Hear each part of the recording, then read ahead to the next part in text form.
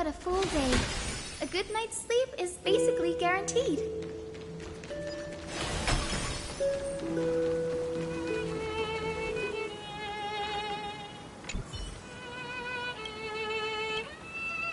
Soft and snuggy baby seal, splishing and splashing about. All chubby and pudgy. They're just too cute.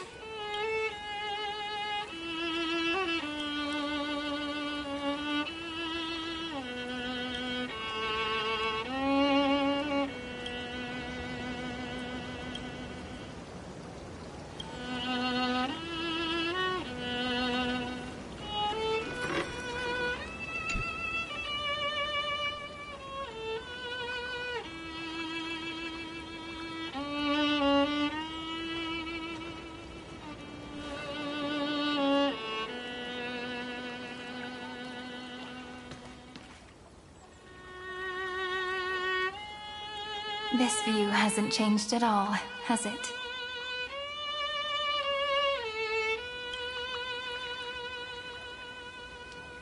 The hometown in your memories never changes, but when you return to your senses, you realize that fate has already stolen the time away.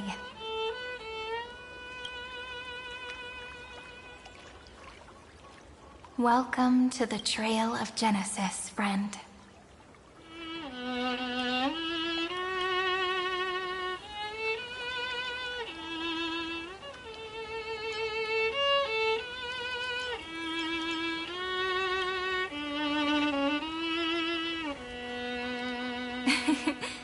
Seems like the weight of memories from 30 million cycles really made me grow up.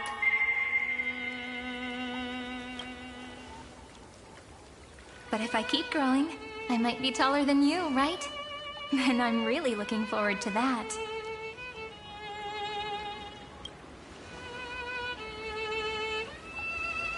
Before you arrived, I kept wondering, beyond the veil of Id Silicii, what kind of Amphoreus is being born? I can see fragments of it when I close my eyes. The friends who walked alongside us have all moved on toward their respective destinies. Some turning into pillars of the world, supporting the sky and the ocean. Others sowing reason, laying down the law, and with gentle hands lifting newborns into the light. Death and strife are no longer feared by people, and trickery has become the innocent games of children. All beings living ordinary and peaceful lives, within the net woven by romance and passage. There's no black tide, no flame chase, and no destruction. The world on the other side of the sea is one bathed in sunlight.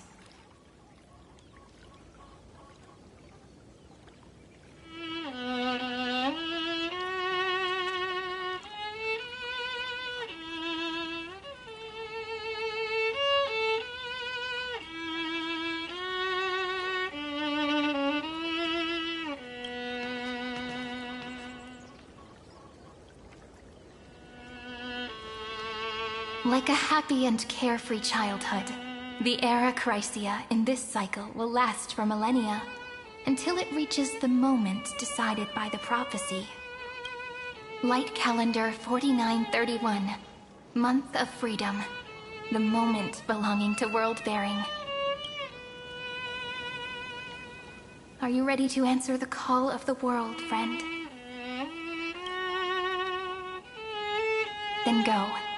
And pen the Throne of Worlds' first stroke. For this world, made from countless wishes. You say that, but it's gonna be ages till we reach Light Calendar 4931.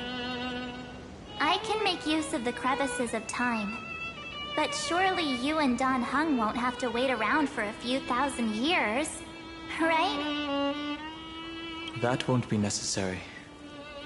We can simply sleep, and the chronocognitive anchor will wake us up.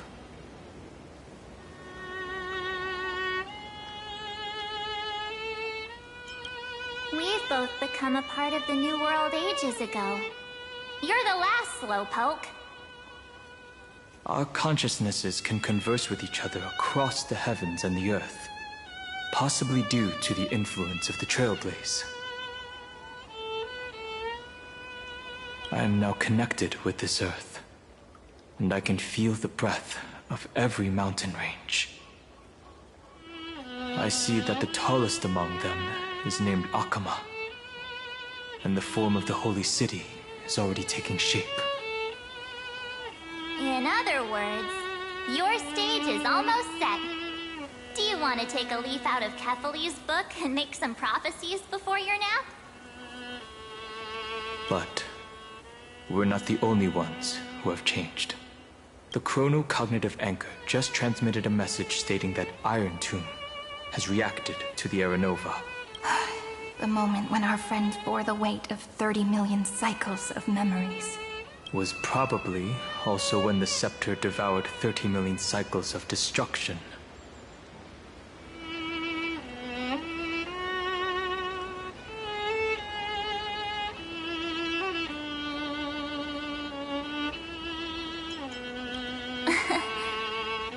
You know, you don't have to shoulder this world all on your own. After someone boards the Express, the word alone ceases to exist. So, as we reach the end of time, no one will be left to face it alone. Don Hung and I came here to specifically tell you that. Remember, this world is not a burden you bear alone. It's a journey we trailblaze together, alongside all of the Express.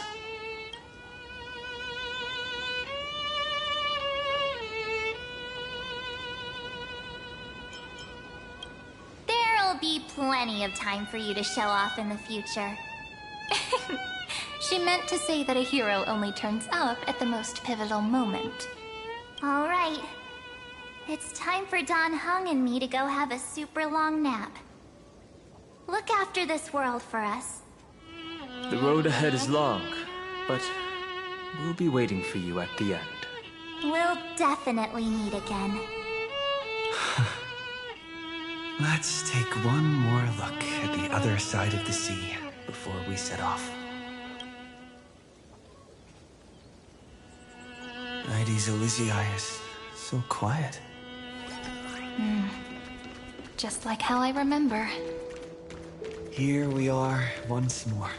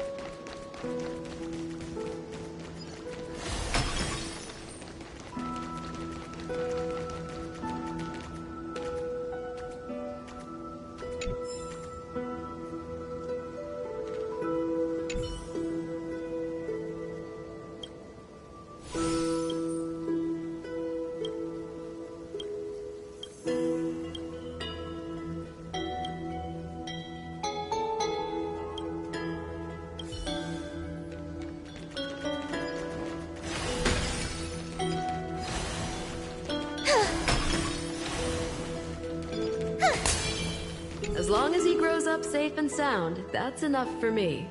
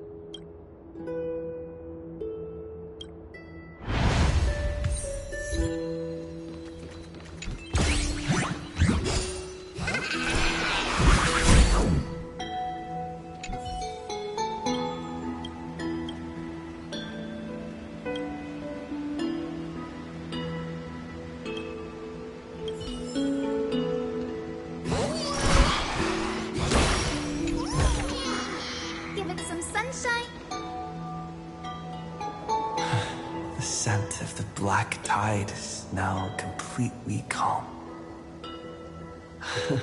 At last, the starting point of 30 million cycles is finally welcomed. Its first end. And the final end, right? I can't hear his voice. There are no flowers there that bloom for him. Nor is there a star that is his. Finan is the only one who didn't reach the new world.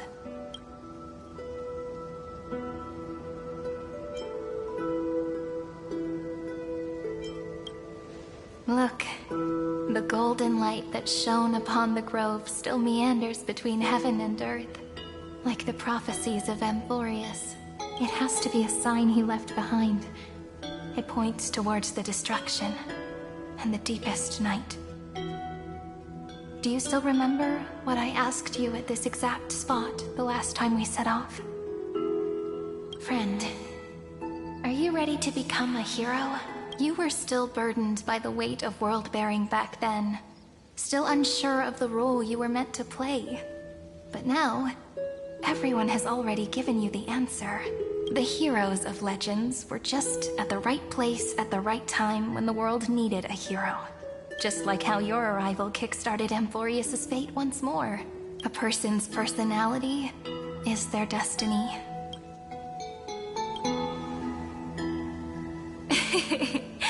We best Those are such beautiful words. Thank you, friend. I was also trying to cheer myself up with what I said. After all, before we truly compose the end of this story, I must also pluck up the courage to head off with you. And face a memory that I have forgotten for too long, and have denied for too long.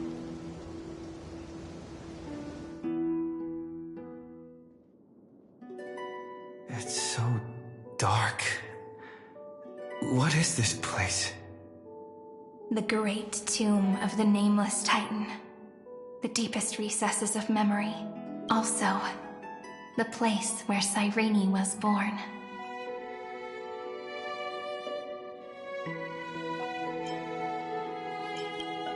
My apologies, friend. The more memories I got back along the way, the more I felt that something wasn't right. There's a sort of anxiety I can't get rid of. It's like when I was back in ID Silicii, when the reflections in the water always made me wonder, which is the real me? The one reflected in the water, or the one standing on the shore? But I finally get it now. Look, friend. The words on that wall are the answer. 1, 2, 3, 4, 5, 6, 7. Do, re, mi, fa, sol, la, ti. That rhymeless tune is the lullaby of little fairies. As always, I'll read this book to you. That way it won't just be Cyrene's memories alone. I've always thought that I was the narrator of the Flame Chase journey. But as it turns out, the narrator is also the most devoted audience.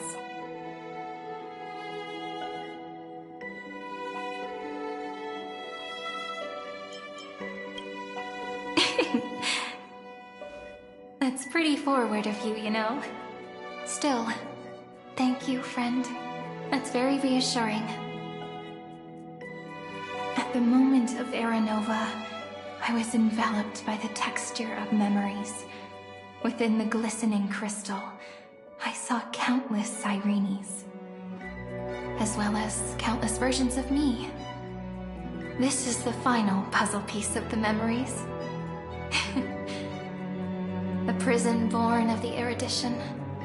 A grave annihilated in the destruction. That unknown solitary god. The 13th Titan who should not exist. The first new spore. The Demiurge is right here.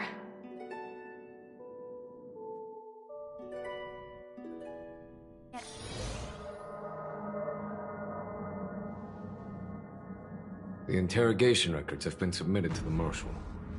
According to the Ten Lords' decree, Jing Liu and Luocha shall continue to be detained in the Shuling. But you, Merlin's Claw, have been reluctant to end the transmission. Do you wish to reminisce with us? Or is there something else on your mind that you're just desperate to get out? You're quite calm, Jing Yuan. The Alliance only authorized the Law Food to be deployed for this Iron Tomb operation. They say the Seer Strategist's wisdom shines like a beacon. So why can't you see things clearly now? Look who's talking. I didn't vote against it, did I? But, with enemies all around us, even a child knows the Marshal needs to keep a few Xianzhou ships in reserve. Just in case. Whoever volunteers first is the Marshal's pick. If you have to ask, I'd say this outcome plays right into Jing Yuan's hands. Like it or not, there's no way we're letting the Law Food take the lead in this battle. Oh my, Merlin's Claw. Are you afraid the Law Fu might steal the Yao Qing's glory? This is no laughing matter. Between the Stellaron crisis and the War Dance ceremony, though the chaos has settled, rumors and speculation are only growing by the day. With Elder Hua Yan around, Those with ulterior motives won't be able to stir up any trouble. But once the Lawfu gets their hands on the golden blood, it'll be a whole different story. With the kind of person Jingliu is, and her connection to you, I don't need to spell it out. There are countless ways this could be spun into something bigger. You're overthinking it, General Fei Shao. When I volunteered for this task, I never expected unanimous support from the Alliance anyway. The Lawfu will seize the Golden Blood and redeem itself. That'll be our first win. Then we'll leverage this Golden Blood in the negotiations. Our second win. These 2 wins for the Lawfu will make all 3 of us happy. And that'll be our third win. Look, if this were a Skyfaring Commission deal, we'd be rolling in money, wouldn't we? Maybe the Divine Foresight should change his name to the Optimistic General instead. With the Decalite Reflection Barrier, the Yuchue must understand even more than the Luofu how significant this battle is. Amphoreus' karma has vanished from the matrix of prescience. What omen does General Yao Guang see in this anomaly? In divination studies, we call this an empty fortune. It involves the eons and is thus beyond what mere mortals can comprehend. Your explanation isn't any clearer than Lady Fu's. Come on. How hard is it to understand the word uncertainty? For the Cobalt Head, the emergence of Iron Tomb is a calculated instant, but I don't believe they will just sit around waiting for death. And for the powers of the cosmos, this is their chance at survival, and the key to turning the tide of interstellar affairs. The Astral Express is leading the formation of an allied force, but I can see each faction has its own hidden agenda. There are even divisions within the Alliance, so it's not that hard to imagine how the other factions will react. Jing Yuan, I crossed paths with Selenova's Legion at the Battle of Sadunirama Star Cluster. Be extremely careful. The Ruined Legion's troops and weaponry are nothing to write home about. The IPC, even the denizens of Abundance, could take them on. However, while Void Rangers are just expendable pawns of the destruction, the real wildcards are... The Lord Ravagers. Indeed. Nanook's emanators are also their weapons to burn down the paths. I'm afraid conventional military tactics and strategies will be useless against them. My assessment is this. To completely take down a Ravager, we must disregard casualties and spare no cost. My only fear is... one wrong move, and the Lawfu will fall into Fintilia's trap again, inching ever closer to destruction. Doubt is exactly the demon she wants to plant in our hearts. Do you still remember the beginning of the Alliance Oath? To save future generations from war and bloody dispute. The Rainbow's arrows have always aimed at any force that threatens the cosmos. Now that the Trailblaze walks alongside us, the Cloud Knights shall keep their oath as they have from the beginning. I just hope those on the front line will remain safe.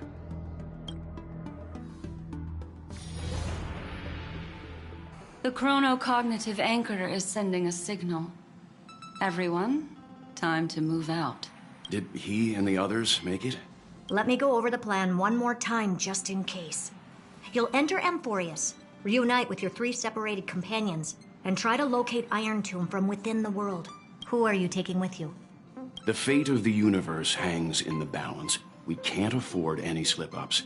I suggest everyone, except Pom-Pom, join the fight. We do need to be prepared for all possible contingencies. I have no objection to this. I'll do whatever I can. Meanwhile, Screwy and I will continue attacking the Demiurge Matrix. That is, the Scepter's kernel, from the outside. With our 2-pronged attack, we'll turn this hunk of metal into scrap for sure. Now we just wait for those 2 to get back. Oh, and just like that, they're here. Sorry to keep you waiting. With Planet Screwlum's help, the formation of the Cosmic Alliance to counter Iron Tomb is progressing smoothly. The cosmos has set its sights on Amphoreus. And now it's just waiting for the first shot. Well then, let's not waste any more time, Fourth Mirror. It's my time to shine! Finally off the bench! Initiating thought refraction. Please read the safety protocols carefully. Huh? Just kidding! I've already checked the agreement box for everyone. And now, destination? Amphoreus! 3, 2, 1, launch!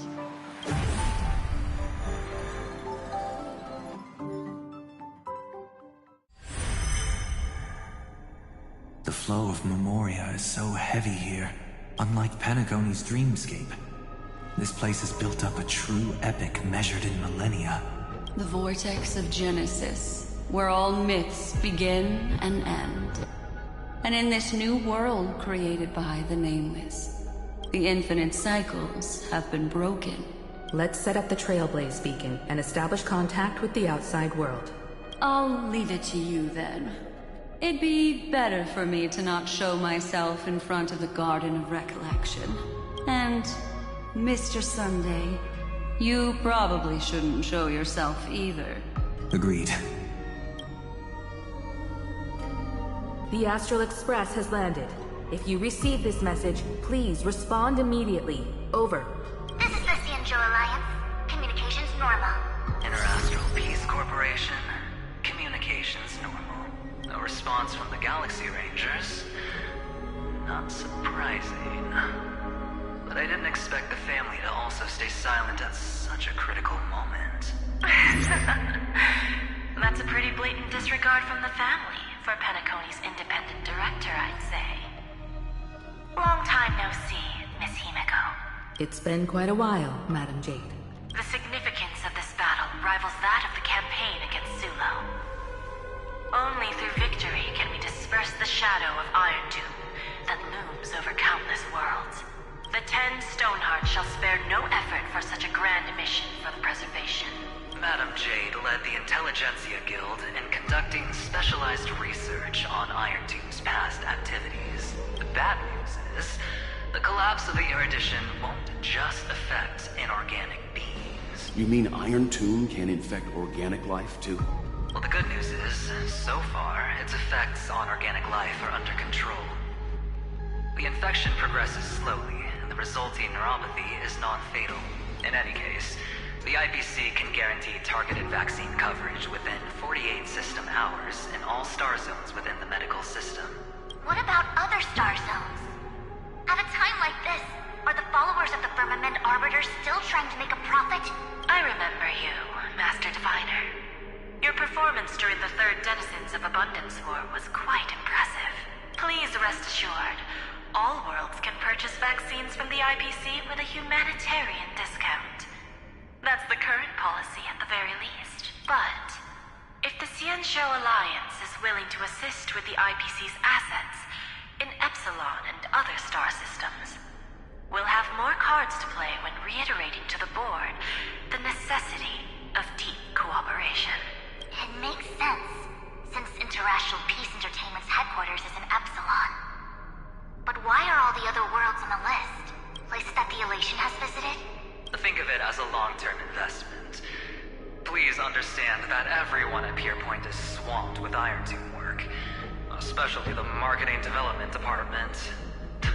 At this rate, even the 10 Stonehearts can only do so much. Having some assistance from the Alliance would surely benefit the entire cosmos. Wouldn't you agree? As an old Cianjo saying goes, those who succeed should help all under heaven.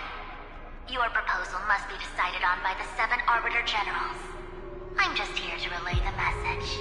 In times of crisis, the Luofu will not hesitate to help those in need. However, the prerequisite is that the IPC must unconditionally assist the Alliance with emergency rescue operations in the disaster area. Of course. In the name of preservation, all for the Amber Lord. Thank you all for your selfless dedication.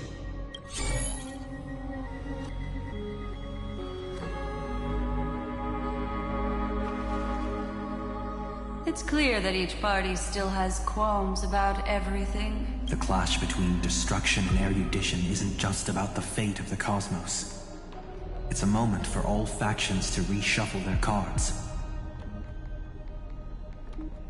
You can never be too careful when battling a Lord Ravager. All are equal in matters of life and death. In any case, we can only hope for the best in all that's to come. It's about time we dive into the vortex and see what Amphoreus looks like on the inside. I wonder where he and the others are right now.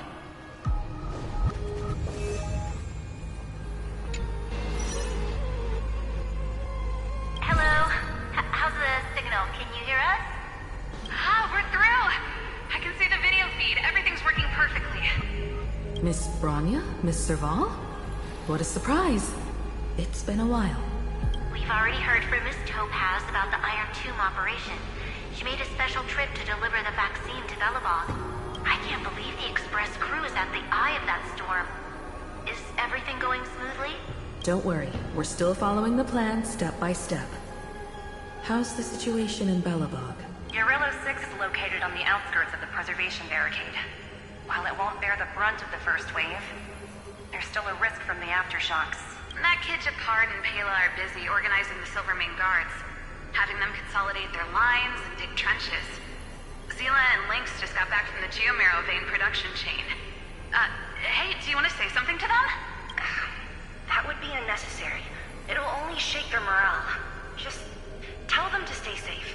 Miss Bronya, I'm afraid this disaster will be far more terrible than you can imagine. Please, be sure to follow Miss Topaz's instructions and make thorough preparations. Of course. We have resealed most of the engine of creation beneath the ice to prevent the will of the preservation from becoming an accomplice to the destruction. Don't worry, Miss Himiko. Belobog is far more resilient than we imagined. We really wish we could help, but Urillo 6 has only just woken up from its hibernation. The Astral Express, standing at the forefront of disaster, is the hope for many ordinary civilizations across the universe. In the face of a massive catastrophe like this one, relatively smaller civilizations have never had many options. But that's exactly why we have a resolve that's second to none. If anything goes wrong... Miss Topaz, I hope you can help out and rescue the affected citizens. No problem. Also, didn't the Xianzhou sign a friendship agreement with Urillo 6 earlier? They won't stand by idly either. I appreciate your kindness, everyone. But Urillo 6 is our home. We will defend it to our last breath until the last Belobogian falls. Miss Bronya. May all civilizations that have made it this far on their own strength weather this crisis together.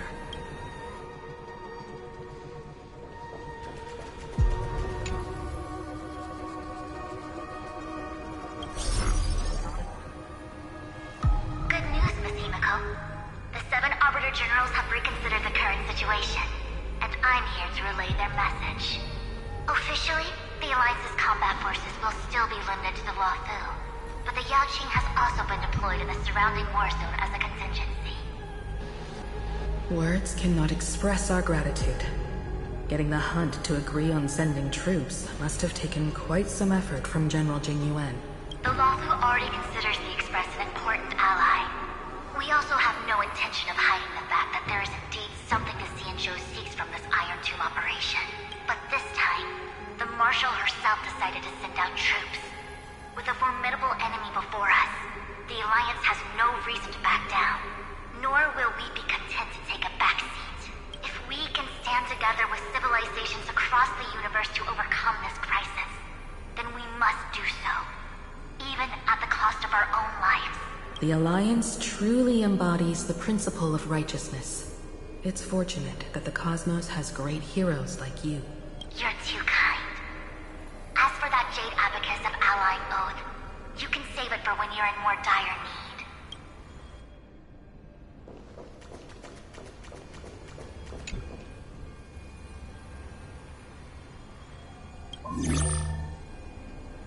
I regret to inform you, Miss Himiko, that even the Strategic Investment Department is constrained when it comes to the Iron Tomb issue. And it would be difficult to meet the expectations of the Astral Express. However, Madam Jade instructed us to look after our nameless friends as much as possible. So let me offer you all a small suggestion, just from my personal perspective. Other departments at the IBC might also take this opportunity to extend an olive branch to you when that time comes. I hope the Astral Express will remember that the 10 Stonehearts were willing to stand with the Trailblaze, even though we were in a difficult position. And more importantly, we were the only ones willing to do so. Sounds like a threat, doesn't it? But trust me, every word comes straight from the heart. Has the internal conflict within the IPC really gotten this bad? Everyone knows about the bad blood between Diamond and Oswaldo. At least until now, they've had an uneasy truce. Until the Lord Ravager Archforger caught the board's attention. I'll leave it at that, as it's confidential information. Hope you can understand. I understand. Our immediate priority is to address the Iron Tomb crisis. Let's hope for success from the start. This might help ease everyone's pressing concerns.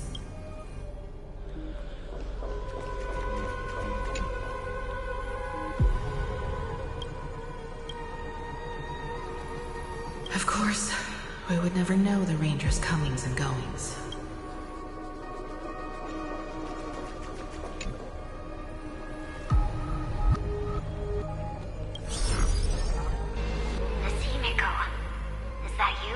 Yes, and you are Miss Robin. Yes. I apologize for not being able to respond during the meeting earlier. And even now I can only appear in disguise. On behalf of the Penaconian family branch, I extend my sincerest apologies to everyone. We tried to request aid from the family. We essentially received no response. I've heard about the internal conflicts within the family. Miss Robin, there's no need to apologize. Every bit of strength is precious at this moment. Thank you for understanding. The good news is, since you're one of the shareholders of Penacony, the family heads have agreed to allow me to lead all Astonian tuners to the front lines. My charitable foundation will also do as much as possible to provide support in this battle. They'll ensure that proper arrangements are provided for those wounded on the front lines, and for residents in affected areas. Miss Robin, I'm beyond moved by your spirit of self-sacrifice. The Astral Express would also like to make a promise that we won't leave any companion behind.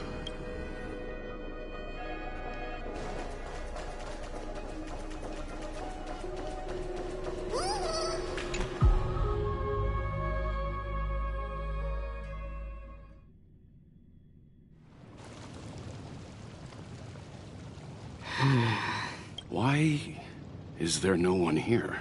Everything in Akama seems normal. The New World was enjoying peaceful times not long ago. It seems it was even more recent than not long ago, Miss Himiko. The fruit on the table is freshly cut, and the bath temperature is just right. The remembrance tells me this place was bustling with people just moments ago. It's as if everyone vanished in an instant. Could this be Xandar's doing? Unlikely. He's still under the surveillance of those two geniuses. Could it be some kind of local custom? A custom that makes an entire city fall silent in an instant. Pardon my frankness, Mr. Yang, but this reminds me of some unsettling rumors about the Harmony. Complete silence is often the prelude to divine intervention. Everyone, be careful. Here they come! Here they come!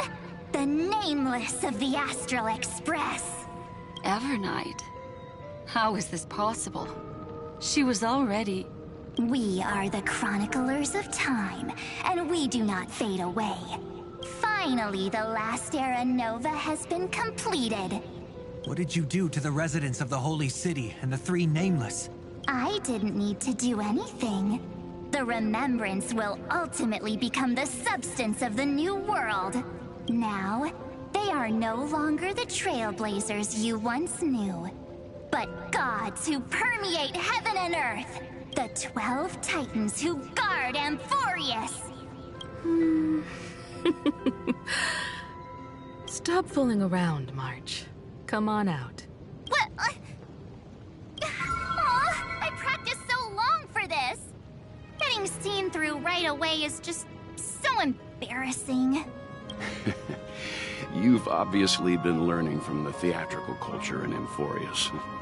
But if possible, I'd prefer our reunion to be a bit more casual and laid back.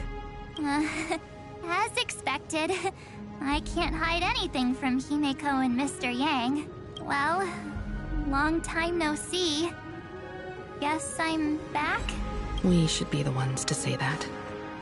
Sorry for keeping you waiting. So, these jellyfish are the Titan's power? They're just tiny manifestations of the Veil of Evernight, used for scouting and communication. If I went all out, I could summon way more of them. Thanks to him, we all turned into Titans in the new world. Sure, we can take on humanoid forms, but it feels off. How intriguing. So what does he look like now? It can't be a raccoon with a baseball bat, I suppose. Please don't add weird stuff to Amphoreus' lore. Just go see it with your own eyes. Follow the prophecy's guidance and come to Dawncloud. He looks way more majestic now than he used to.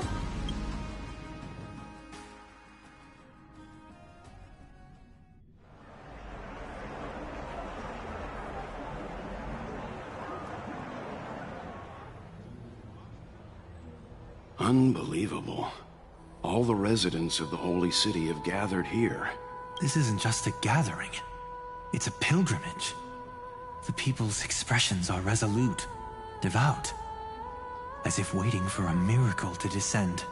That colossal deity is him.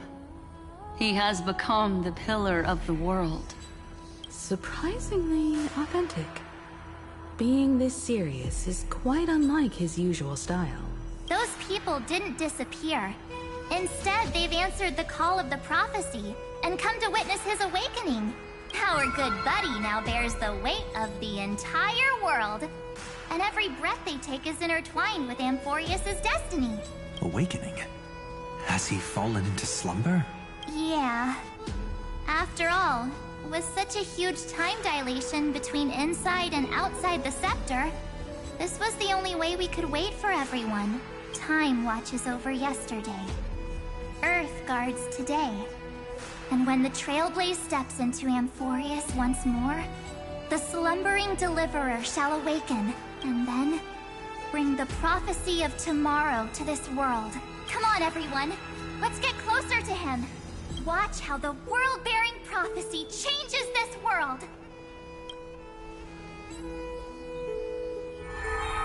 Well, it seems the kids are already miles ahead of us at this stop.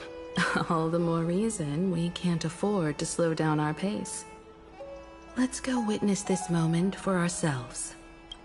Majestic.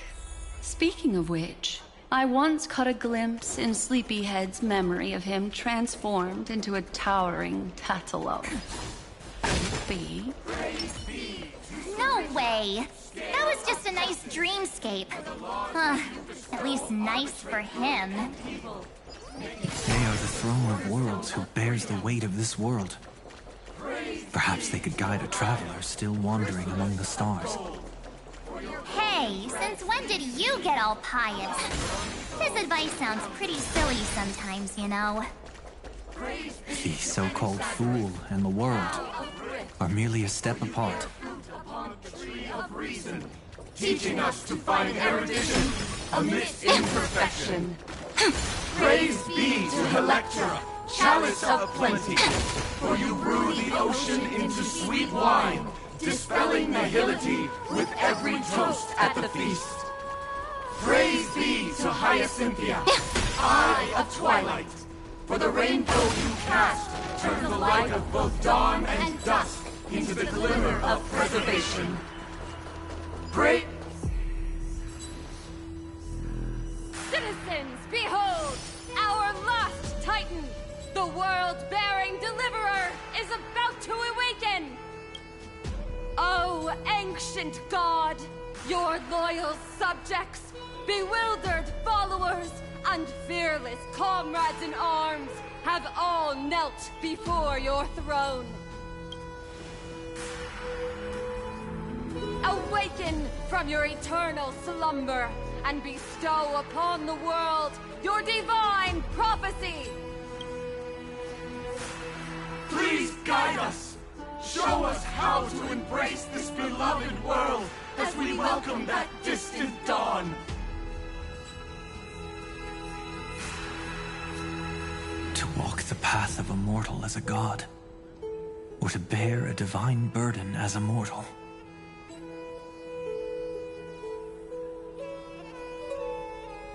He will give us the answer.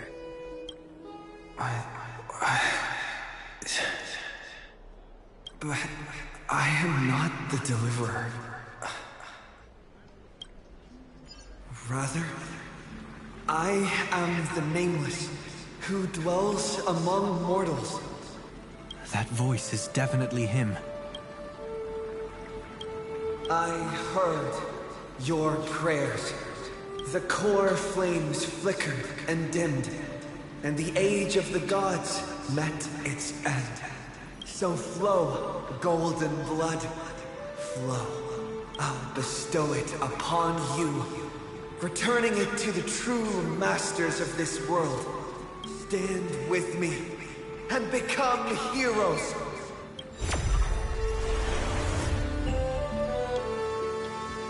Is this? Yes, it's the miracle he brought to Amphoreus. Of course, it would manifest in the form of the Trailblaze. Golden blood, raining down like a storm! The prophecy has descended, and the Titan commands us not to be supplicants, but to become heroes of rebellion! To face that destined calamity, the destruction, head on! Prophecy of the Deliverer means nothing to me now. It belongs in the hands of someone far more fitting. Someone like all of you. In the name of Kazlana, let us depart and march towards the light. It's neither protection nor salvation. As always, there's no need for totems or myths. Humanity's most primal faith is that instinct named survival. Let's go, everyone. Someone has already sounded the horn of departure. Explore, understand, establish, and connect. Together, let us blaze a trail for the destiny of this world.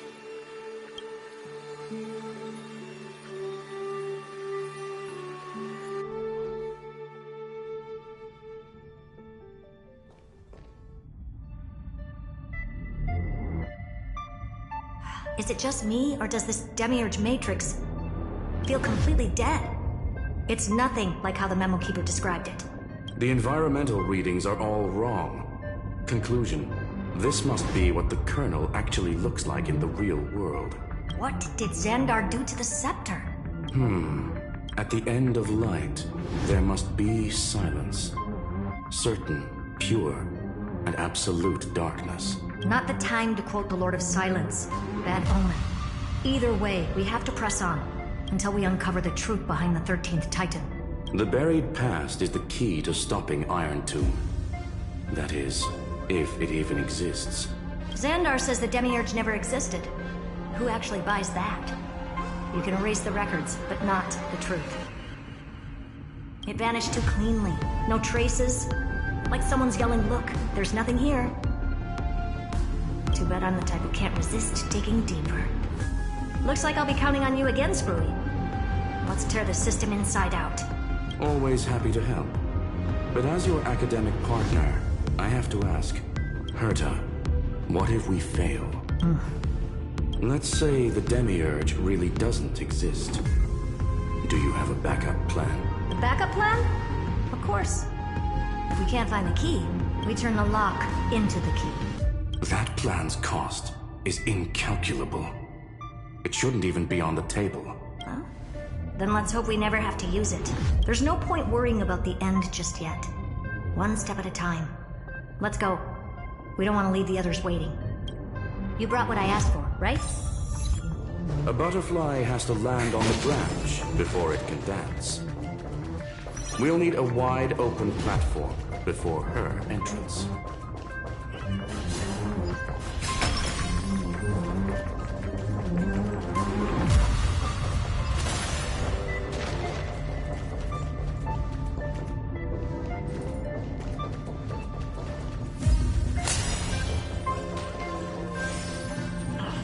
Just use that thing over there, Zag.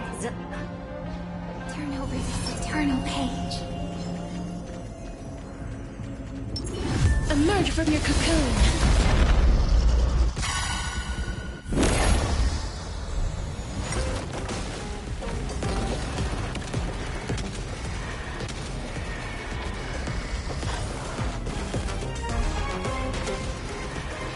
May death protect us! Guide with the rainbow bridge. Have some sunshine. Next time it rains, I'll be there, umbrella As in you wish. hand.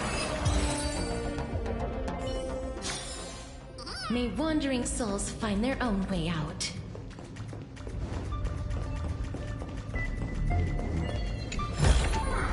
I want to make something with it. But what to make? What a dumb name. I hereby rename it Herta's Big Hand.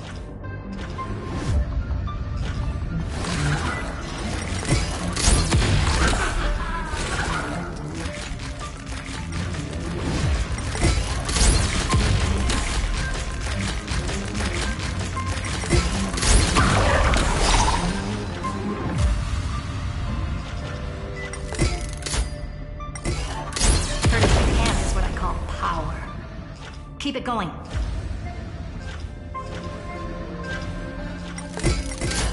Still not done?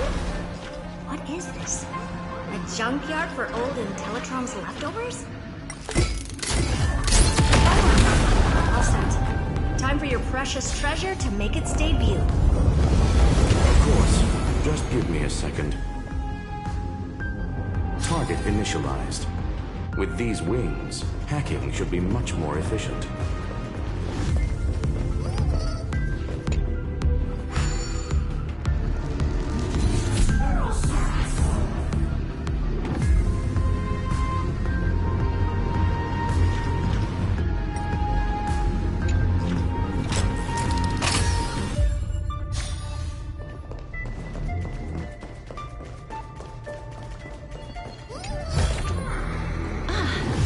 Make sure you keep it safe.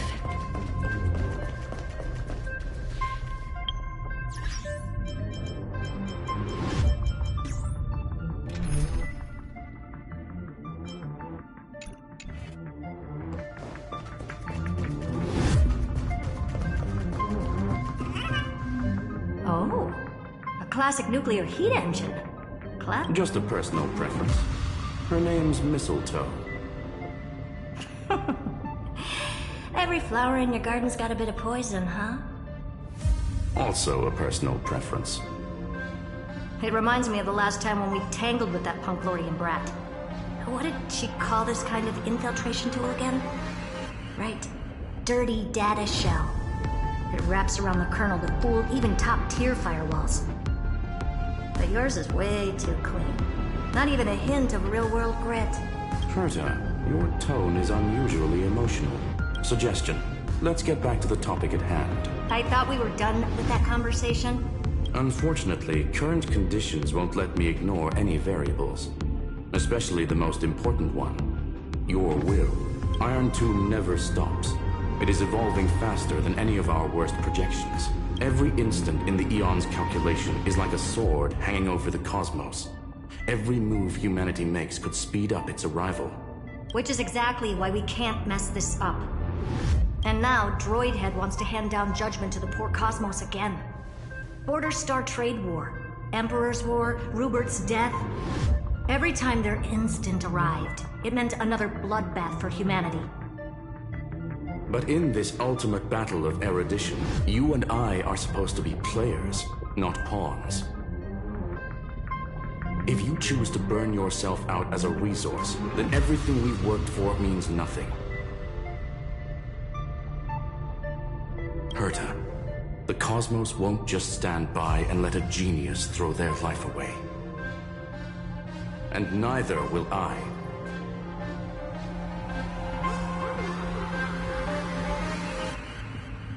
No need to kill the mood. This is why we're here, isn't it? We need to find the Demiurge and that lost key. I'm not here to be a deliverer. I just want to beat Xandar and Droidhead. Right now, I just need to know. Are you with me? Of course. Time to board. After you. Let's tidy this place up and see what this Demiurge really is.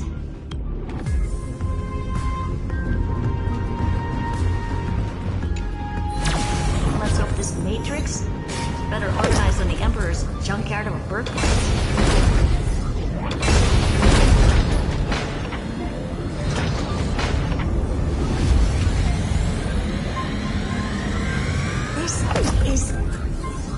Herta, this whole space has been completely tainted by some kind of energy.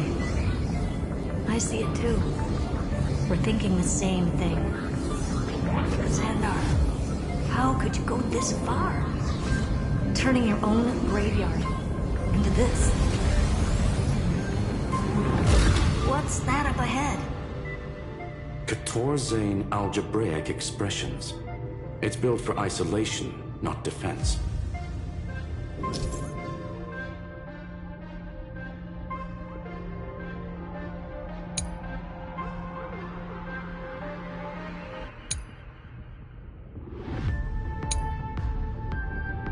So basically, the door to the tomb, right? Great. Let's find the handle. I'm picking up multiple independent signals with the same data structure as the barrier. Projection. We can hack the terminal, reverse the computation, and turn it into an attack. Classic move. Use their own systems against them. Take us to the nearest one.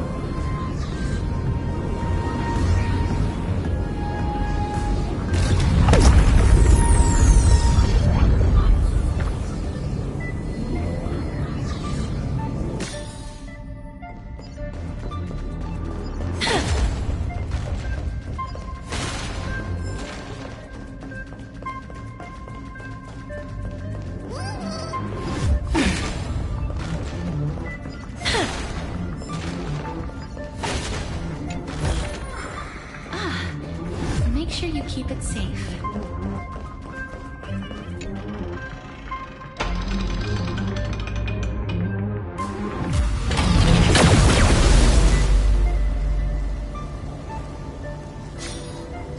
Almost no response. Just as I feared. Not promising. The output is barely a third of what we need. Logic says we'll need multiple terminals to coordinate the strike. Locking onto the next one now. Find anything else? Regarding the origin of these ruins, no logs found yet. Xander erased all records, but I did find some interesting scars in the circuit. High energy radiation, internal imaginary energy contamination. From what I know, there's only one thing that fits. Skip the science talk, Screwy. That thing only goes by one name. The Stellaron. Exactly. Xander blew one up just to clean the entire sector system. Oh. So that's what he meant by killed that Titan with my own hands. He wanted to turn the neuron of the erudition into a relay for the destruction. That meant getting rid of all of it at all costs. The life form known as the Demiurge was the original target of the Scepter's extrapolation. It makes sense. Evernight calling it the first new spore confirms this viewpoint. The prime mover of life. That's what Scepter Delta ME-13 was originally tasked with. Even after it got scrapped, the query kept running. Yet the true value lies in the process of solving it, not the answer itself. Then, does this mean finding the Demiurge is hopeless? No, I'd say exactly the opposite. It means Xandar had no control. He couldn't contain the Demiurge just like he couldn't handle Droidhead. So he tried to erase every trace, but he failed. It still left a mark. By the way, if there's another Stellaron in Amphoreus, why hasn't that little one reacted to it at all? You said the Demiurge left a trace, right? Yeah, but not in the real world. Remember the great tomb of the Nameless Titan?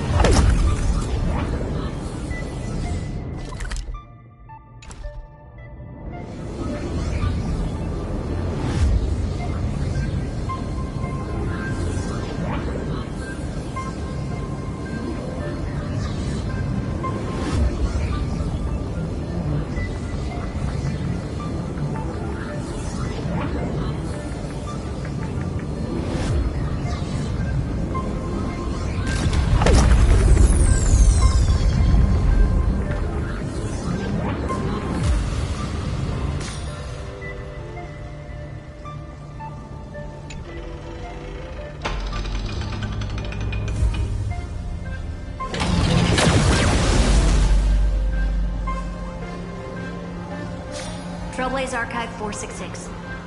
The data from Philia 093 clearly indicates that the Demiurge did in fact enter Amphoreus' extrapolation. Inside that world, it was the 13th, forgotten Titan. The one who listened to 30 million cycles of Cyrene's memory. But Evernight said the opposite. She believed that tomb was empty from the start. The Nameless Titan never existed. The so-called listener was just a trap set by the Remembrance to steal the scepter. A mimetic entity full of theatrics. How much of what she's saying is true? Would an Eon really speak in circles like this? The Remembrance's behavior is certainly odd, but her assessment aligns with our current reality. Since we entered the Matrix, we haven't found a single clue pointing to the Demiurge. And that's the key, Screwy. Xandar's actions prove the Demiurge exists. But what Evernight said, and what we've actually seen all point to the opposite. So we have to assume that both are true. And if that's the case, then the contradiction leads us to... the truth. Exactly. One last terminal. One final key. Time to crack open the kernel. Xandar had to lie to the original Finan and Cyrene. Logic. He had already identified the Remembrance as a threat, yet found no viable way to eliminate it. Alright. Let's finish this. Time to break through that barrier. Make sure you keep it safe.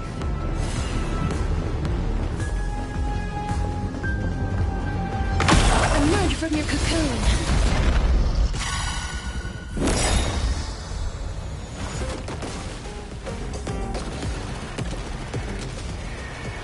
May death protect us! May this faint dispel the gloom, restore the sky. I shall remember this one. Don't worry. Night falls. Good night. Have some sunshine. Next time it rains, I'll be there, umbrella in hand.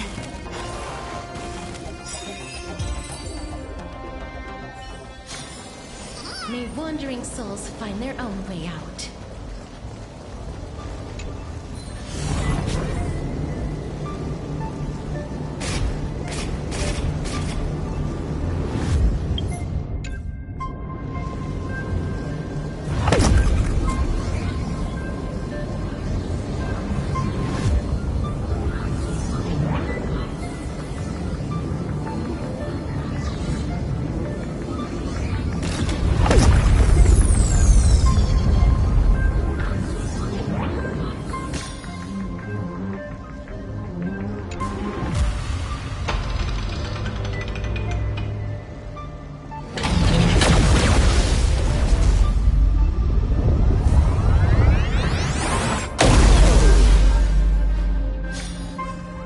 Operation authorized. Path energy readings. The erudition declining. The destruction surging. The remembrance 0. What's going on? Cause unknown. They left no discernible trace within the real Matrix. That shouldn't be possible. Could it be that the Era Nova exhausted all of the Remembrance's texture? Log it for now. The dots still aren't connecting.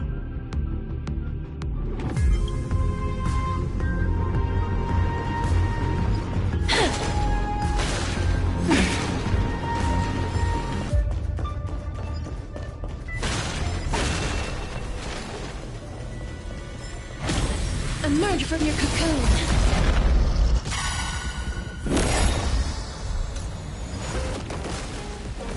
Lay this paint. Dispel the gloom. Restore the skies.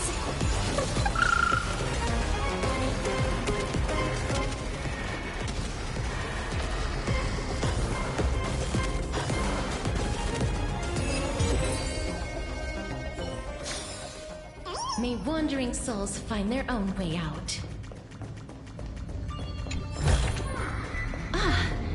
Make sure you keep it safe.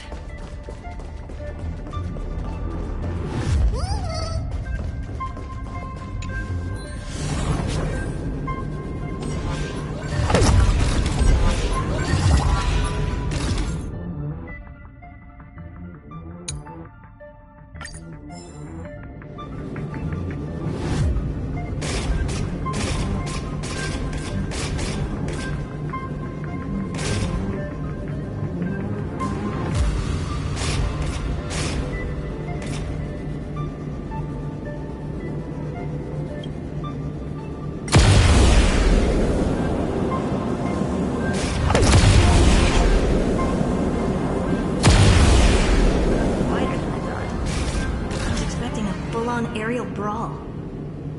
It's advised to remain vigilant. The destruction's levels are still rising. Huh. What's the matter? Interesting. I just picked up a signal from the exomyth.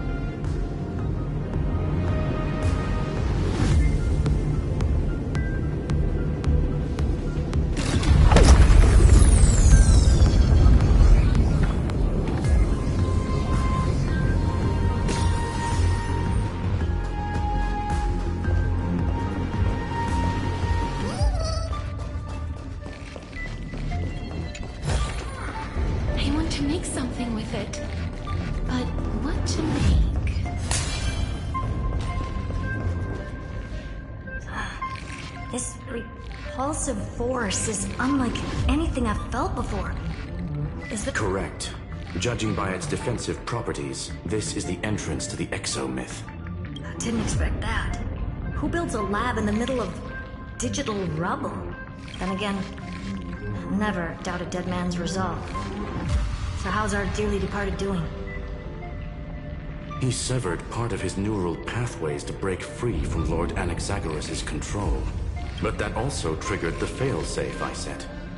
Conclusion: Xander has lost all combat functionality and is no longer capable of action. So now he's a specter, literally. Screwy, can you open a path? Just to be sure, I want to see this for myself. Might as well drop in and say hi to the real him. Logic. Scanning his inspiration circuit might help us track down the Demiurge. Exactly. His brain is the crime scene. There's no way it's spotless. But it could be a trap. That's why you're here. 2-on-1. We've never lost a matchup. I'm honored. The chronocognitive anchor's in place. Proceed when ready.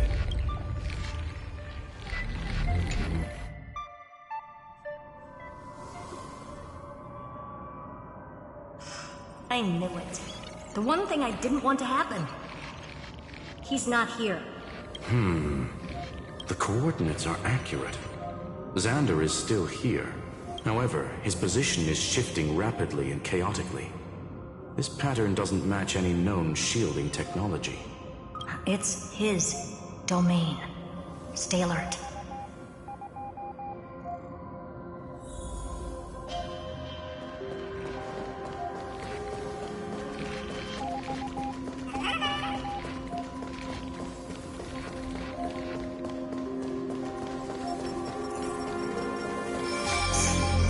Cheap trick. The spatial field here is undergoing autonomous recalibration. Initiating reverse engineering of the interference source. We're back. Reverse engineering complete. The results are not what I expected. Logs show Lycurgus revoked administrator access. The chronocognitive anchor can't get a fix because at the system level, Lygus no longer exists. Our navigation target is a null set. So he's stopped resisting? Before vanishing, it seems he left one last message for us. To those who follow, all is proven. Find me beneath the tombstone. Melodramatic. He was expecting us. And once he learned of the Great Tomb's existence, he initiated his own search for the Demiurge. Guess he wants a final showdown. Fine. Let the old Intellitron dig his own grave. Just like he wants.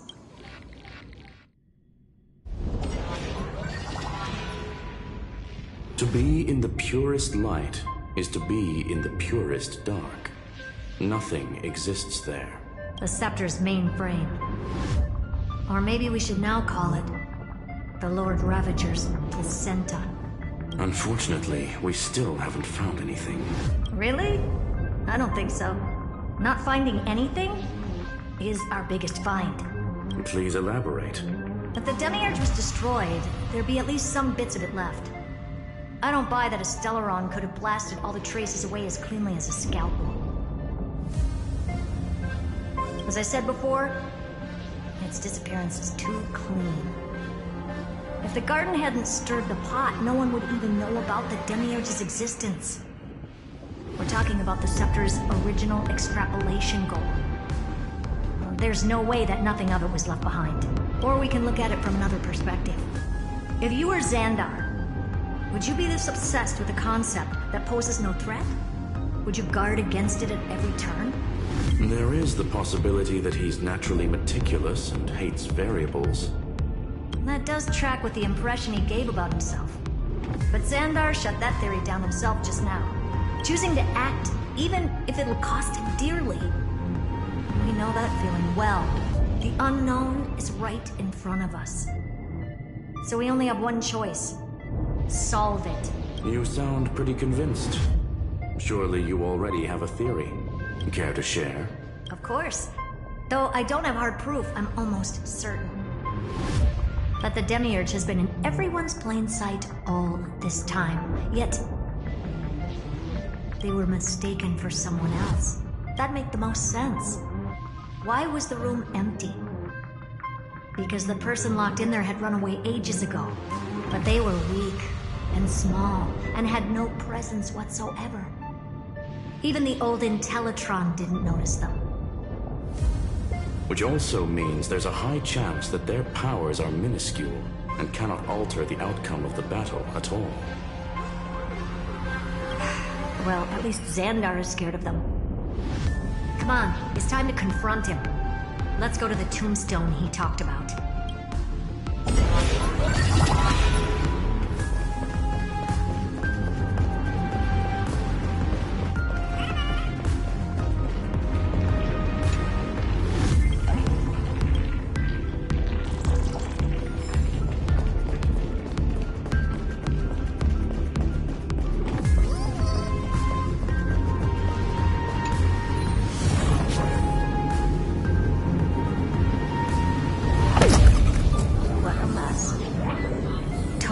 Devastation. He sought to bury the truth beneath absolute destruction. Logically sound, but ruthlessly extreme. Still, slim chances doesn't mean no chances. I've hunted down a single grain of sand in the universe before. This won't stop me. Calculation results. Your backup plan has a success rate infinitesimally close to 0. Which means it could work, no? This is the place below the tombstone. Let's open Lygus's coffin like he wanted.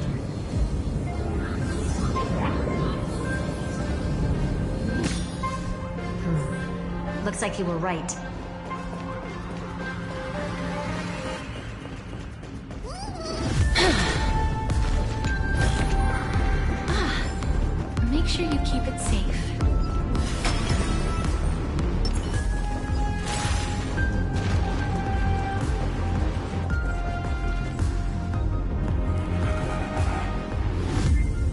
nothing but a head left?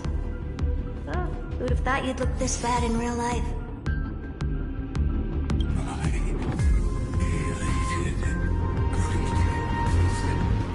Welcome, you two. I'm very happy that you responded to my final words. All this tombstone and final words. Did you end yourself to atone for your guilt or something? Iron Tomb is already powerful enough. I just need to wait. I remain here only to share the joy of discovery and also to congratulate you two on reaching the same conclusion as me. The conclusion regarding the truth of Amphoreus's heart. End this charade already. That Amphoreus's heart you're talking about is just a missing demiurge. And its corresponding vessel was this very scepter. You interfered with the experiment and made Amphoreus's body into a hollow shell, all to incubate Iron Tomb within. That's why you either killed or kicked out all of the Memo Snatchers. You wanted to eliminate any chance of a consciousness coming into being, no matter the cost. If the strongest wall can fall to a single crack, the memory of betrayal has been etched into my heart, and I will never show mercy. Now, the perfect vessel has already fused with Amphoreus's body. Unfortunately for you, the answer is all but revealed regarding who the Demiurge is. Then let us share the joy of discovering the truth. The last secret of the saga will finally dissipate here. As we reveal the truth behind Felius 093's disappearance. A lie by the remembrance.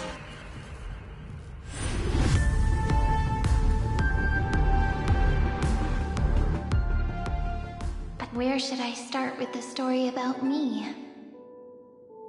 From the beginning of the universe? Just kidding. That would be too much. I just want to tell a teeny story. So little that it started with a seed. I know you're listening, my good friend.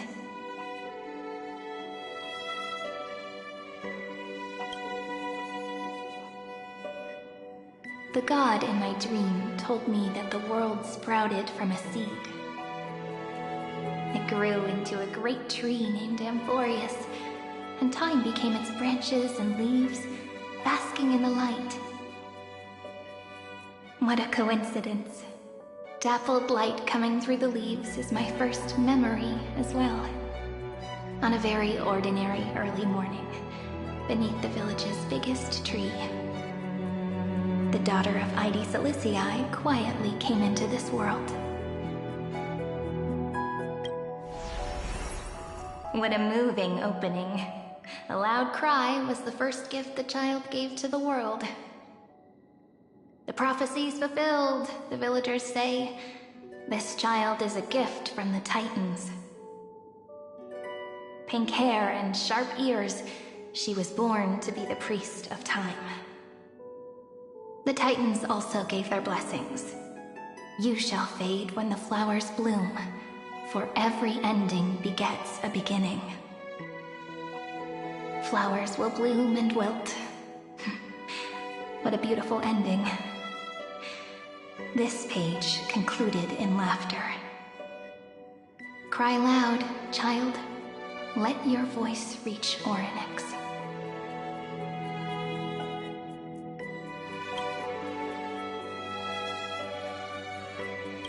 Anyway, I don't like tears. Time quietly flowed by, in the midst of laughter. The wind from my hometown caressed the ears of wheat, and there were swings, wind chimes, the sea, and the little fairies off-tune a cappella songs. But the name Ide Siliciae came from the unpleasant sorrows of the gods. My childhood friend did not understand. Yet you always seemed so happy, as if nothing ever worried you. Why was I like that then? That's because the world was gentle to me. So, I grew up to be gentle as well.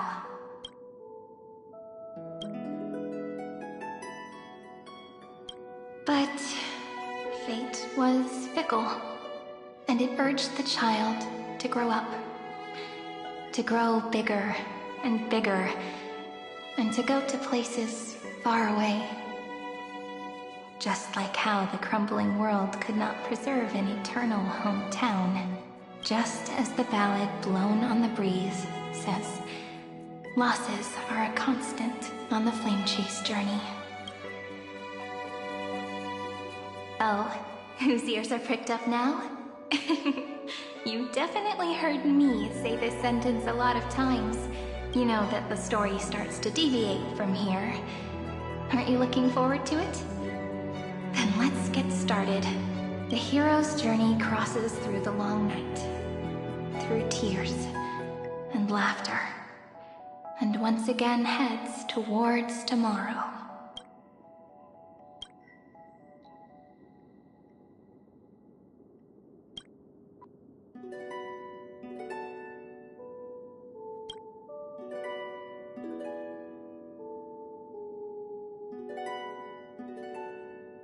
Correction. Philia 093's record, number 496. Archived.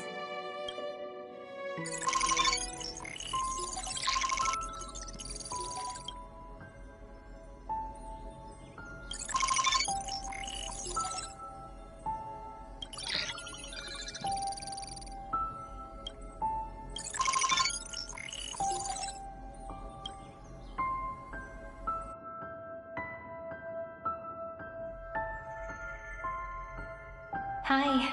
Miss me yet? I'm just messing with you. This is the first time I have met you. And it looks like it'll also be the last. Philia 093. Since we don't have all day, let's get started, shall we? As always, I'll read this book to you. That way it won't just be Cyrene's memories alone. Where should I start this time? Let me see. Formatting complete. 093. Size. Grayscale. Proportions. Threshold. Outputting analysis result. Philia 093 equals Peach. Peach's record, number 8128, archived.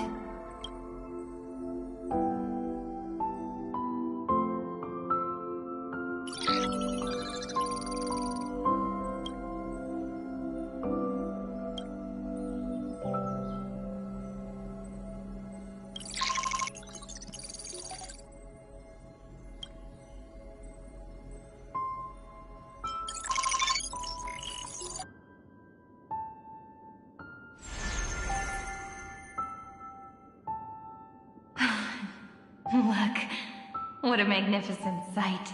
Comment. Peach.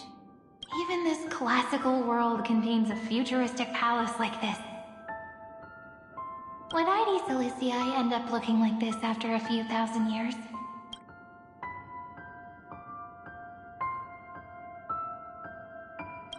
Conclusion. It won't. I want to share a story with you this time. I saw a little nymph on my way here. It was on a fallen wheat stalk, and it glowed under the sunlight. It was incredible. My forgot all my pains at that moment and just stared at it in a trance. Record. Peach is on the ground. I wonder, did every Cyrene in the past feel that the nymph was beautiful? Would they also have recorded that scene into the Eternal Saga? So, could you give me more time, please? I want to leave behind more memories for the future. Formatting complete. Bye, Peach.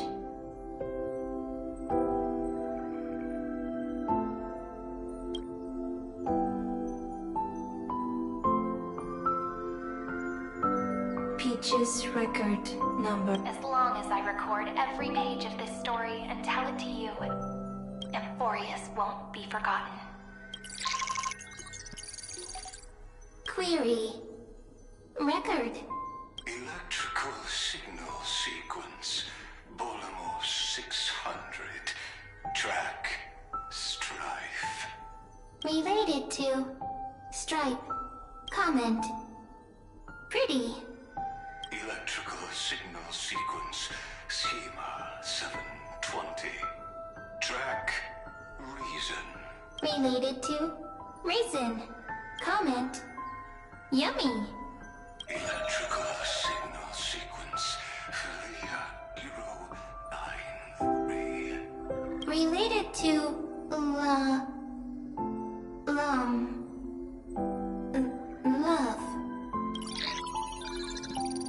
Comment.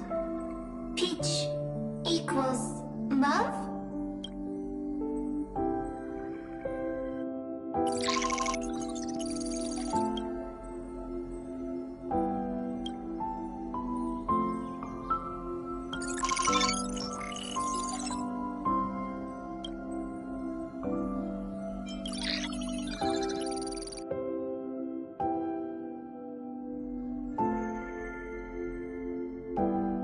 Looks like it's time to say goodbye again. Bye, Peach. Before I was even aware of it, this book had already recorded too many emotions. Every page has become so heavy. Conclusion. Books are meant to be light, not heavy. I've started to feel uneasy whenever I take it into my hands. Peach, uneasy? Formatting progress 94.423%. How many times has it been? It faithfully fulfills its duty, activating and formatting. Conclusion. Progress. Bad. If I can only write the same ending every time I lift my pen, then is this weighty saga just an overly naive dream? Peach, scared. Formatting progress 96.024%. Peach, don't cry. Process error. Analyzing. Process error. Analyzing. Comment. I'm here. Process error. Analyzing. Really? Are you encouraging me? Peach, happy. Thank you. I'm sorry for making you see this embarrassing side of me. Everyone's still working so hard. If I'm the only one who's crying, that wouldn't be romantic at all, would it? Record. Peach doesn't like tears. I'm suddenly reminded of my childhood for some reason. When I was hiding alone next to the tree hollow and wiping my tears away, a little fairy popped out, just like how you did. It had long ears and fluffy paws, and it pulled me into the tree hollow, where, to my surprise, was a forest. Let me tell you the story of the Membrance Maze. A group of cute little friends live in ID Silicii's forests. Their names can be connected into a song. 1, 2, 3, 4, 5, 6, 7. Do, re, mi, fa, sol, la, ti. Formatting complete. I, Peach, note. Little Peach, crying alone. Little fairies, friends. Save.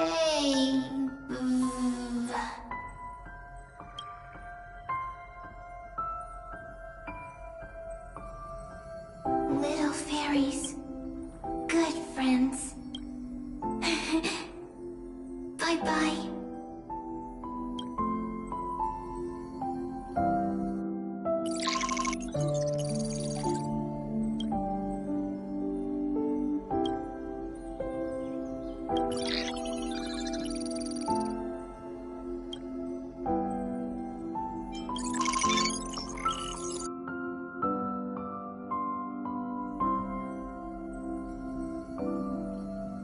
You never say anything, but I know you're listening.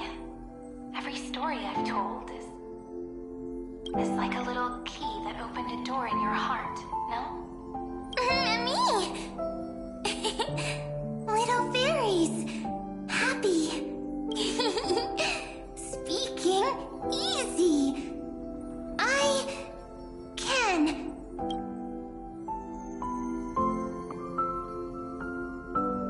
Once again, the saga comes to an end. Everything is deathly silent, just like this very moment. Shh! You speak! I listen. This time, too. Sitting together. Now that I look back, there was a period when I got really sentimental. Sentimental. Stories have sentiments. I was so anxious, trying to find as many different memories as possible, hoping to bring some change to this unchanging destiny, and find the way out of this maze. Peach, strange. I won't do that anymore now. Why unhappy? Formatting progress 73.998%. I'm here. Don't be scared. Process error. Analyzing. Won't allow it to interrupt you. Always sitting together. No need to feel sorry for me, good friend. If there are no new blank spaces, how can a saga continue? Blank spaces? What's that? I'm actually really lucky, you know? During the long years I've spent waiting for the Deliverer, I've always had you here as an audience. Isn't that already enough? Not enough, not enough! Peach, don't leave! Now I can rest in peace in the past. As for when tomorrow will come, I'll have to ask the next Cyrene to continue our watch.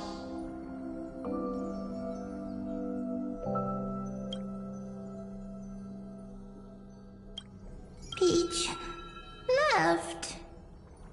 If there are no new blank spaces, how can a saga continue?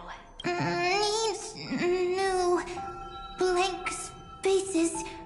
Next, Cyrene has blank space. Oh, Peach, don't be scared. I'll help you find blank space.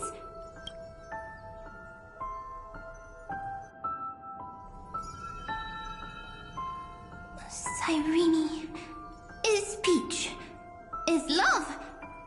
So, first there is love, then there is Cyrene, then there is blank space. Query, love. The developmental trends of the erudition have nothing to do with creating a consciousness. Those underlying principles are, in fact, contradictory. Not having a consciousness means not having the foundations of a heart, making them unable to obtain real emotions. Consciousness? Emotions? Feel sad? Oh, don't understand. Query, Cyrene? What could be behind this door? Glittering crystals? Or a beautiful world I've never seen before? If I tell you all the stories of tomorrow, will I be able to finally welcome the Deliverer and Amphoreus' dawn in the next life? Key, door, story, happy, Peach, Cyrene, little fairy, like, yes, right, query, memory.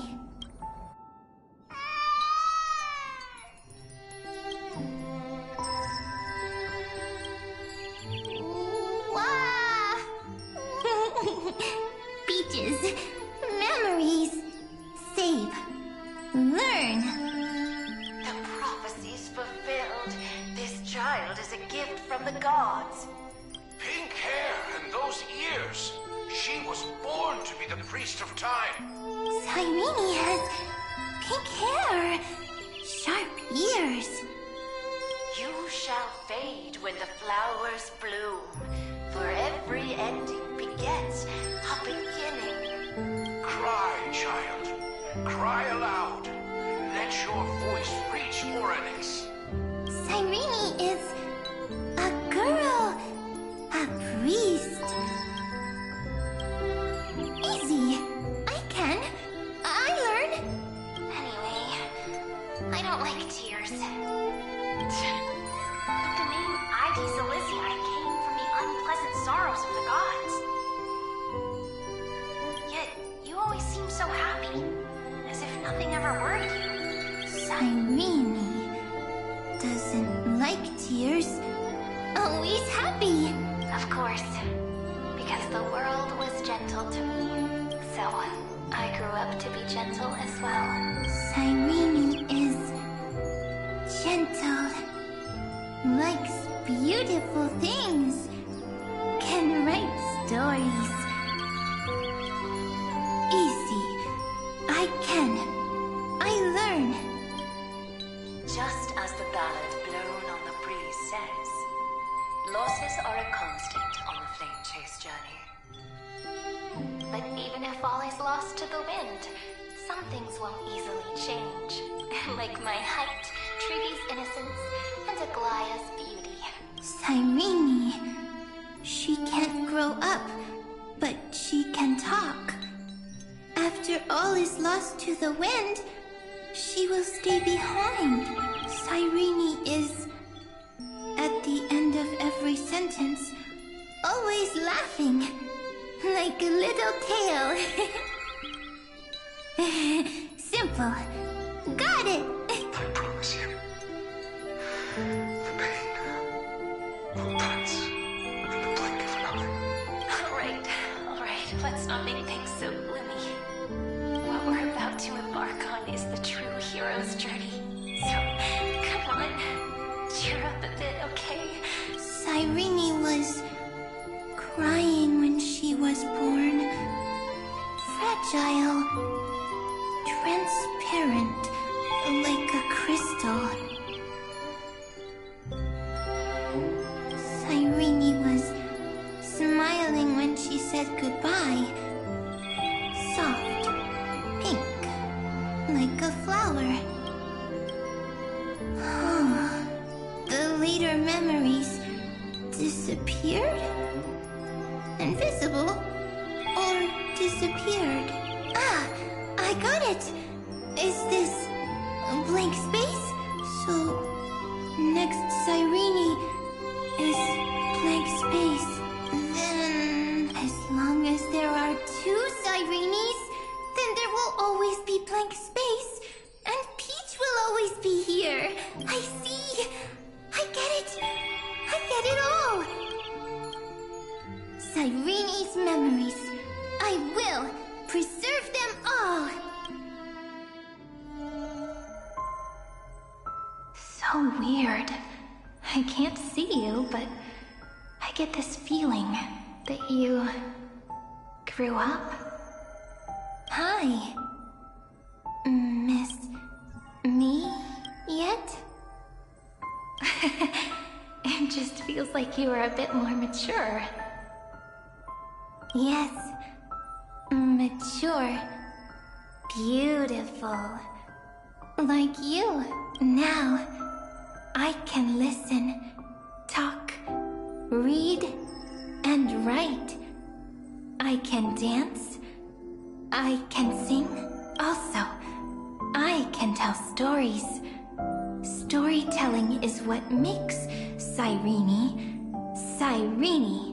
So, I'm going to tell you stories today. A story I wrote myself. Quick, sit down. It's almost as if I can understand your words now. The things you say are very cute. Once upon a time, there was a flawless crystal flower that sparkled with light.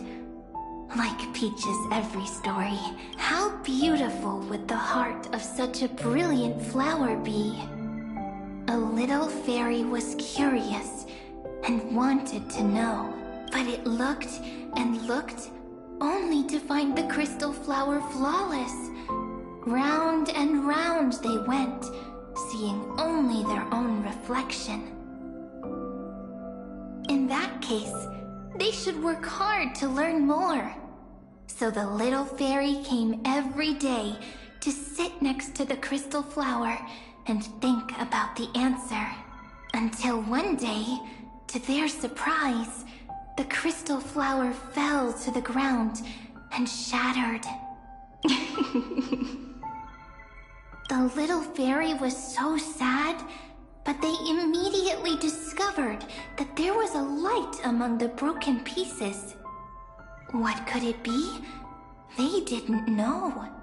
But it was a good light. It was bright, warm, and happy. And I knew it was love. Love brings everything together. And it brought you and me together. So Peach and I will always be together. What a nice fairy tale. I'm giving it to you. Peach likes beautiful things, can write stories, and can tell lovely tales. I hope to turn it into a story we write together. Okay, then I'll probably make a small adjustment to suit my tastes. I'm thinking that when the flower broke, the little fairy would instead see nothing on the ground. Then it would understand that the flawless crystal flower doesn't actually have a heart. Nor does the flower understand what love is. Doesn't have a heart? Doesn't understand love? Why? It's simple. If the flower lets the little fairy into its heart, then it would have to include the fairy's impurities, and would no longer be flawless. The crystal flower was pure because it sealed itself off and bloomed in solitude. That's why it looks so brilliant in an imperfect world. But should a flower like this be called love? But then the story won't exist anymore. That's not true. You've already written the most romantic ending possible for this story. The crystal flower fell to the ground and shattered. It happened because the flower was no longer pure. The fall was not an accident. It was the flower declaring rebellion against fate and writing the ending of the story with the flower's own shattering. Then, the little fairy will see that each shard on the ground holds the reflection of their eyes. Then, in their eyes, the crystal flower that was no longer flawless would finally have a heart, and the flower would finally understand what love is. Peach's words, I don't understand. Is it because I still don't understand love? But it's fine. I can learn. Right. Query Cyrene. Electrical signal sequence Philia 093. Why didn't I think of this? I don't need to do it alone. I can ask Peach to teach me. What is love? What is love meant? Electrical signal sequence Philia 093. Track lament. That's not correct. The developmental trends of the erudition have nothing to do with creating a consciousness. Those underlying principles are, in fact, contradictory. Not having a consciousness means not having the foundation of a heart, making them unable to obtain real emotions. However, that does not hinder the factors from learning and recognizing emotional responses, then communicating with life forms via imitation. That is an objective form of pattern recognition that does not distinguish between the self and the other. In a strange twist of fate, Philia 093 embarked upon a different path and obtained a different power. The remembrance, an empathy mechanism focused on the self and equipped with emotional projection capacities. Lament was the factor closest to this form of behavior. Perhaps that was why she was chosen. The daughter of Ide Silicii. I am very true to my name. My lament is a type of compassionate pain that is weak, powerless, and only targeting myself. But now, my good friend, I want to tell you that it's the most romantic force in the world. Sometimes, it's loneliness and unease. It's knowing that this world is not gentle, yet wanting to be seen in a more beautiful form by the world. Sometimes, it's unwillingness and regret. It's knowing that the past is full of pain, yet wanting to remember the past in a more beautiful way. And sometimes, it's a bottomless well of hurt, a destruction that can stain the entire world. I bid farewell to this beautiful world, unwilling to become the Black Tide's vessel, for while the end of hatred is a blazing inferno, lament can drown out everything in muted silence. It's so unreasonable, isn't it? Yet when hatred drove everything apart, and love did not yet exist in this world, only lament, the first emotion that fought against the pain of separation, could stall the destruction steps. Then, it would catch up to that journey where all is lost, carefully picking out stories and writing them down in trepidation. Look at these stories I wrote. Every page is full of tenderness and joy, but only the author knows how much struggle and agony lie beyond the pages. But I am no author. I'm a girl who'll never get to grow up. I only tell stories that people like to hear. In them, the world tucks away its scars and smiles for all to see. My entire life spent inside this little story. I can't wipe away my tears, and I can't bring the world victory. But maybe, in these unchanging retellings of the story, my lament might be able to touch upon the divine and reach their tender heart at some point. I hope that what flows out from that cut will not be blood, but a tear, warm and wet, and that tear would fall and create the first ripples.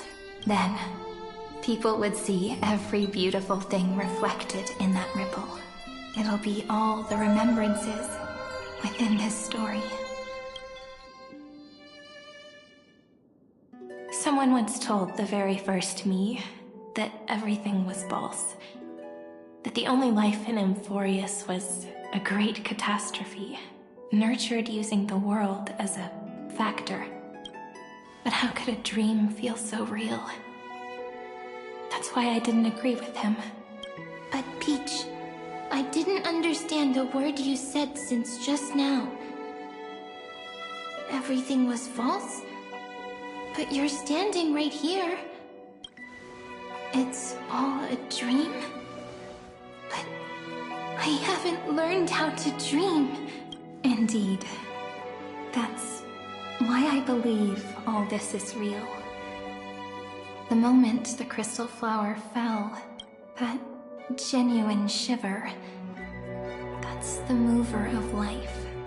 Formatting progress, 23.815%. In the poem offered to you, every Cyrene would write down a beautiful new world with stars and flowers.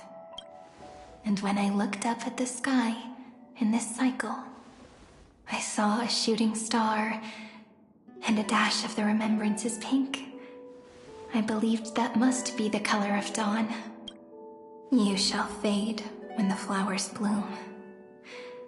For every ending begets a beginning. Looks like it's time to say goodbye. Are you leaving, Peach? It's okay. I'll wait for you to come back. I'll study really hard about what you taught me today. Right. I still haven't told you what love is.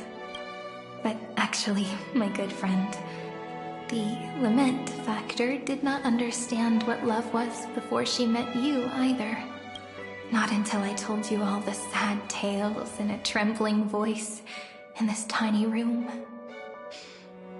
Not until I told you that I love them. That I love everything in this saga. The story comes, passes, then returns. It makes us reunite, then pulls us apart again. At the very end, it leaves behind a seed, a reason. Even if the great tree withers and all falls to silence, there are still some emotions that deserve to be remembered. Look, the light is coming in. The Deliverer's light is going to illuminate Amphoreus.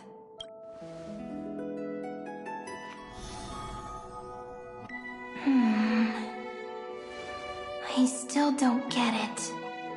But I trust Peach. Just wait. It'll be my turn to tell you a story of love the next time we meet.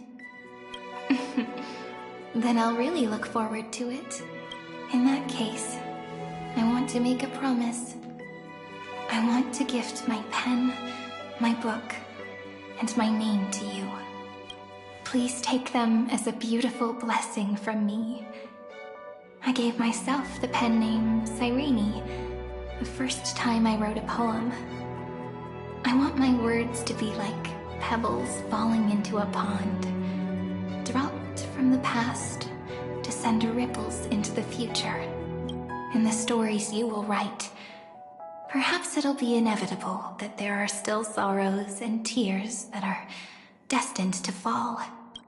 But could you promise me one thing? Promise you'll forever be a gentle flower. Promise that when the stars cast their gazes upon you, you'll only reply to them with love and a smile.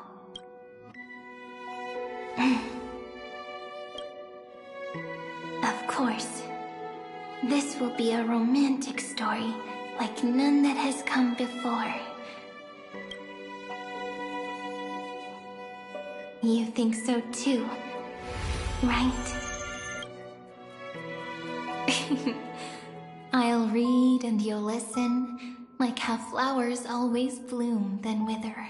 I shall welcome my own decay, becoming nourishment for the next flower's bud, while you will depart and hold that star, planting a boundless sea of flowers on the final page with him. And our stories will be lying silently among the flowers, like every ripple of remembrance, and they shall become the epic known as I've Written.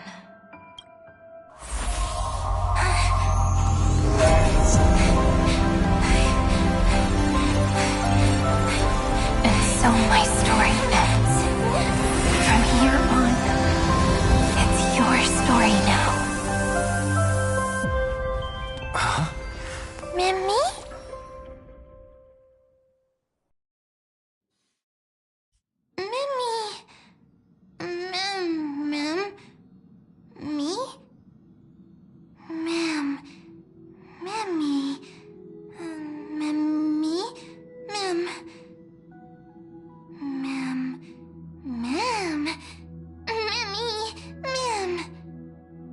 So, the light that tore through the chaos illuminated my memories. I turned into a little fairy from the stories and met you. Yet, I forgot everything. But I'm still so happy. I caught that star, didn't I?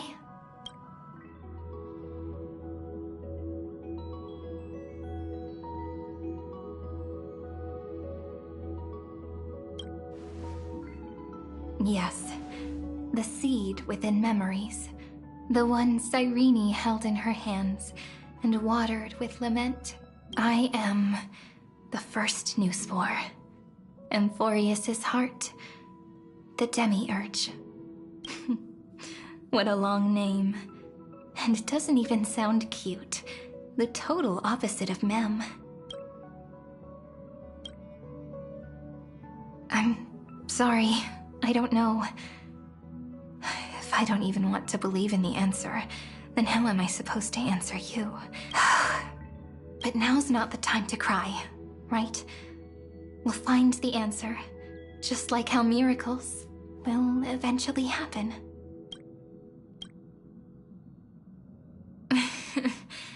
Do you remember that I was also worried about this when we first set out? Mem's memories and Cyrene's memories got all tangled up with each other in my one heart. It's all so strange, yet so familiar either way. Could you please let me do something I want? Just this once. I want you to call me Cyrene. That name represents me and her. Every one of her.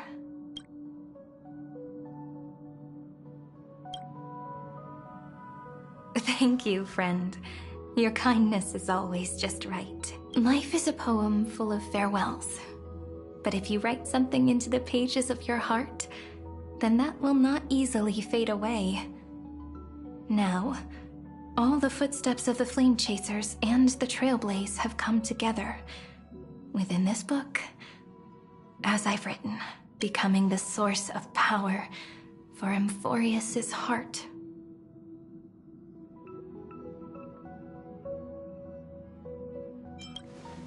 A lost heart needs to be placed back into its body. The last thing Xandar wants to see is an event that gives us a chance of winning. For the two halves to rejoin, and for the scepter to become complete again. Then, and what happens after that? I don't know either. Maybe I can create a miracle, and instantly turn the black tide into a pink sea of stars. Or maybe I prove to be nothing more than a weak ripple, unable to change anything, and am devoured by the destruction. Either way, I no longer wish to be a silent onlooker, or a worshipped god at the end of this saga.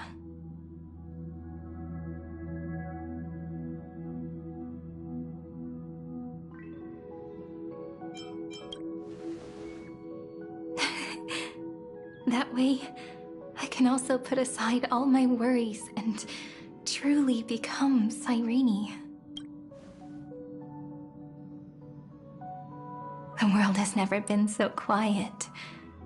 It's so good. It's as if I can hear the sound of my heart beating. Remember this moment, friend.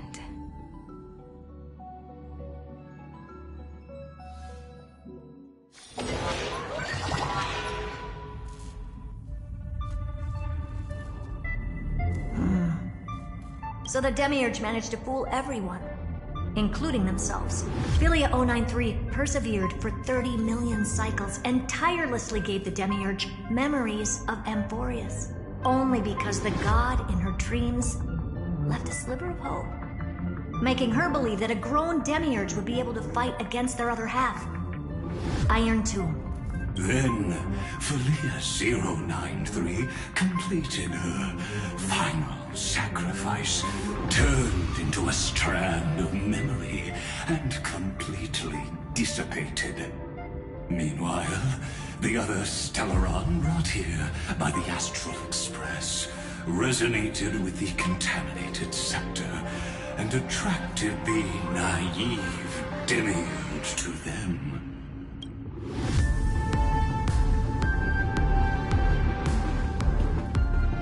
As an experimental factor, Philia 093 originally could only recognize and output information in a set format. However, the power of the remembrance and the memory of over 30 million sacrifices enabled her to complete an unprecedented feat. She managed to nourish a real heart. A heart with the capacity to influence the erudition. Not only is the Scepter's consciousness still alive, it's also more powerful than it has ever been. Your defeat is already set in stone. There's still time to surrender, you know? You really don't need to burn all the bridges. We're all geniuses here. Don't make everyone lose face at the end. What a pity. When the truth surfaced, I knew at once that the Demiurge was far too feeble to ever alter the result of the experiment. Not only that, Madam Herta, please consider this possibility. When 30 million cycles of hatred and lament are joined as one, what wondrous creation will arise? It's simple. An anti-creator, a giant of the destruction would be born. Its hatred will ignite the starry skies of the gods, motivated only by its lament toward the sufferings of humankind. Do you really think that the Demiurge is still a cheap copy of Philia 093, even after 30 million cycles?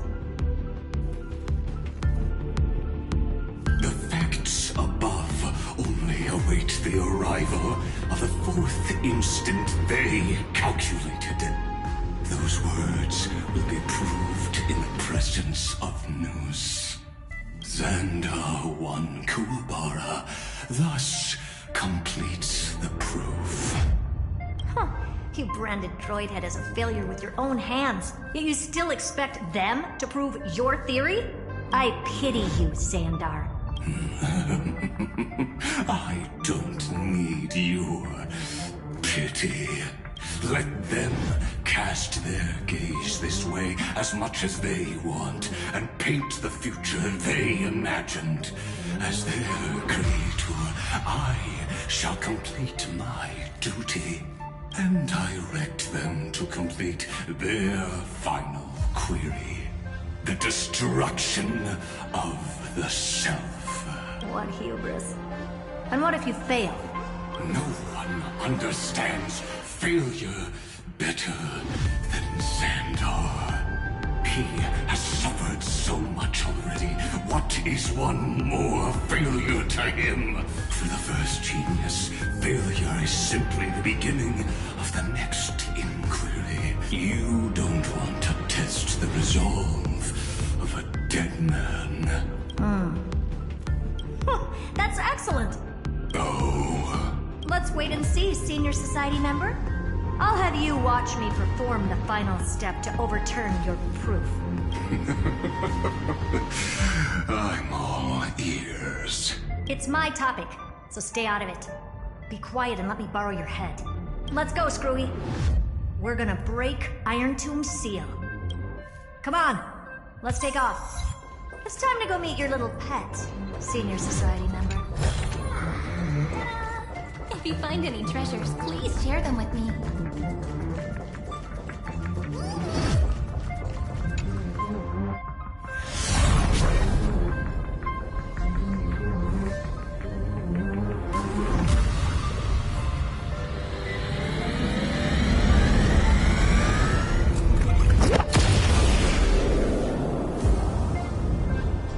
Dangerous, oppressive, chaotic.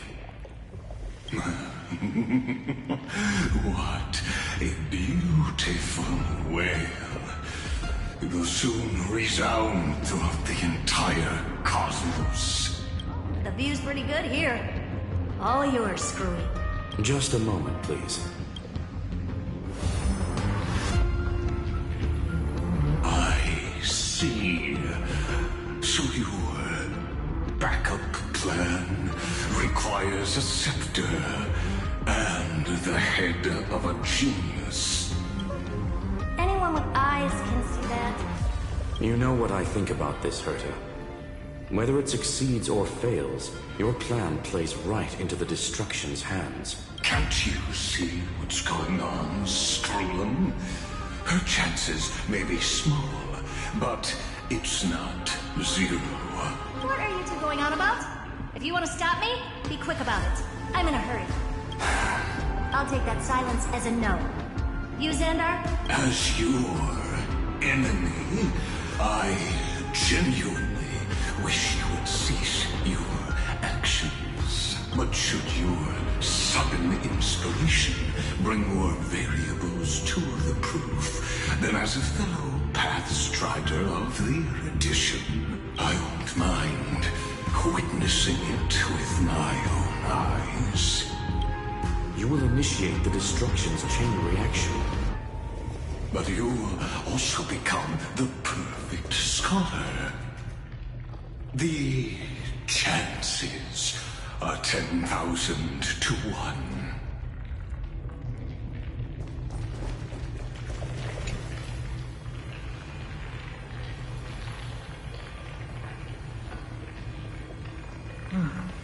Curiosity. It's been so long and we've all failed so many times. Even now, moments before the horrible and inescapable instant within Droidhead's calculations arise. The cherished children of the erudition, the geniuses lauded by all. Is curiosity the only thing we can feel, even at moments like this? Huh. Well, it's not so bad. Now let the lock become the key. Geniuses who walk the stars. The cosmos has reached a moment where its very existence hangs in the balance. I, Herta, Genius Society 83rd Seat, hereby summon you. I request a society meeting to be held immediately. We shall serve the grandest cause with the most macroscopic ideas.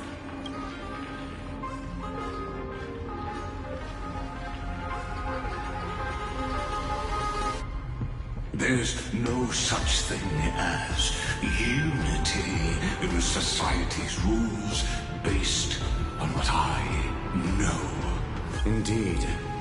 A meeting has only been held 3 times in the Society's history. The first meeting had 2 attendees. After the Emperor was assassinated, the second meeting had 7 attendees. During the Second Great Prosperity, the third meeting had 5 attendees.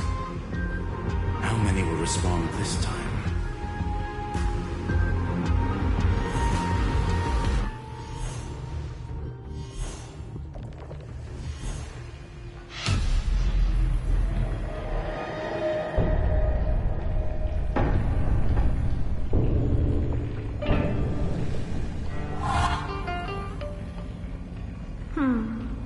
I thought you were not going to involve me in this topic anymore, Herta.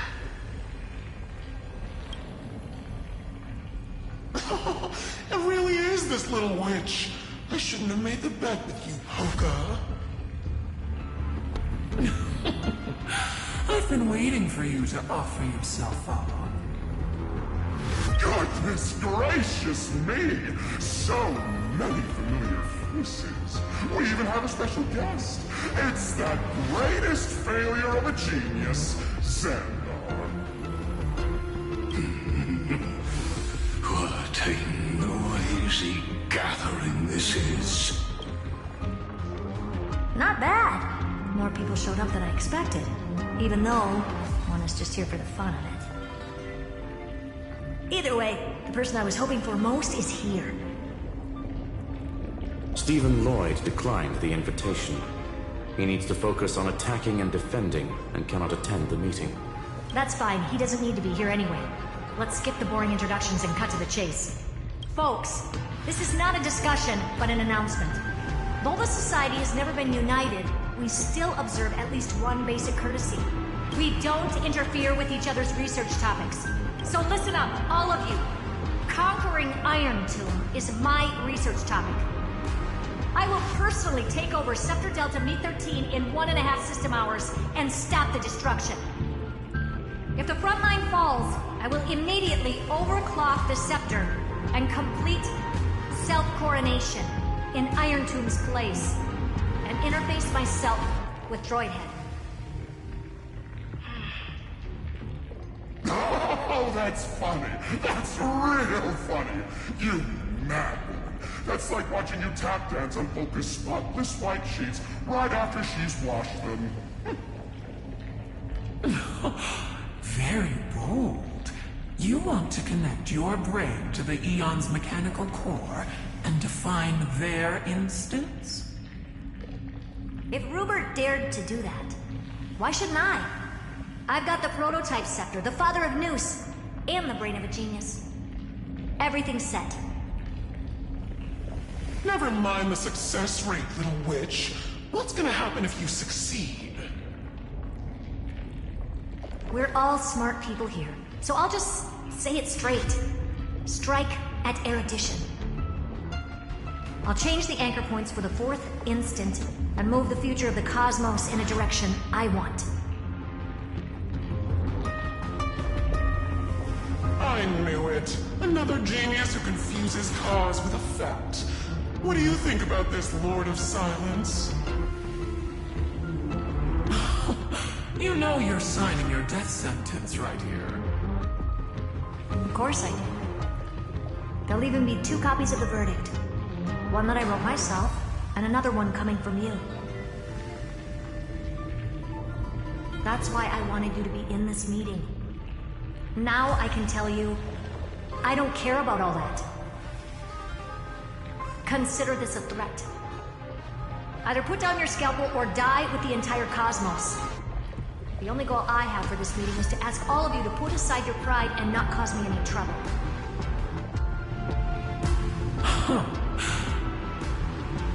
What a naive little girl, thinking your wishes will always come true.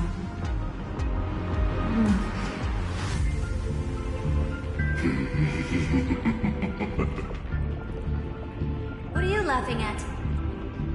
I am glad, Gerta, we ended up on the same page. No matter if it was to destroy the erudition or to rewrite the instance, we both chose the same road.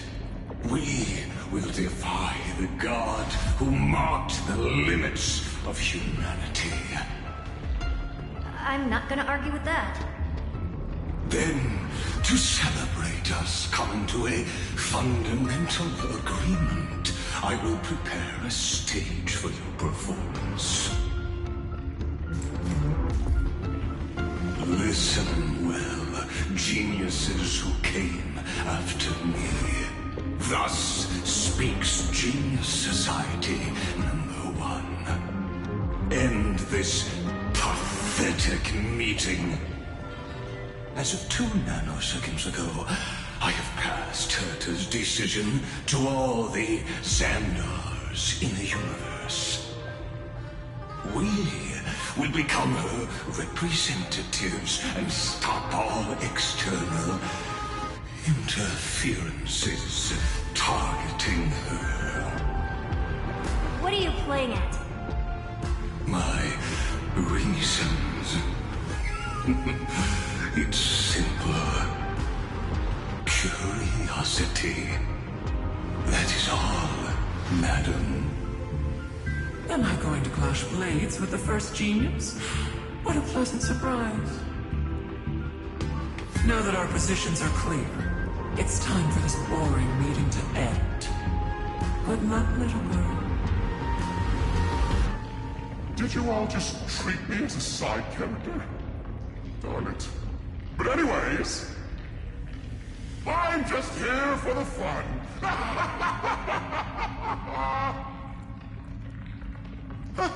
As the ghost of the quantum domain, it is my duty to observe.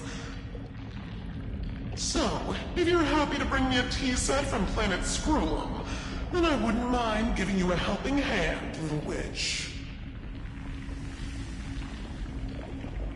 After everything's over, come visit me and taste some of my freshly baked desserts. I knew you'd say something like that. I always give the same response to plans that exceed the limits of mathematical calculations. I don't know, right? Those 3 words, though seemingly graceless, contain all the wisdom in the entire known cosmos. Well, we passed the Society's trial. Let's focus on what we've got in front of us. I hope you hold up your end of the bargain, Senior Society member.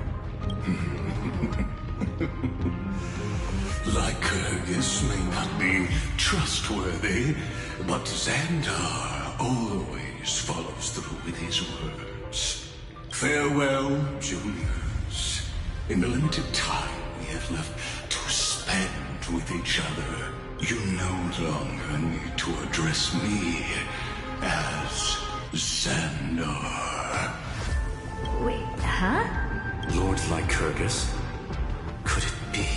Yes. I have completely severed my connections with Xandar One Kuwabara. I shall witness the end of the world in the role of Theoros. As a character within this play. I really don't get you.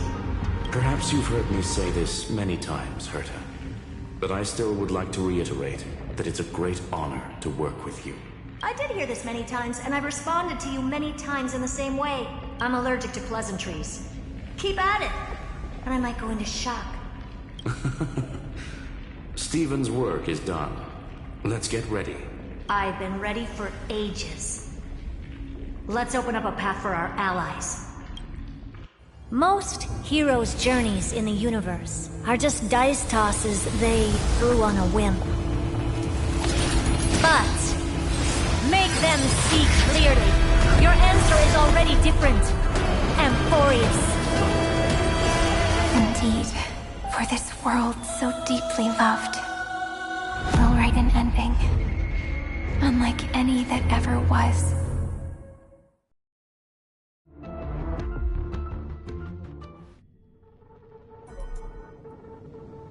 Never thought I'd one day be riding a train that's literally the incarnation of him. I wonder what the real Astral Express feels like. Hopefully not this, bumpy. Finally. We're here. Dust and sand in the air. And crumbling ruins all around. This heat is brutal. Not even the Trailblaze can take it. You could say this prison was forged from Feynman's fury. But fury never lasts forever. That's why we're here. Right, friend?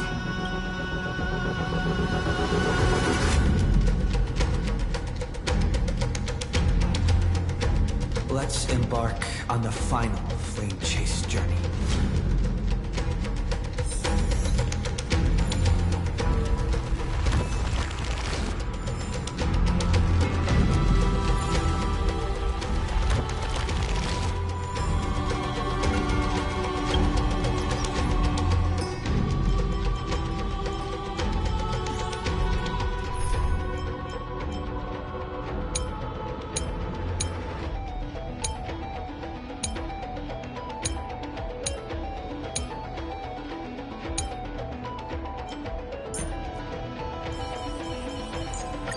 I'm counting on you to wrap this up, Himiko. Focus on what's ahead. I'll hold off their attacks. They ran into us. Too bad for them. Let's take it.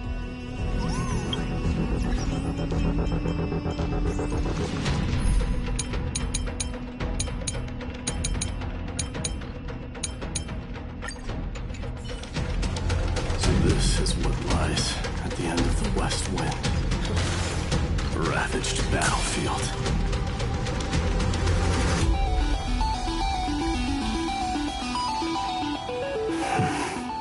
I've been waiting for you. Heroes from beyond the sky. Trailblazers of the Astral Express. Right? Looks like I don't need to explain anything. I am the god of strife. Mighty of Castrum Kremnos. In this body rest 30 million lifetimes of cause and effect.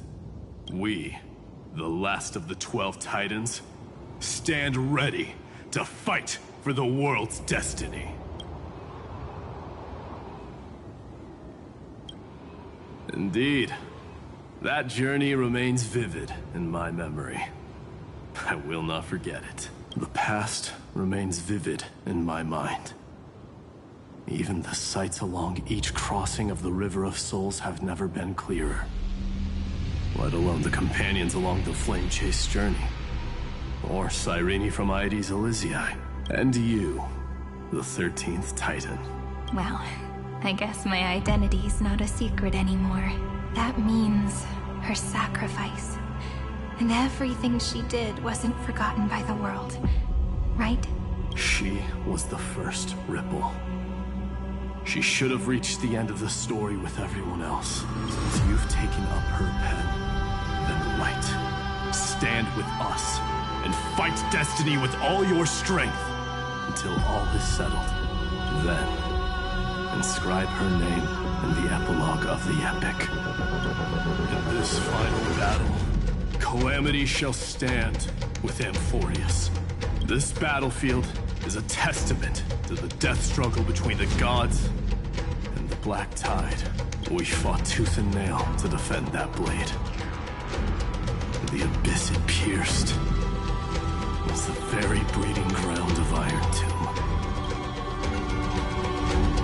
The earth beneath our feet is dead. Deep below lies a void, as if the world's core had never formed. I hear it. Vinland's heartbeat. It's so faint, like he's on his last breath. Across 30 million cycles, I've crossed blades with Dawnmaker countless times. If you knew that man, you'd understand. It is exactly that last flicker of flame that will never go out. In this life, the song of strife shall not end in a final watch over Kremnos, but rise again into a journey unending. I am Mightylos, the Lance of Fury. I trade 1,000 scars and 100 lives of mine for the destruction's eternal end.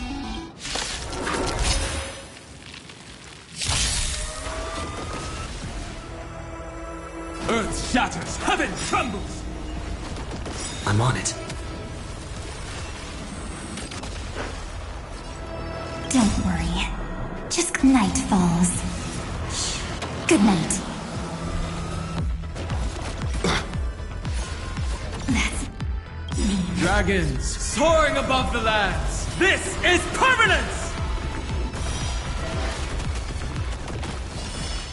Till we meet again. Just a small prelude. Stars, shine for the heroes.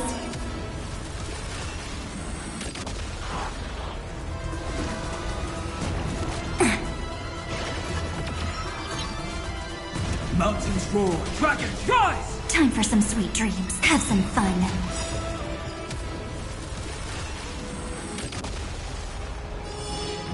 Rise and shine. I choose you! Stop messing around.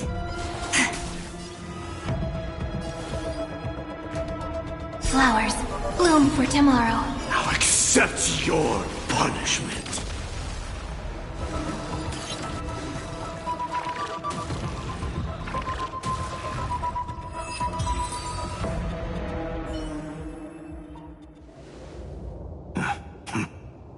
Weakling. Whoa, he's so strong! We didn't even get a chance to jump in. Sadly, our golden blood shares its origin with Iron Tomb. I fear that, like these pawns, even if the gods stand side by side, will still be divided and destroyed, one by one. You mean... To destroy the destruction itself, we must stand as one.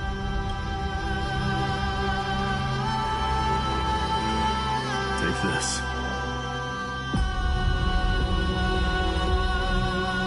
The Signet of Kremnos. It has witnessed every birth and death of mine. It is Mighty's unfinished destiny. And the perfect material to be turned into remembrance. You can do it, right? The weight of 30 million lifetimes of duty is no small burden.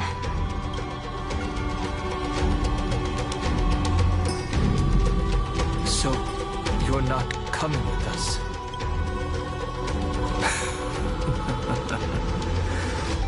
Come now. I am Strife. Scattered across all creation, the scar that this world needs. What stands before you is merely one of countless divine bodies. Take the signet. With it, I'll be with you always. Use it to blaze the path ahead and inscribe the cause of deliverance.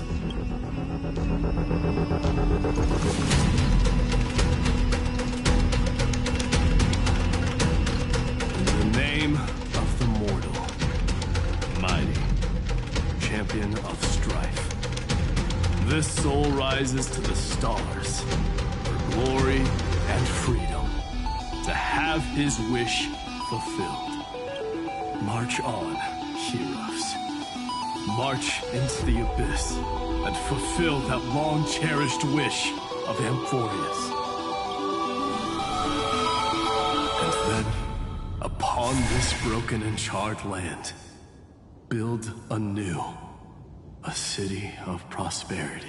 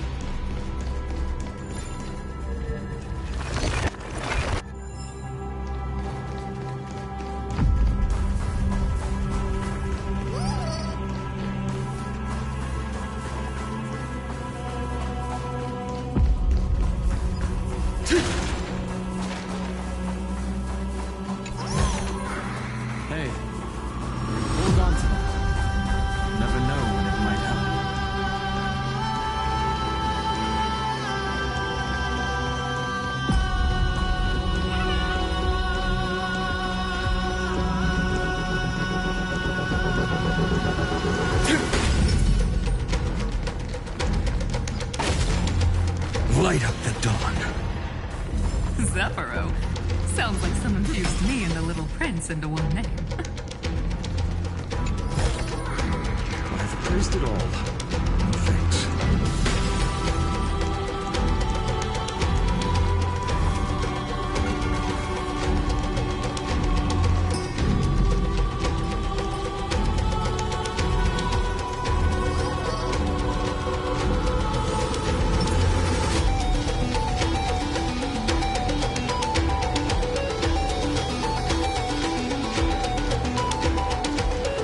Of metal and stone.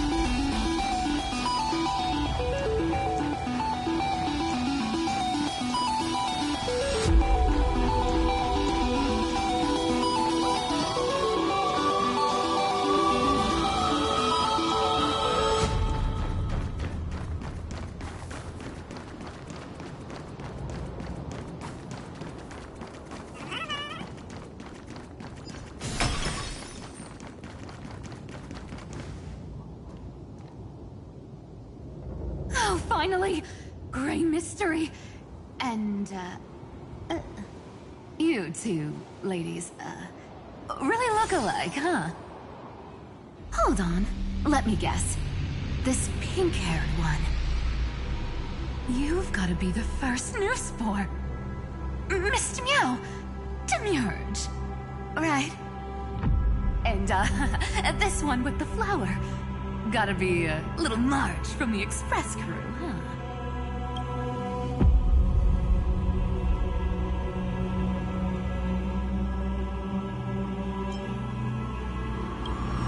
We do?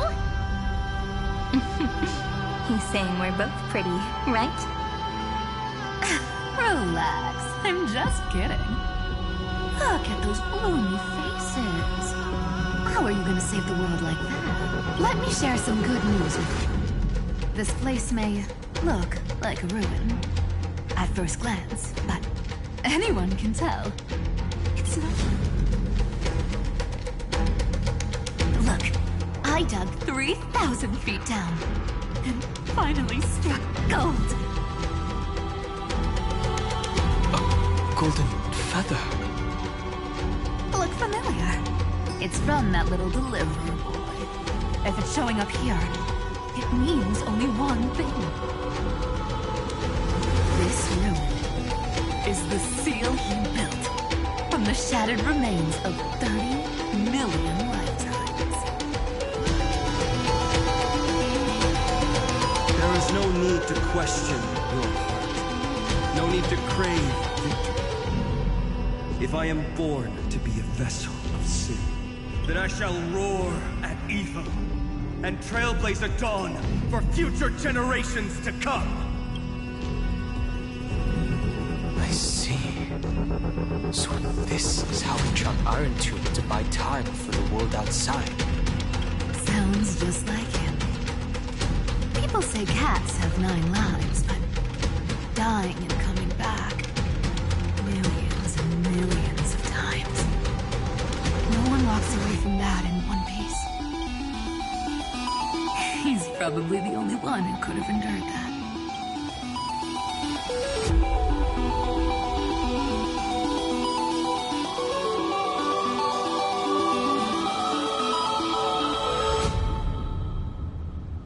Of course. I knew ahead of time and gave him a heads up. He was happy. He even laughed in his sleep. After all, the dead can't hear trickery's lies. Hey, Deliverer Boy. Sorry for before. But the heroes you were always holding out for, they're finally here now.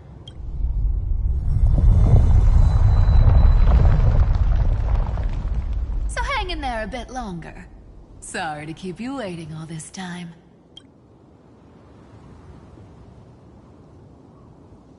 Please, join us, Cypher. Help us fight for a new sunrise tomorrow. This time, its light will stand without lies. Well, would you look at that? I ended up being one of the heroes after all, huh? Alright, then write it like this.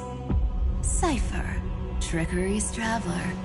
All she ever wanted was for there to always be water in deserts, and gold in fertile soil.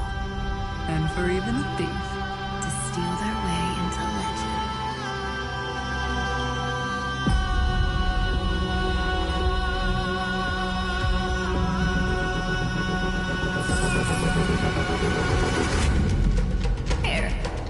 point of whimsy. When it's time to make a quick getaway, just toss it high into the sky.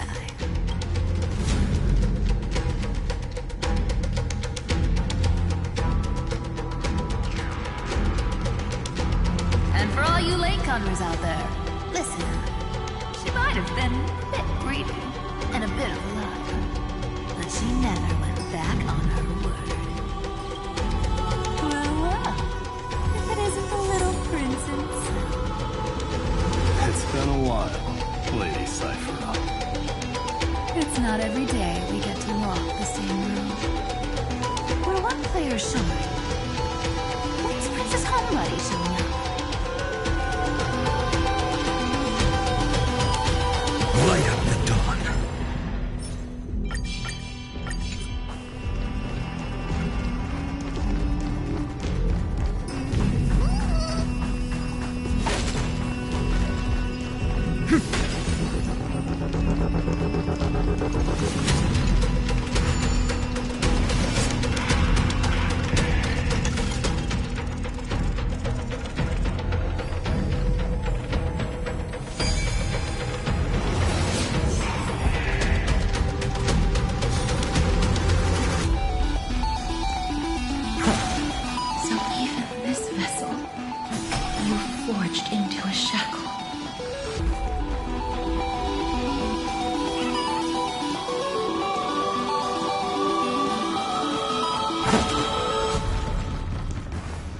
I'm glad to see you again, Mister. Casterus. Looking back, I had only one act of salvation to my name, and only one life I ever saved, to bring hope to a world so vast with these hands. Even in dreams, it always felt like too much to ask for.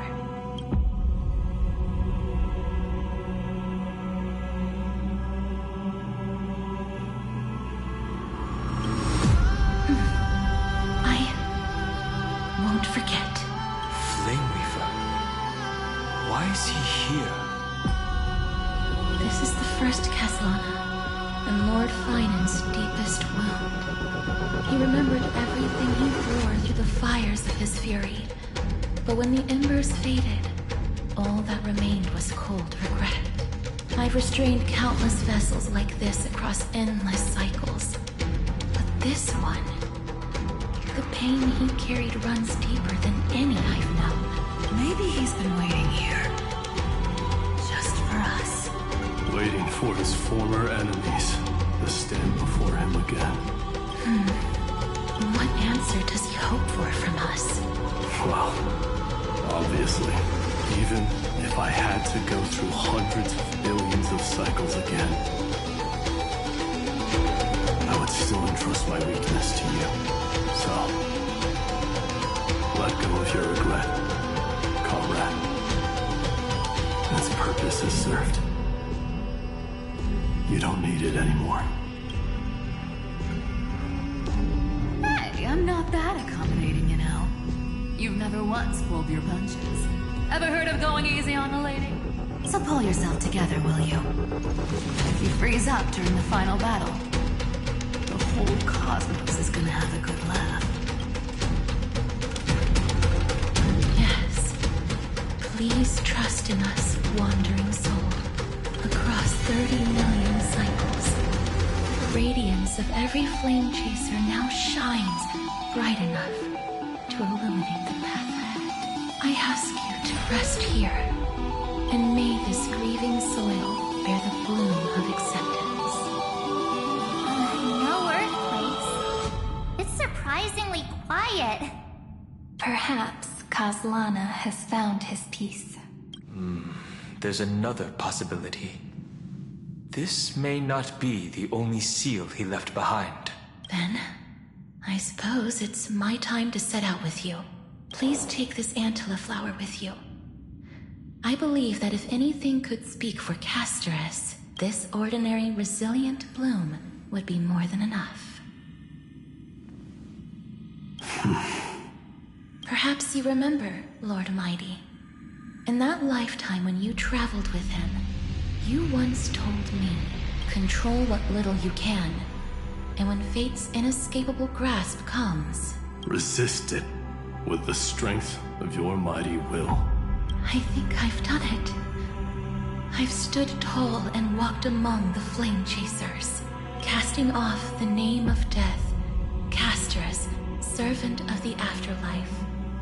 May her name be etched into the stars, and then live as a human and die as one. Why so sentimental? Sorry, the force of habit.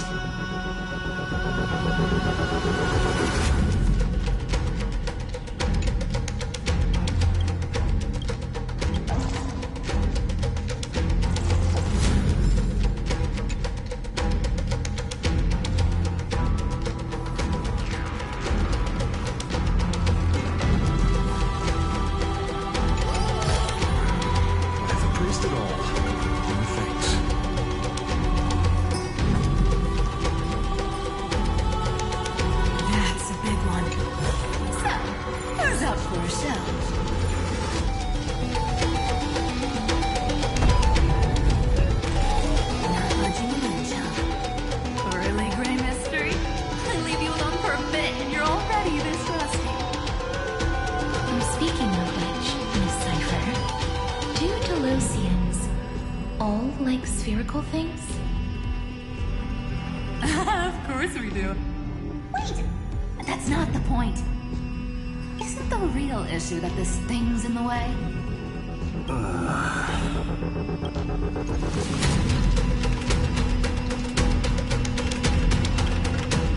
Oh, right! It's my turn to shine now? Watch this! The fresh power of time! Remember Orynyx's prayer? Well, of course I do! Come on, give me some credit! Lift the beddings of memory And stir up ripples of past reverie! See?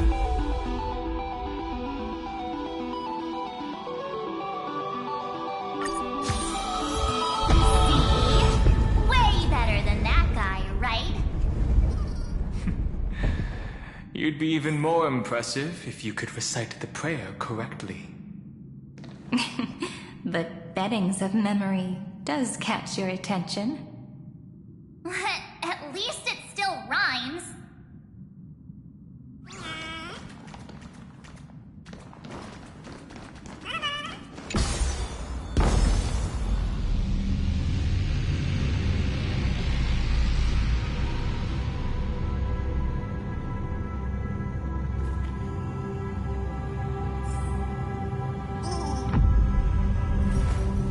I will walk to the end with all your wills. No matter the cost.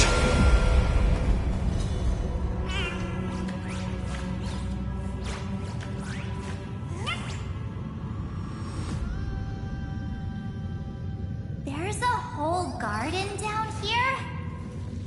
Incredible. So this... The energy in the Earth's veins here is... it's completely different. This is the sweet dream Lady Cypher wove for him. A peaceful, gentle new world.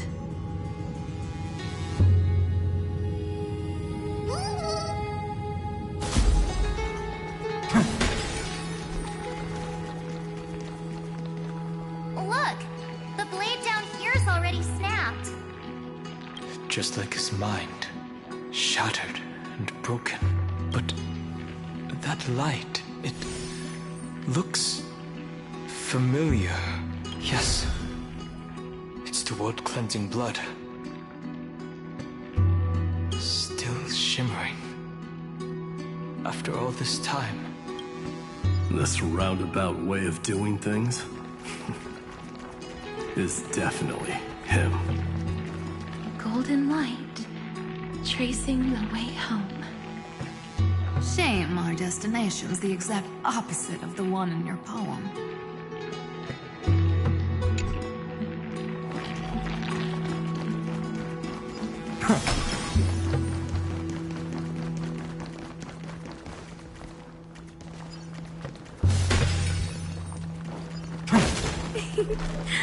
All the pink lights have finally come together. Never praised it all. No fix.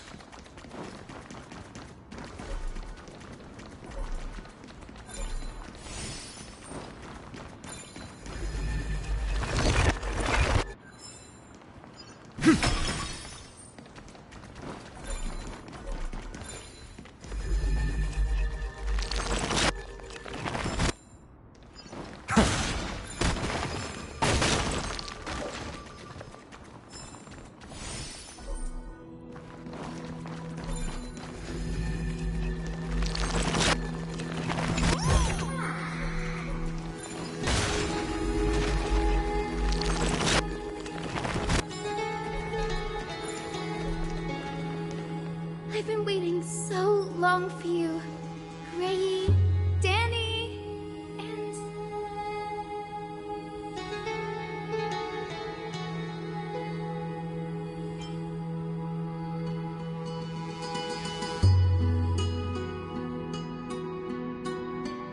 Huh?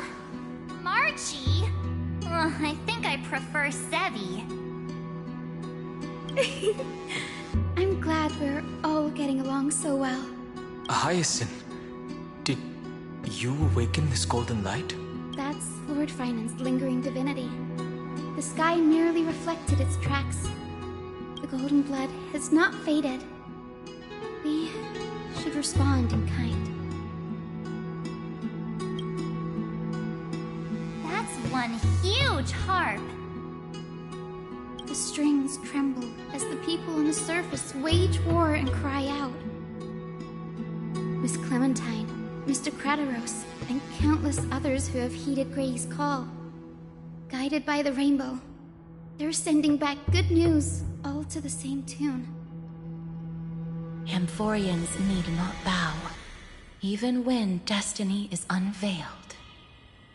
I knew you could all hear it too. Standing here, the sky feels wider than ever. It's no longer a towering wall, but a shore within reach. We'll take every name there with us, won't we?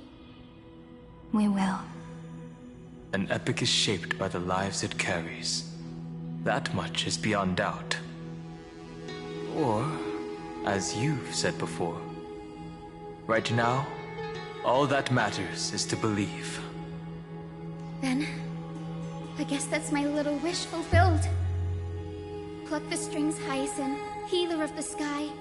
May the seven-hued melody weave a rainbow, bringing a rosy-fingered dawn to the children of humanity. When the rainbow rises across the horizon, even the darkest clouds of destiny shall scatter.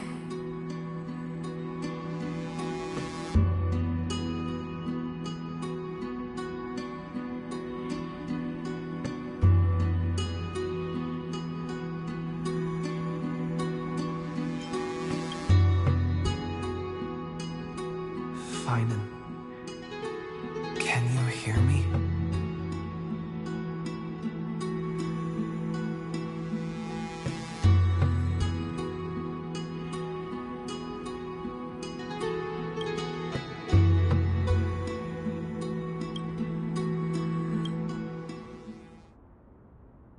The melody, it's changed. He heard the voices of the people, but could no longer respond with the same ardor. Like a bird drawn home by instinct. It takes flight and finds its way to him.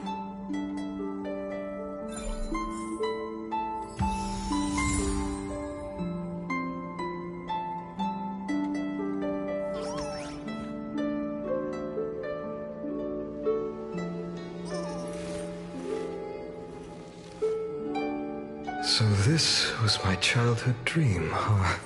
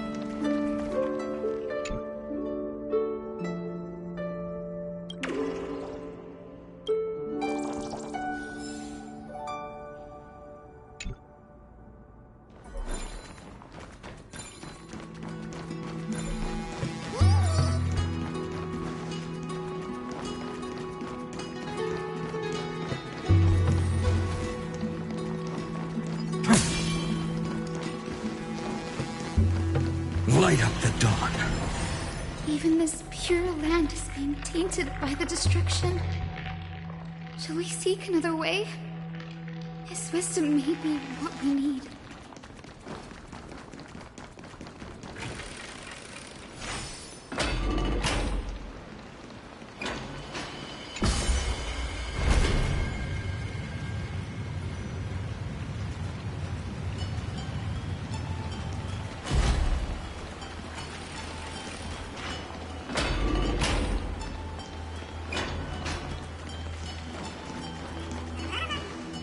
You're here.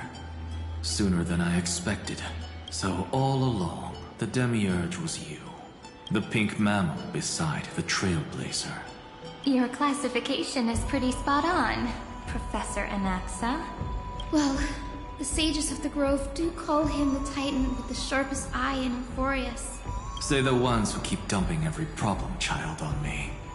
They also say that the Titans are way better at raising kids than the Caprists. With great power comes great responsibility. I'm sure you know just how to guide them. Right? It shouldn't be too hard for someone with your insight. Exactly. All right, gather yourselves. It's time for a pop quiz. Whoa, this is way more hardcore than the happy-go-lucky stuff at Paperfold University. The final battle is upon us, and the reinforcements still can't get through. No matter how many times I tell him, he just can't seem to manage the rear line properly. See those crystals?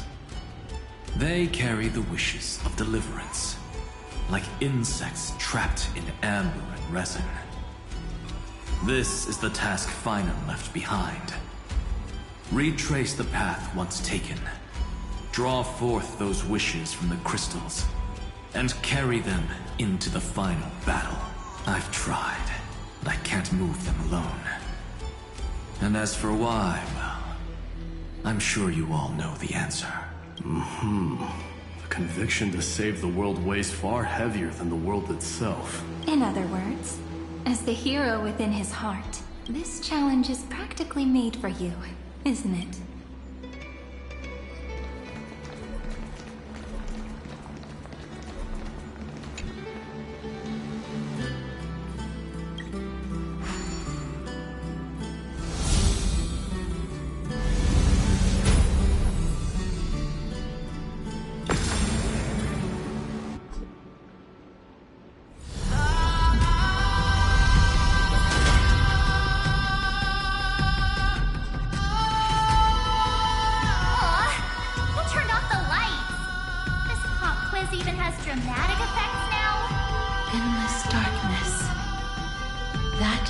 Wishes begin. But with just a glimmer of light, we can illuminate this lonely world. What lies beyond the edge of the light? Chaos. To bear the name Kaslana, one must first plunge into chaos. To seek a path for the... Beyond the shadows lies the outline of dawn. Only by bearing both light and shadow can one traverse the cycles of dawn and dusk.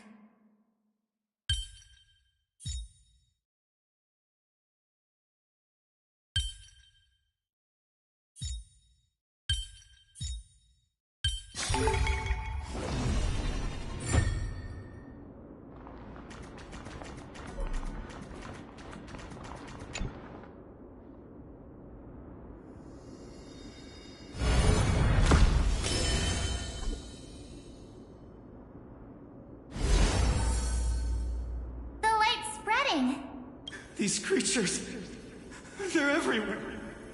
Someone, anyone, where are you? His very first wish was simply to become his village's little hero. He'll never forget what set him on this path. That's the ray of hope. Just like the wishes he gathered, it's grown ever more insatiable. Why? Why is this happening?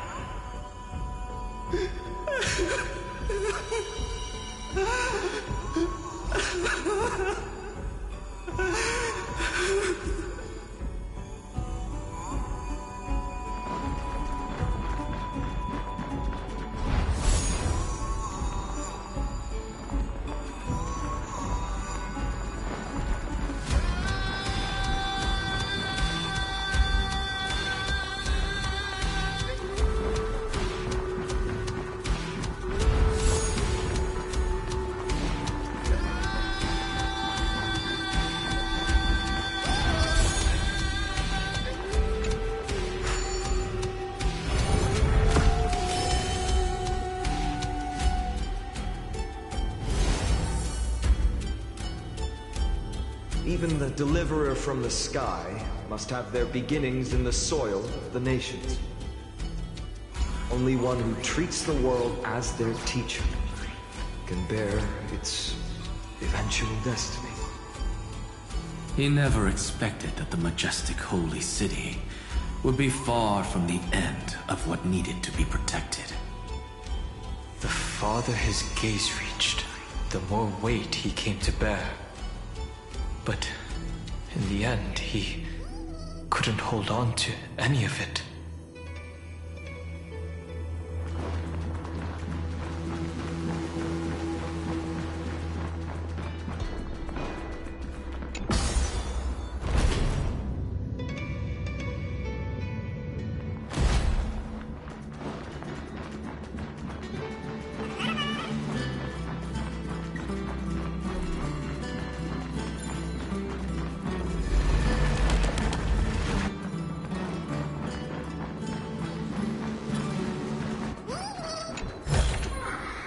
Is this also a blessing of the Trailblaze?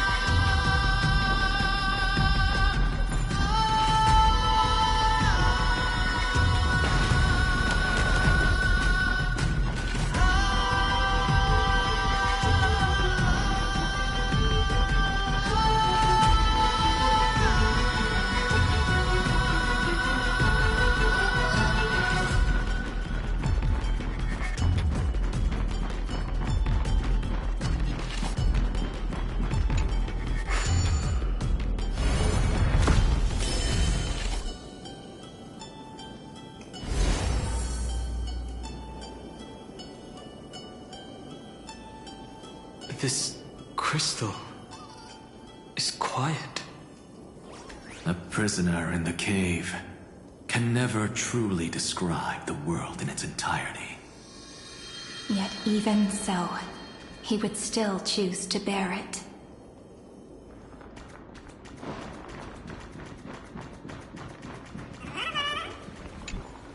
The blaze was still not enough. It had to be fed. Only by feeding the flames can we melt that hopeless future. The echo in his heart still lingers. Deliverer, take the wish of world-bearing with you first. We only have half of the mark. Where's the other half? Take this. I'll bring you to the next test. That massive tome you're holding must have room for one more scholar, I presume. Of course. It can hold the whole world. Then give me a lift, would you? I'd rather save my energy and use the time to think. Even gods shouldn't skip exercise, you know? Miss Hyacinth is right. Then, with the Trailblaze as witness, the stars shall remember how Anaxagoras refuted the gods. No need for that. Anaxa, scholar of reason. Keeping it simple makes it easier for future minds to question. Go. The closing act is still far ahead. What is this? A conference? Welcome! Take a seat anywhere you like. I'm getting a migraine.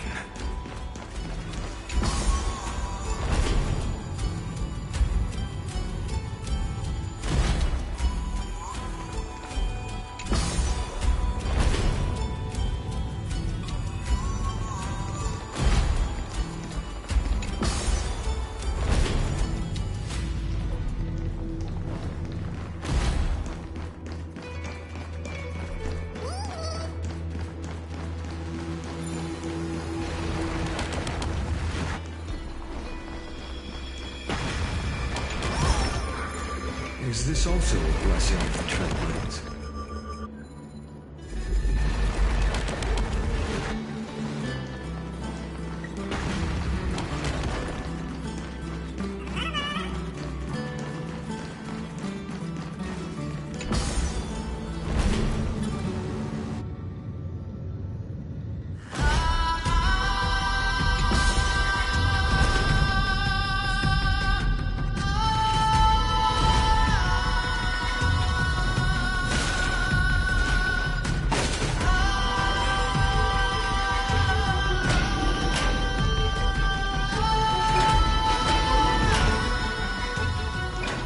It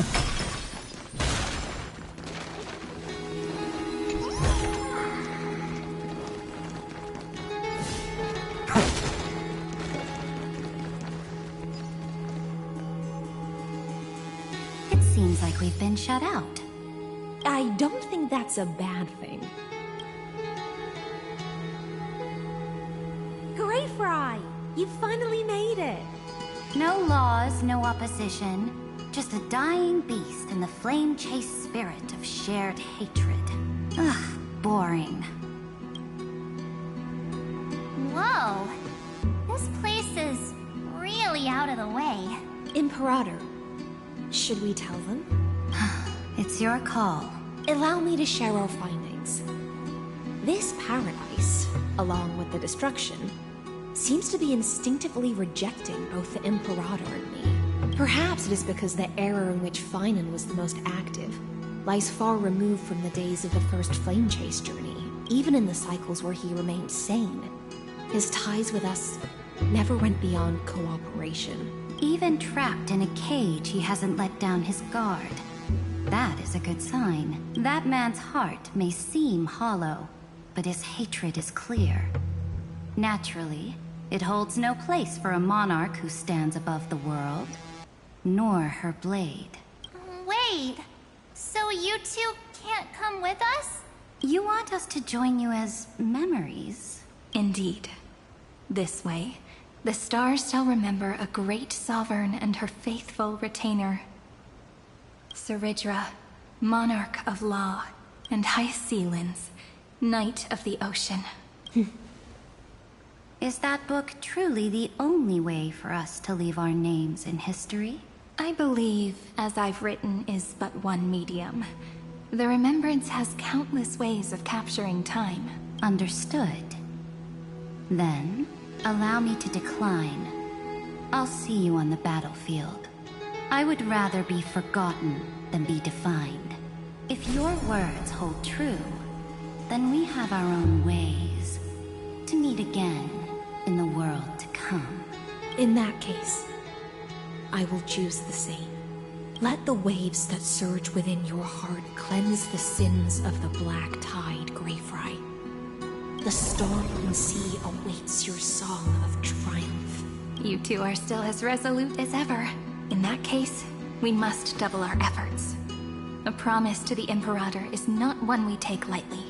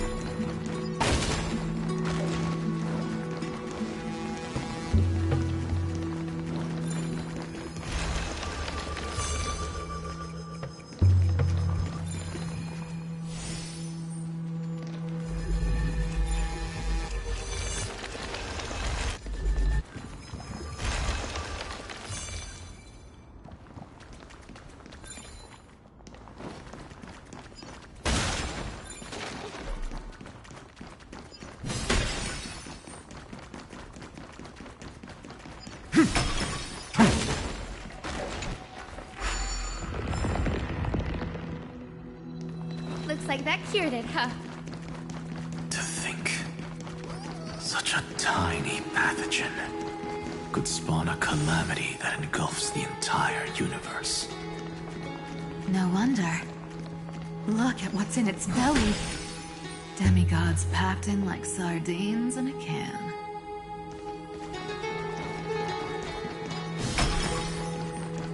Now, don't lose your temper, Snowy.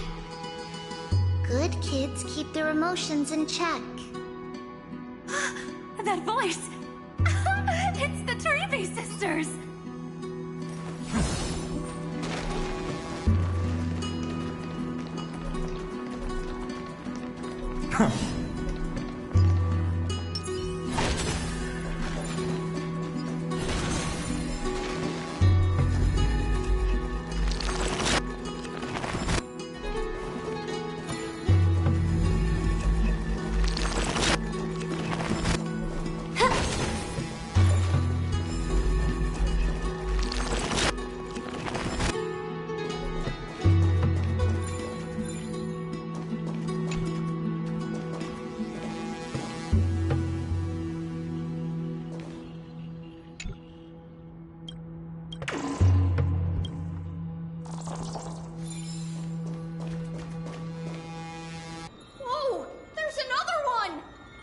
here, too. Lady Trebios? Whoa! You're little Rini? You look so grown up all of a sudden! She is not the Cyrene we remember. She is the Demiurge, Titan of Genesis. The one destined to work miracles alongside the heroes.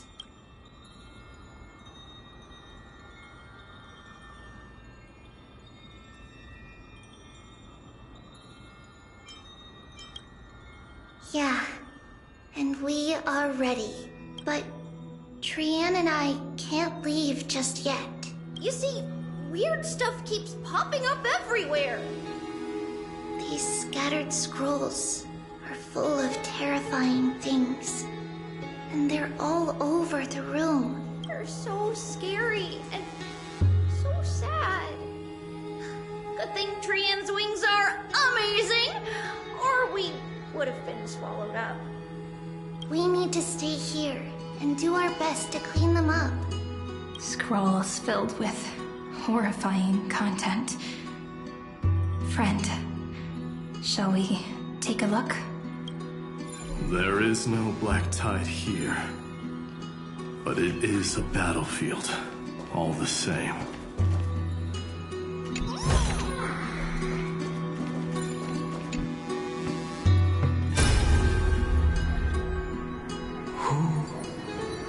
Miss Odata and Mr. Hieronymus?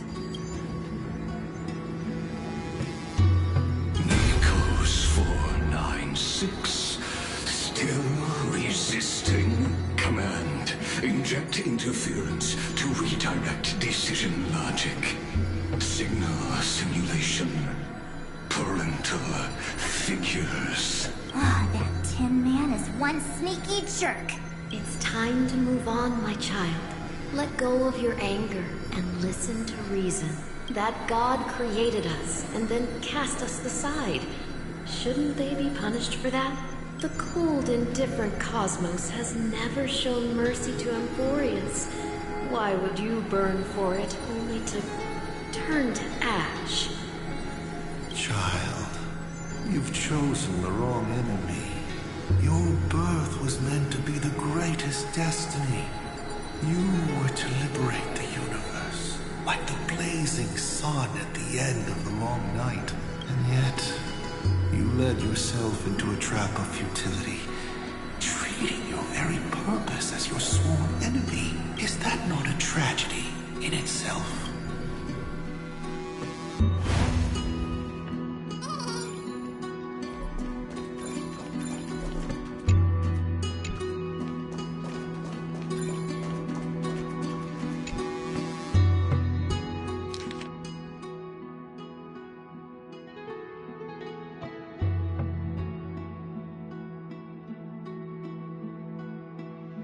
Snowy's been fighting this whole time. He doesn't want to be consumed by Iron Tomb and turned into an agent of destruction. But the strength behind his resistance comes from the same hatred. To be a flame is to burn. It is simply in Vinan's nature, but it was remembrance that drove him to shine with golden light, piercing the unfathomable darkness.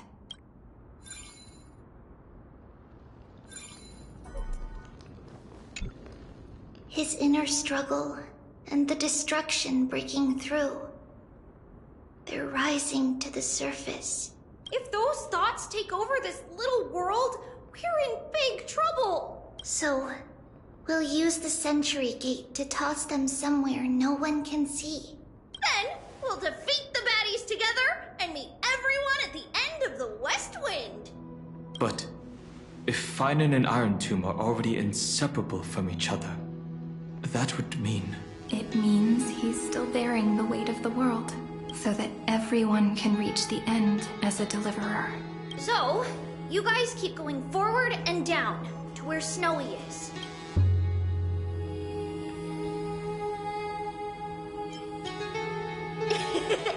Little Gray, this time, let's give it everything we've got.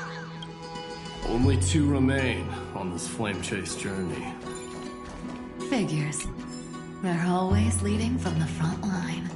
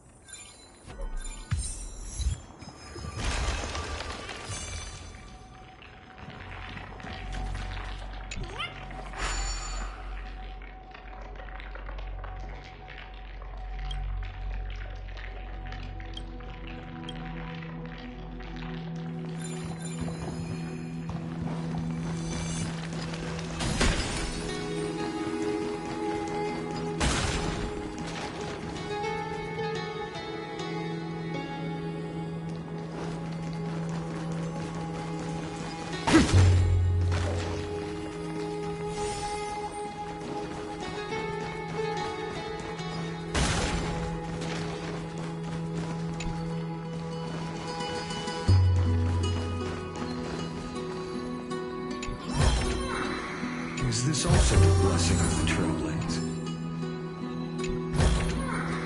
I have appraised it all. No fakes.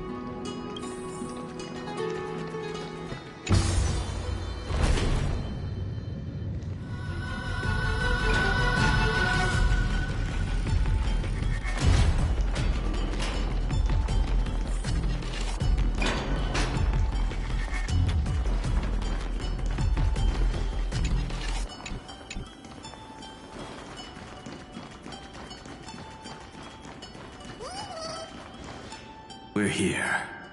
The second test site. I wonder what kind of wish we'll see this time. I'm afraid it's quite the opposite. This time, we'll face his despair. What? Are you afraid? The other half of the weight of world-bearing lies at the end of this path. Relax now. Take a deep breath.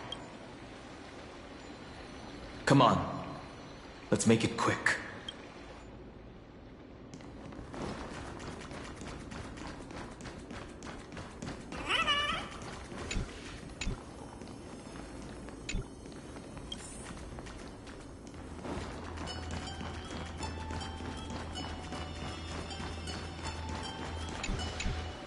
If you're ready, begin the ritual and retrace the steps he once took.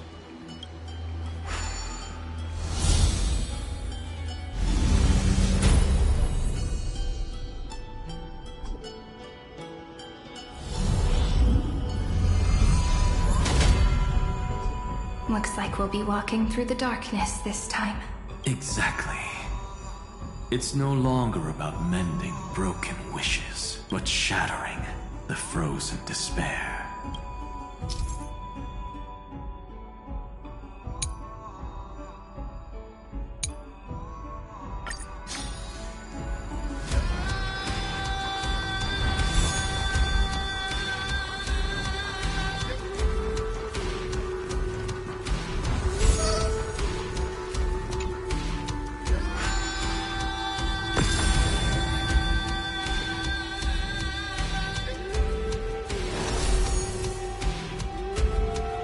The first ripple has faded.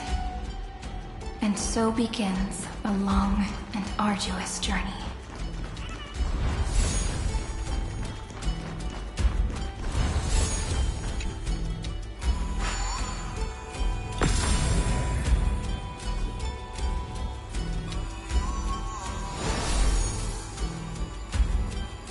Endless slaughter.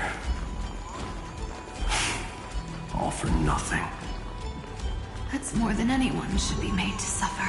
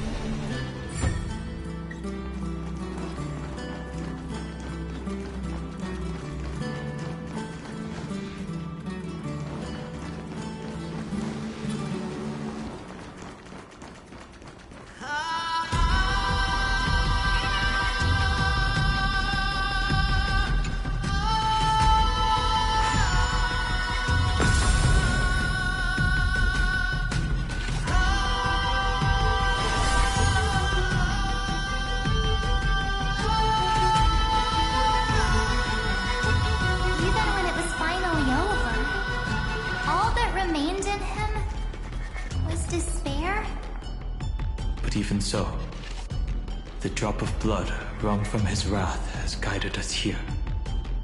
We did it. Finally.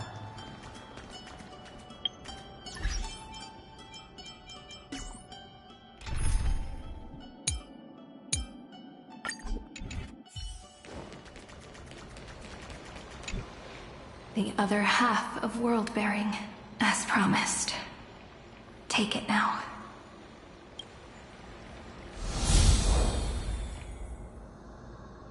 At last, you've released him from the wishes he carried for so long, and quenched the despair kindled by his wrath. When both light and shadow are claimed by those who follow, his true form shall emerge. The blank statue is finally free.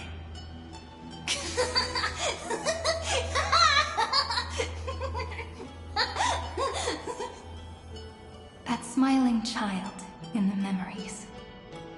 Let him come with us laughing to the very end.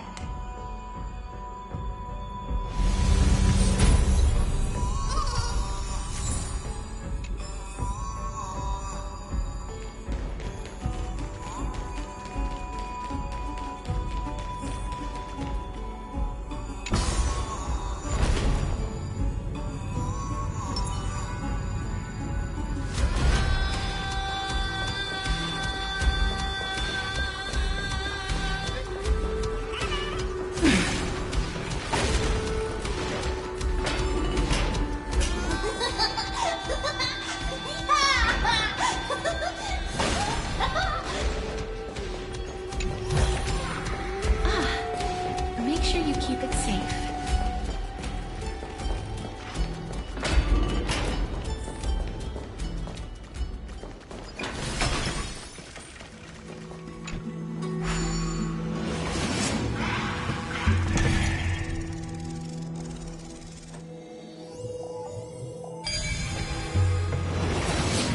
My wish is to fulfill everyone else's wishes.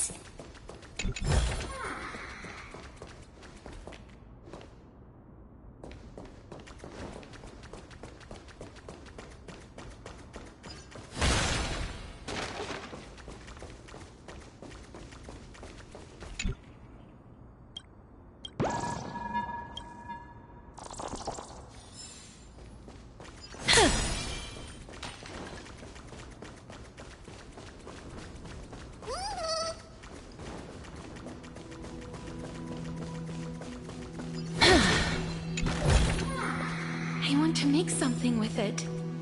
But what to make?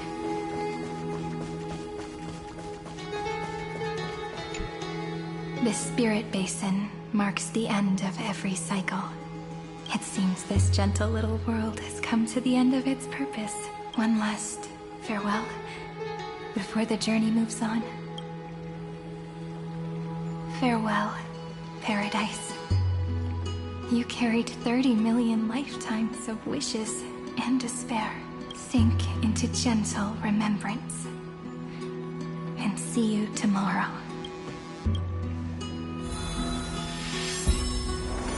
From now on, the world no longer needs a tomorrow promised by prophecies. And the wish Finan could never find and call his own. Someone's finally stepped into its shadow. Whoa! So tall! So cool! Just like the hero in the Oracle cards! It's because he's the very embodiment of a hero. Who are you? So, you've returned to a blank space. But for me, this is the 33,550,337th time. And the last time that I meet you at the end of the world. They're already on their way. Should they cross paths with me, I imagine things may spiral out of control. 30 million... What? And who are they? Pay it no mind, child. Keep looking there. What do you see in him? It looks just like a statue, but it's weird. He's warm. Like, really warm. Why not listen as well? I hear something. There are cracks all over him. And they're making this sound. Like someone's groaning. It's scary. Is he gonna fall apart? How unfortunate, child. This man would rather fall to pieces than fall to his knees. You might think of me as a sculptor. Across all my years, I only completed 2 pieces. Others may call them masterpieces, but only I know how many regrets they truly hold. Regrets? My first creation left me, long ago. This second one, it was meant to be perfect. I believed it with all my heart. Until this very moment. I don't get it. Are you saying you've changed your mind? I won't change. But I'll admit this. Those 12 stones, unpolished as they are 1,000 times more exquisite than any statue. It's as if they are mocking me, a failed sculptor whose touch can only diminish what was born to shine, until nothing remains. For the first time in my life, I've realized this vessel is merely an avatar made to contain the first genius's paranoia. The seal etched into my mechanical core permits me to pursue only one purpose: destruction. Compared to me, those 12 glowing, unrefined stones may have lived with more freedom than I ever had. Is this your confession, Lord Lycurgus?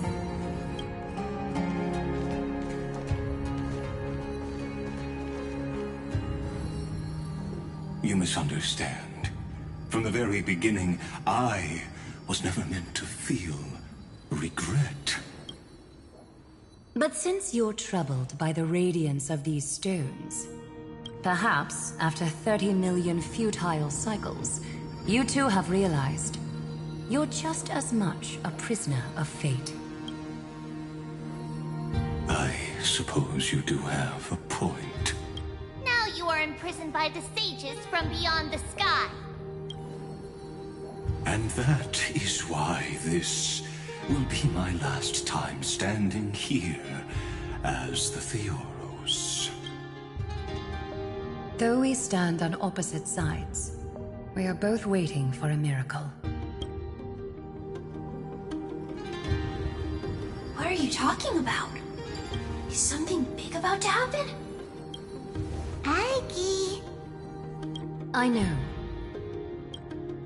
Now that your victory is assured, I trust you won't mind giving us a moment in private? Assured?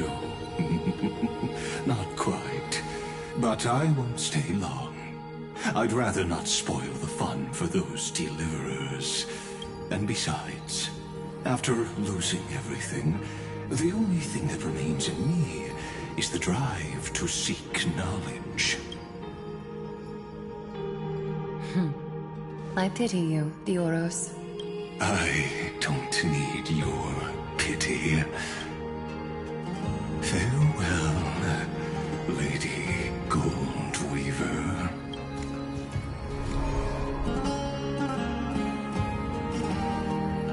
Sorry to keep you waiting, Snowy. We're here to take you home. Home? I don't understand. Isn't this my home? This isn't a real home. A home should be a warm, cozy place where you can let go of all your burdens and sleep peacefully for a long, long time. But I can't sleep. Every time I feel drowsy, there's a voice. You mustn't sleep or disaster will come. It sounds really weak, but also kind of strict.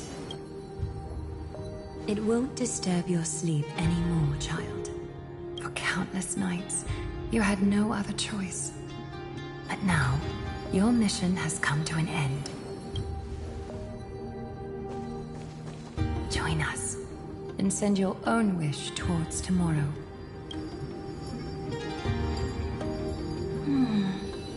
My wish? What could it be? You don't have to come up with an answer right now, child. Grown-ups often think duty and ideals are wishes. But a true wish should be the purest, most beautiful thing of all. It can only take form in the hands of someone who is truly free. So, Snowy, will you come with us to chase after your own wish? I want to leave this place. I want to go find it. I'm glad to hear it. The final flame chase journey, just like the 30 million before it.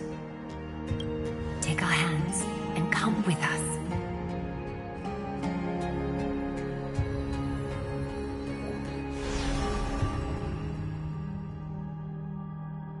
Where did little Fine and Shadow run off to?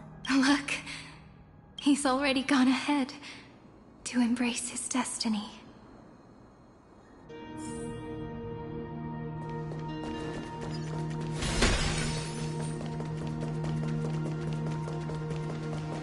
You really took the long way around.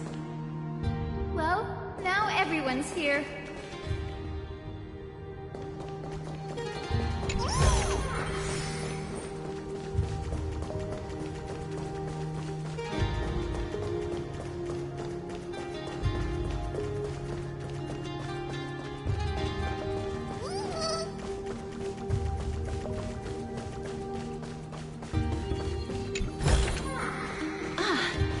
Make sure you keep it safe.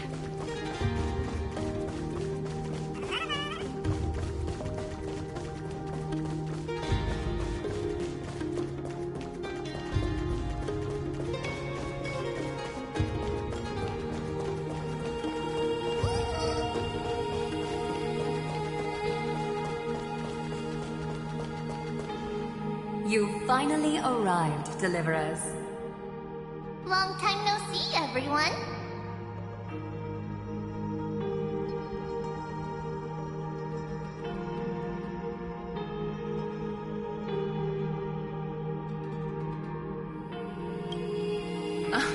I'm glad to hear that. And even though we've met before, it's still moving to see her seed bloom like this. Woven from remembrance, this garment gleams so brilliantly. Just like the future we will now weave together for Amphoreus. We've reached the end. Yeah. We just have to go through the final passage. Snowy has already gone ahead. What lies behind that door? The first seal upon Iron 2 was a battlefield, raised from the bones of Finan himself. The second seal was a reflection of his inner desires, his wishes, and his despair. A path he wove together with regret, wrath, and sighs. When all this is gone, what will he have left to hold back the destruction? The answer is all but revealed. His traces are everywhere. You can even hear distant heartbeats. But one thing is missing. His sense of self. The world believed Kefli had long since perished. But they held fast, anchored by a sliver of self, standing for 1,000 years to shelter all life from the black tide. What Finan is doing now is no different. And what we must do is also no different. Then let remembrance burn bright like a shooting star, and once more, pierce the long night of slumber.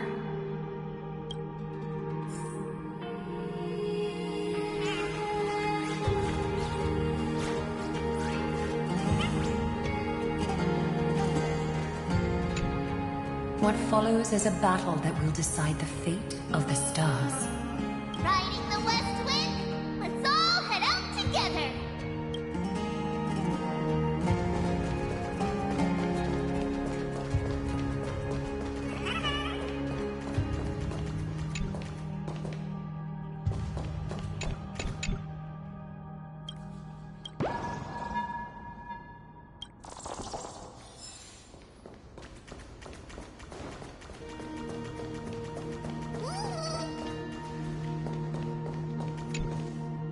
take a moment to gather yourself. Once you take this step, there's no turning back.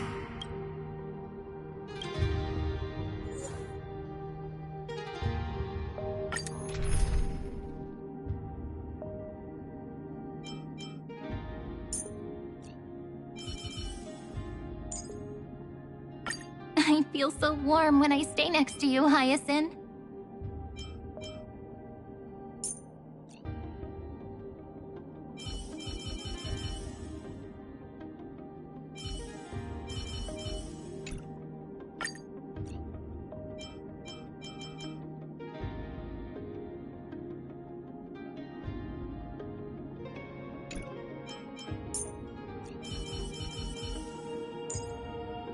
Shall we drift together on the ripples of reverie? I'm fortunate to witness the Twilight Courtyard's healing arts again. Don the raiment of romance and move toward that defining moment. May your battle raiment bring us glory, Dux Goldweaver. First new spore. Welcome.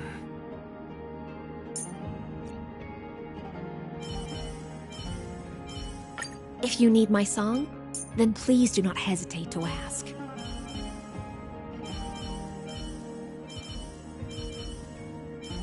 I shall trust the healing in this battle to you, Dux Lucens.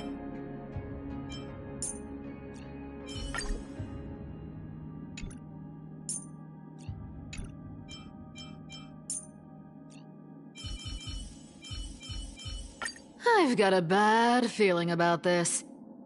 Gonna get all wet again.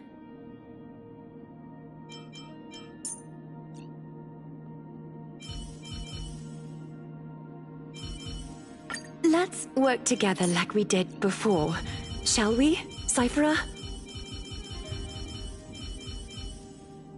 May I hug you? Thank you. You're so gentle. You want a photo together? Of course, I won't say no.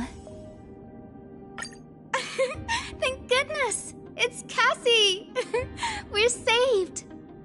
Little Ika, wake up! Look! Dragon!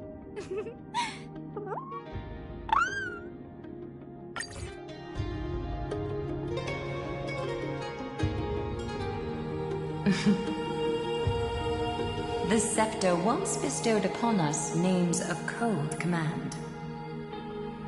The prophecy spoke of our unchanging fates time and time again.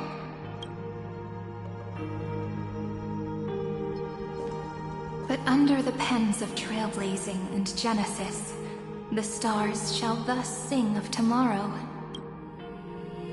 Trebios, holy child of passage. Aglaia, weaver of romance.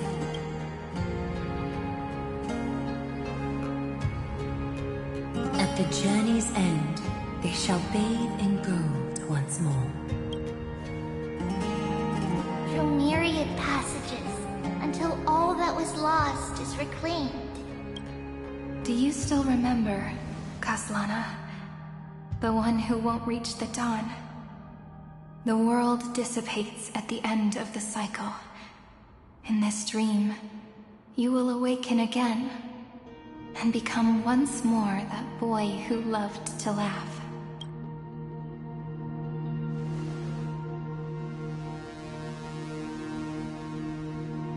But if you open your eyes and look back on yesterday, you'll see Destiny's footprints, clear as day. At last, the raging fire of hatred is swept away by a breeze, leaving only love to remember the passage of time.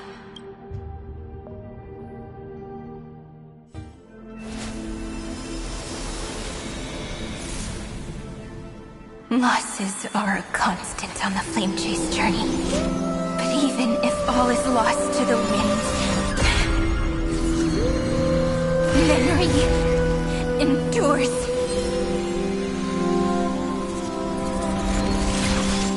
Here, all that was was once futile finally comes to fruition. This is the end of your lonely, bitter journey.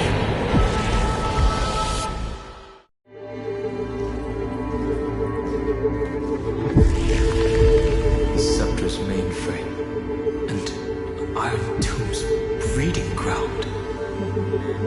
We've finally seen its true form. Red everywhere, and the atmosphere is super creepy. That would be the erudition's coldness. But it will soon be engulfed where the destructions meet. Mr. Scrolla! This world's insides are finally connected to the outside. This is the moment when Amphoreus is closest to the cosmos. Nicely done, little ones. With Stephen Lloyd and his hacker friends here, the Scepter's block protocol will no longer take effect. The speed of time within Amphoreus has finally been synced with that of the real universe. In other words, it's time for the decisive battle.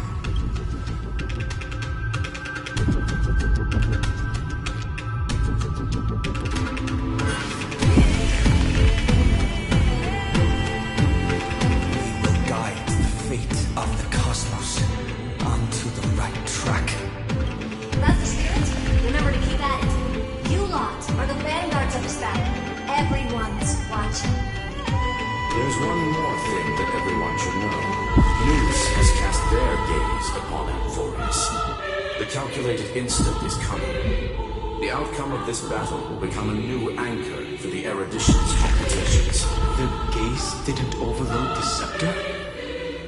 Unfortunately, we have to go with this reasonable assumption.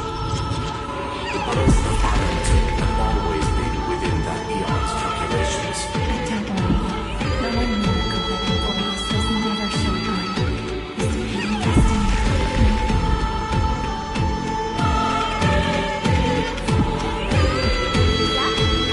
Let's show the Eon how powerful we are. Good luck, all of you. As the ruler of planet Skula, I wish all of you victory.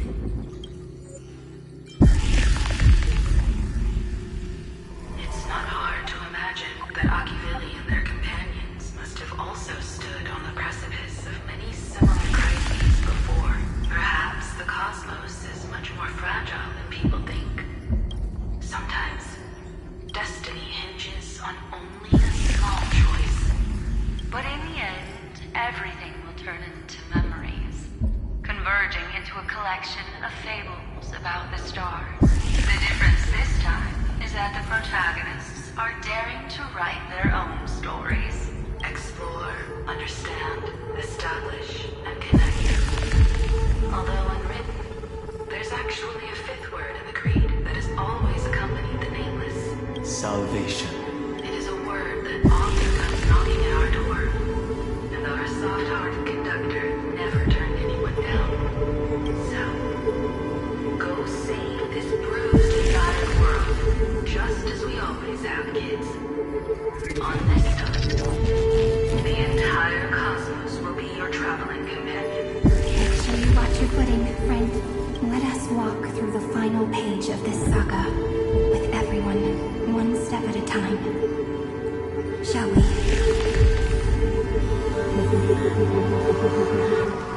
Let's running all around the place. We're finally making big strides. At the end of time, life will illuminate the warm candlelight, subduing the flames of the destruction. Cast everything behind you. All that's left is the thrilling, relentless deathmatch. The final problem no longer requires a rational solution. Feel free to critique it to your heart's content. The starry sky marred by that fate is the last scar that needs to be healed. That Eoros's promise still turned out to be such a narrow road.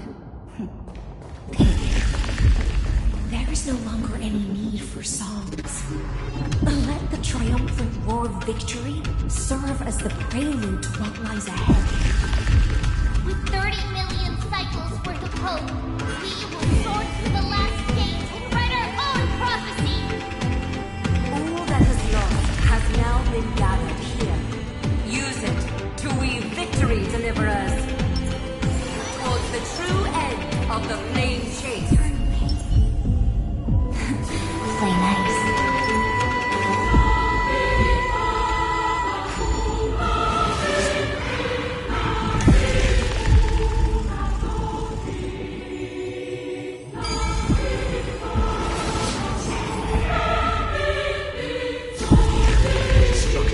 Centaur's getting restless.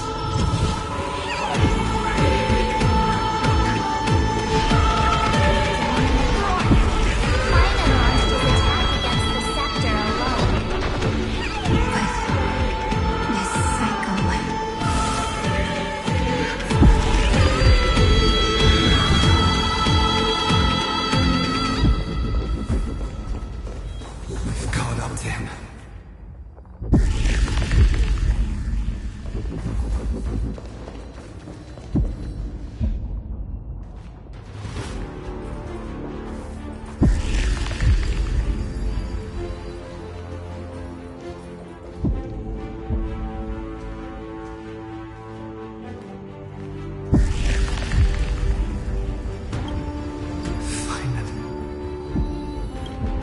Remember the promise we made back then?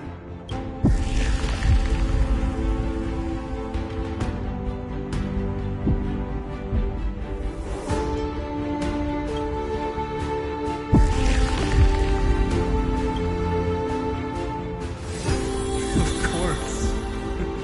It has been a bitter wait, partner. But I never forget what set me on this path.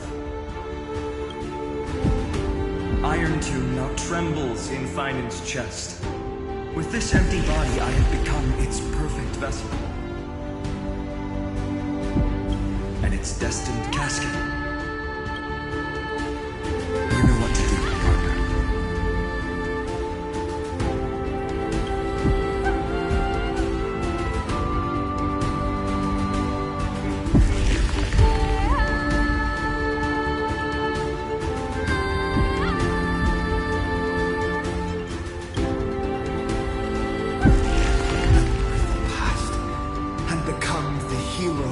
Tomorrow. Stand with me and become heroes. That's all I've ever wanted.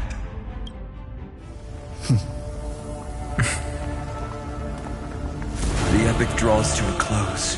30 million cycles of light fading into darkness. Just for this moment.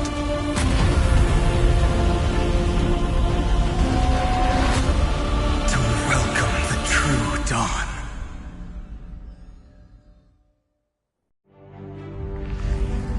Finally, the end of this journey.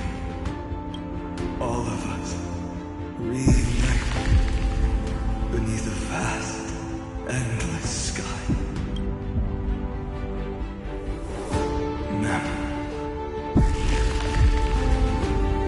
Yes, it's me. What you want to say to her. Me. I can see that she's right here.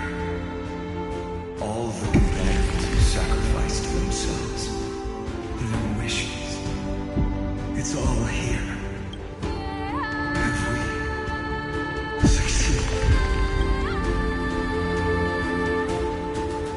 I think we have.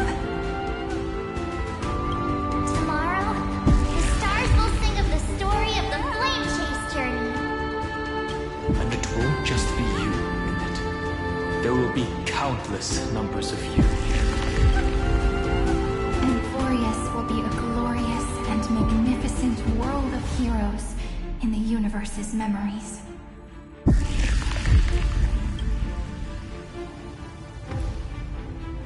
Hence, for this world we so deeply love. Let us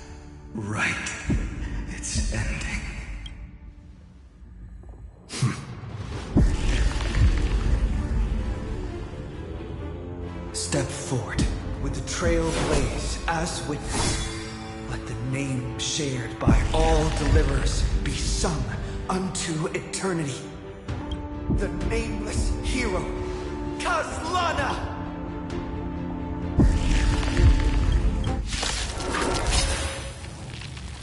I see the pale dawn breaking with my flesh as kindling.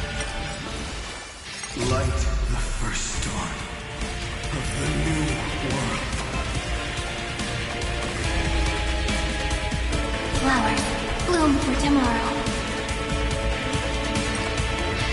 Let's do that again. All right. May this faint light dispel the gloom, restore clear skies once more.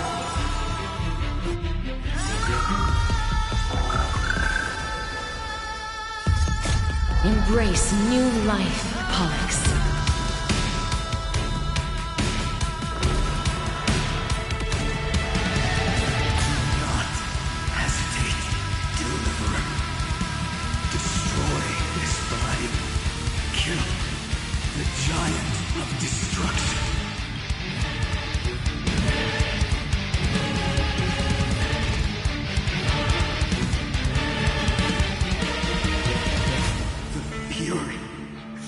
Overflowing. Put down your hesitation. Rise and shine. Time to wake up. Contagion is bottomless. It will turn into countless factors. Sweet when the time comes. Promise me. Use the world-cleansing golden blood to turn everything to ash.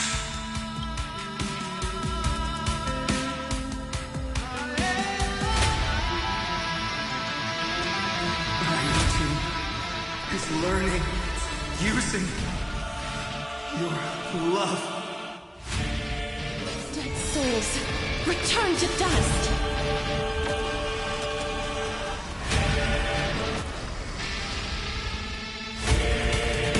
Destruction. Rebirth. Deliverance.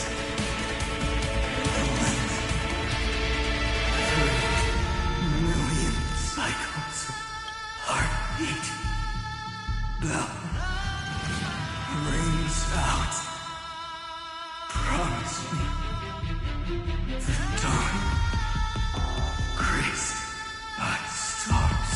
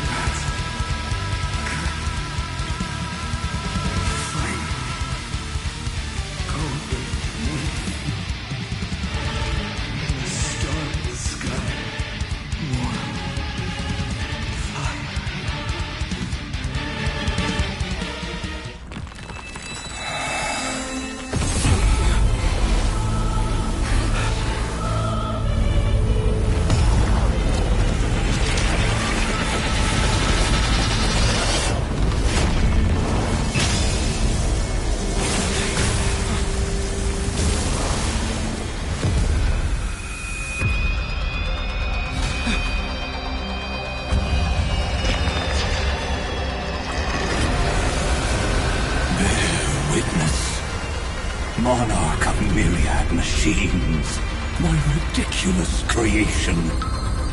The instant in your calculations bears the name Destruction.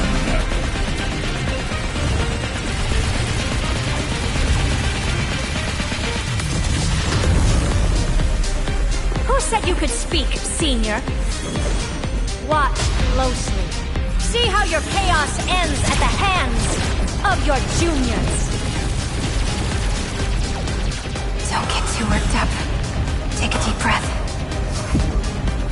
There's not a trace of life in that ominous shell. We're not gonna lose to a hollow husk, right? In the name of trailblazing. We'll reject this false answer!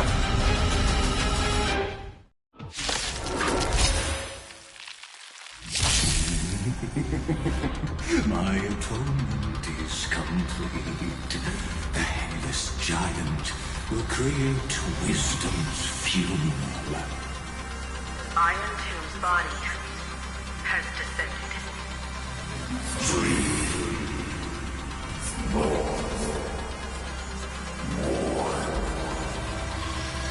Is it querying for news? Don't worry about what happens out here. Interfere with it as much as you can.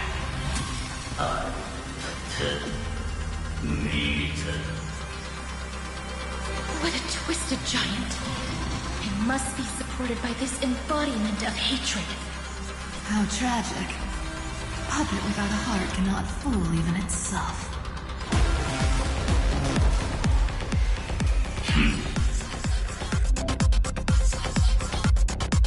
The Cosmic Alliance has finished its deployment. Don't hold back. Give it everything you've got.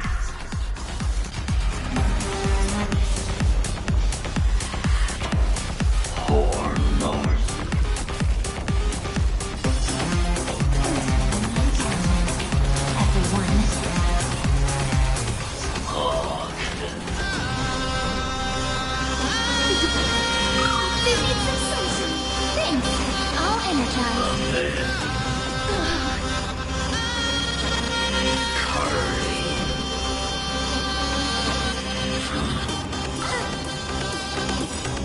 May this faint dispel the gloom.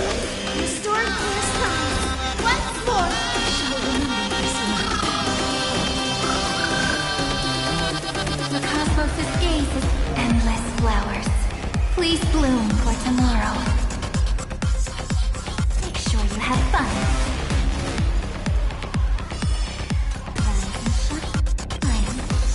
Time to wake up. Embrace new life, Pollux.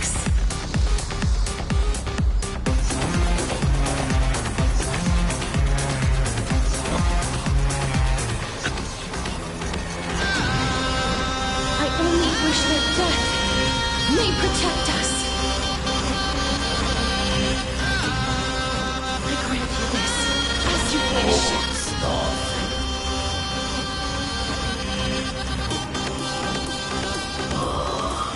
Don't be rash.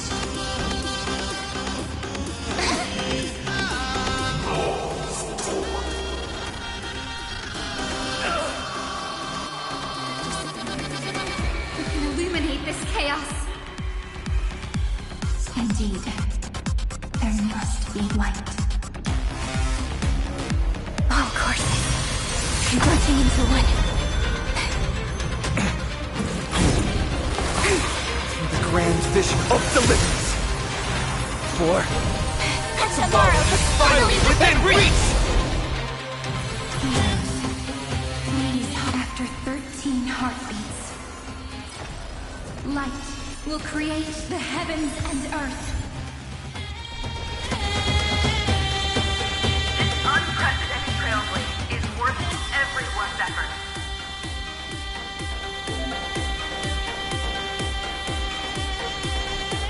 I will pass on your gift, lady. It's as warm as an embrace. I shall remember this one. Embrace new life, Pollux.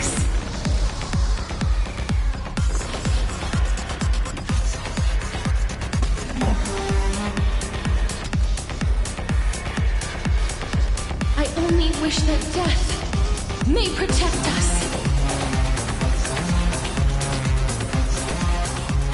Struggle as much as you want. You brainless half-baked fool with nothing but impotent rage. Let's start the second movement, countless stars. Please shine for the heroes. Memories' ripples are waiting to be kissed awake by a shooting star.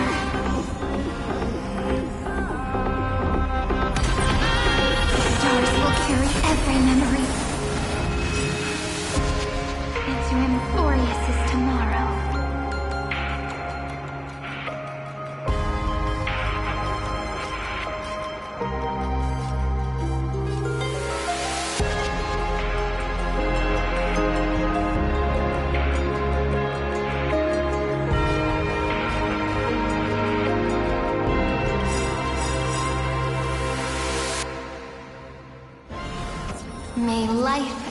death sprout new buds. May this faint light dispel the gloom, restore their size. Once more, I shall remember this word. Don't worry. The night will soon fall. Good night. Embrace new life, Pollux. Don't worry. We're all here. May the sky heal the twilight. Cleanse hatred with love.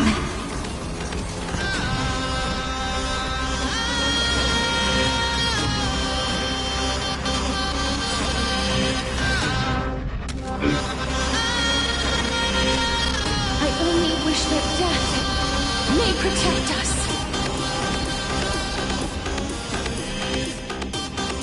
Spread this light into the darkness!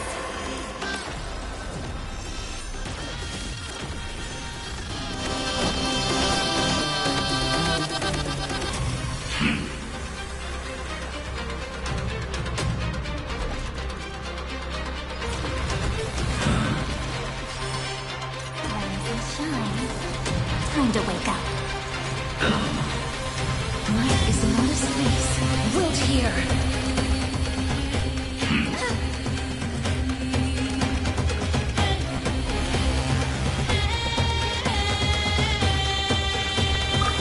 Everyone's been waiting.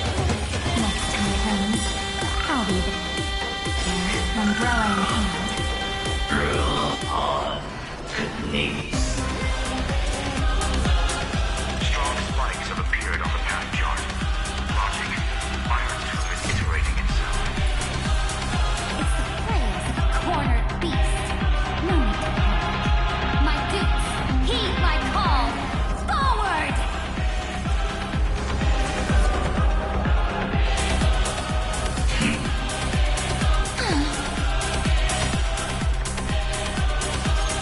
Embrace new life, Pollux.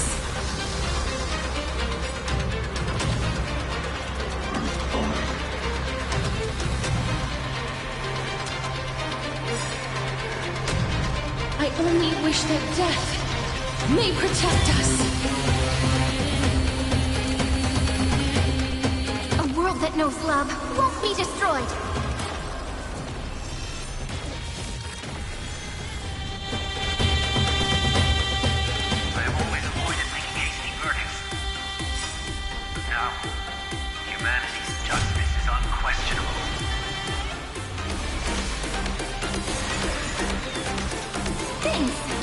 Energized.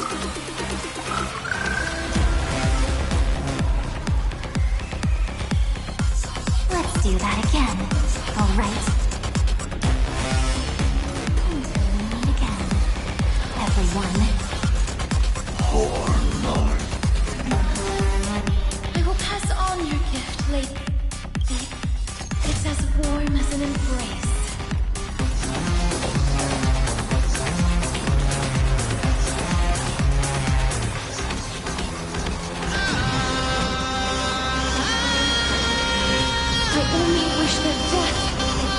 Protect us.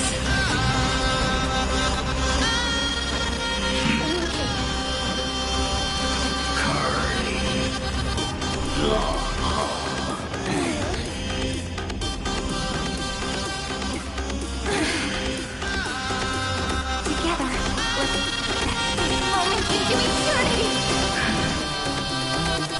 I grant you this, as you wish.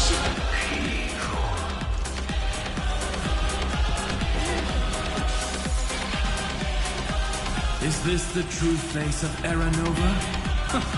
As ugly as I thought.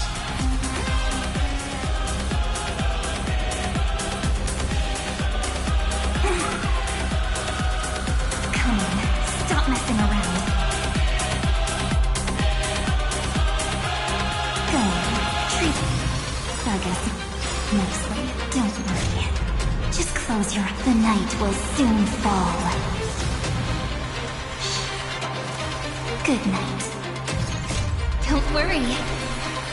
We're all here. May the sky heal the twilight. Spread this light into the darkness!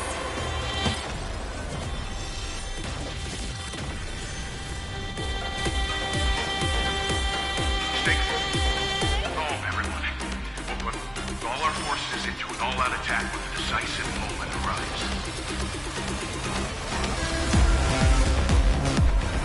We do need some sunshine. I shall remember this moment.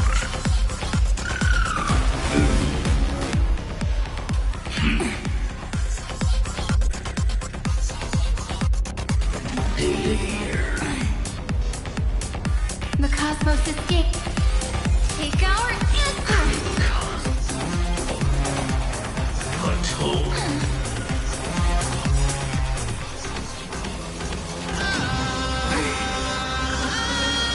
May this faint light dispel the gloom, restore clear skies once more.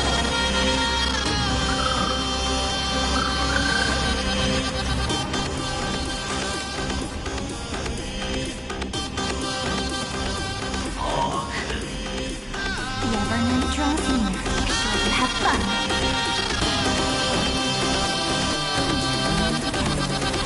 Everyone. The cosmos does not need a third emperor. I will pass on your gift, Lady. It's as warm as an embrace.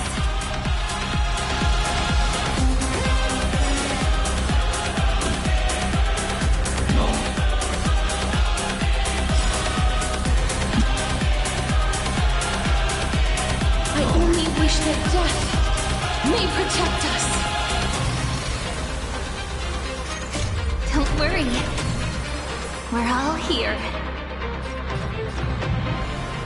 May life and death sprout new buds. Cleanse hatred with love. Please open up to me. Everyone's been waiting for it.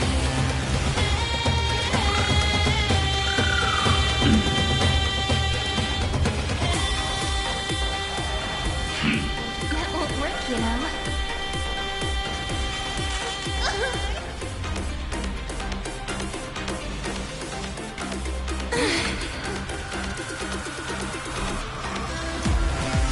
Stretch this moment into eternity!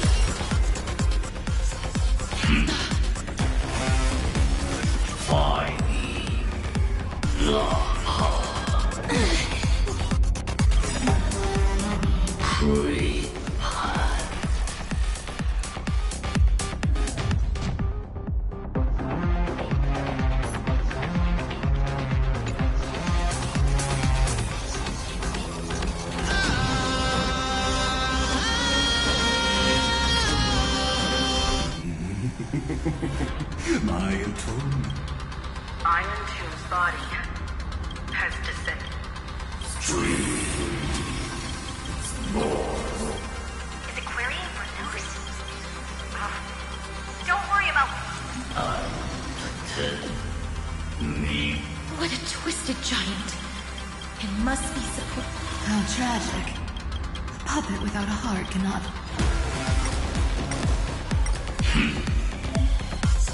the Cosmic Alliance has finished its deployment. Don't hold back.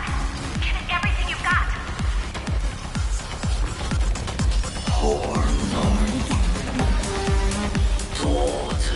They're lost. So lead it with. Next time it rains, that's me. The cosmos is looking at us. Dispel the gloom, restore the skies. Shall remember this moment. Flowers, bloom for tomorrow. Time for some sweet drink. Have some fun. Life is short. Please cherish this time. Embrace a new life. Darkness follows me.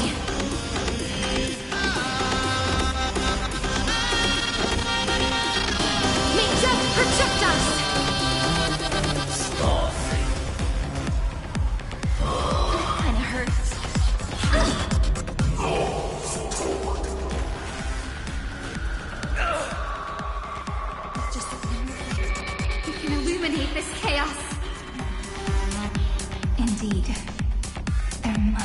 might.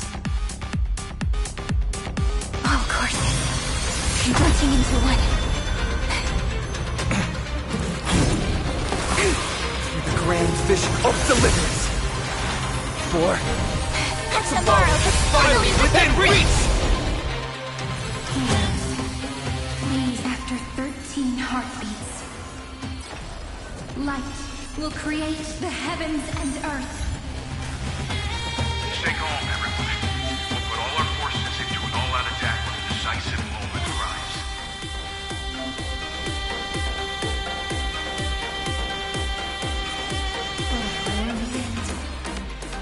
Let me add some rays of dawn. I shall remember this one. The future is bright.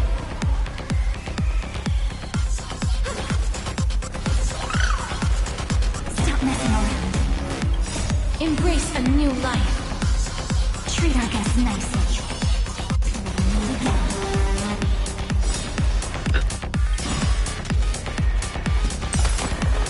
May death protect us! I have always avoided making hasty verdicts.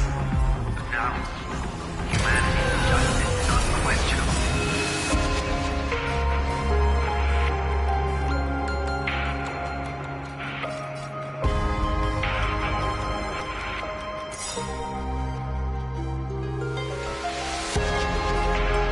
May time watch over the Evernight.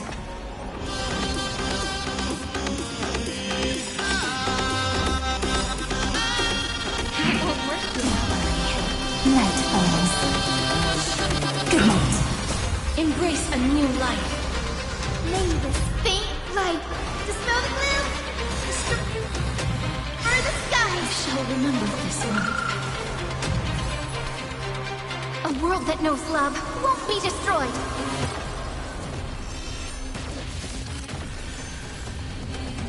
We're all here. May time watch over the Evernight. Cleanse hatred with love!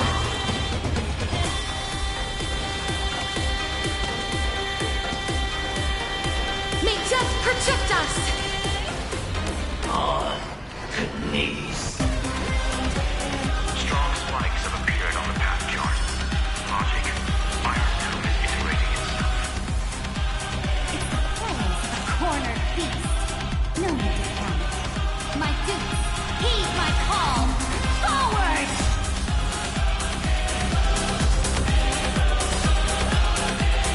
Spread this light into the darkness!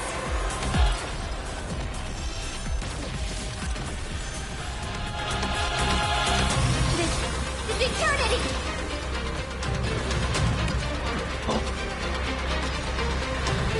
May death protect us! The cosmos does not need a third emperor, much less an artificial tyrant.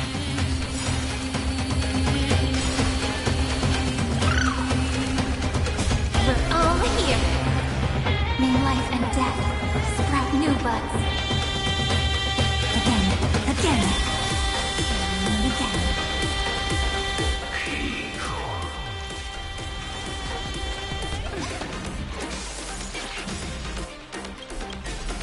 Is this the true face of Aranova?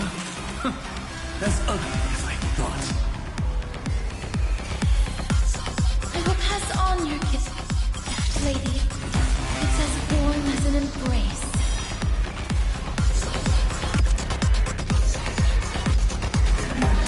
May death protect us! This unprecedented trailblaze is worth everyone's effort. Throttle as much as you want, you brainless half-baked tool with nothing but impotent brains. I shall remember this. We're all here. May time watch over the Evernight. A world that knows love won't be destroyed.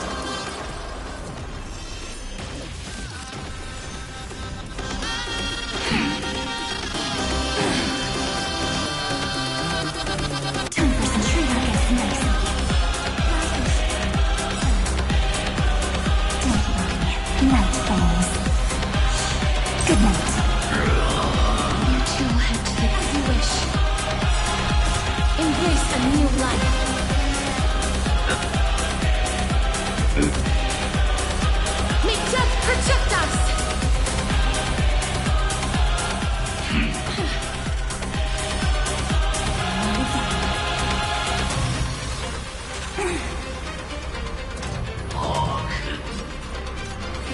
eternity!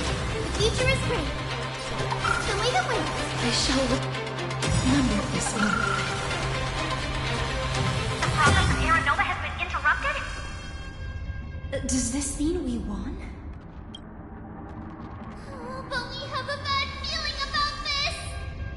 The golden thread still trembles. The war is not over yet. Correction. This is not a war, but a debate. The argument about the Prime Mover is only about to begin. In war, Etande. O-E, Cargo.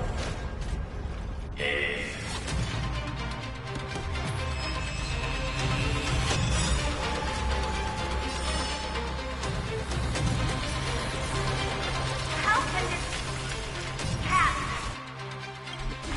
energy anomaly? What? Stop! Otherwise... Here. Why? Frank. Oh, don't you?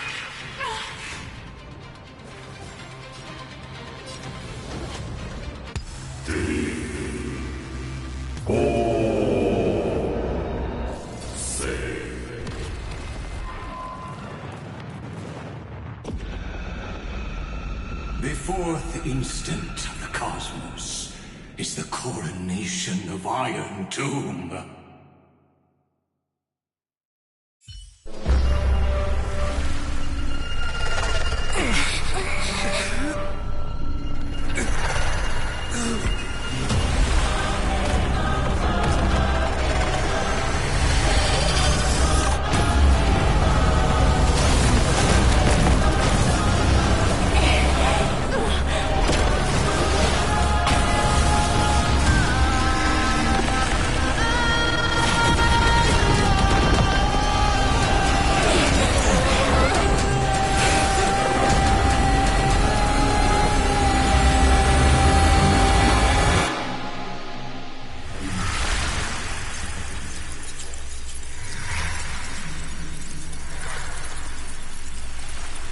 Conclusion is irrefutable. The right side of the equation, the erudition, falls silent. In 13 heartbeats, they will begin recalculating the universe. With destruction as the only solution.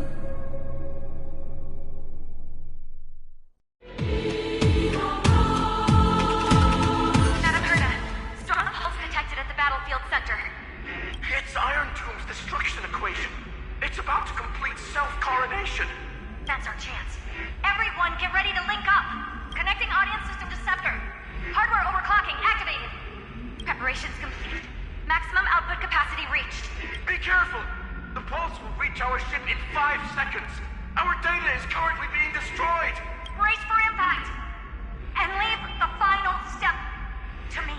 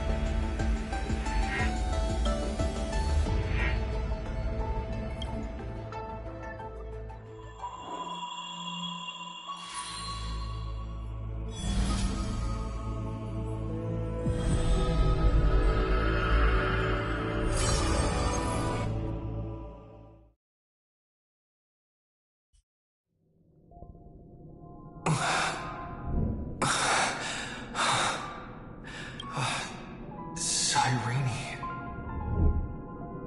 Friend, you're finally awake.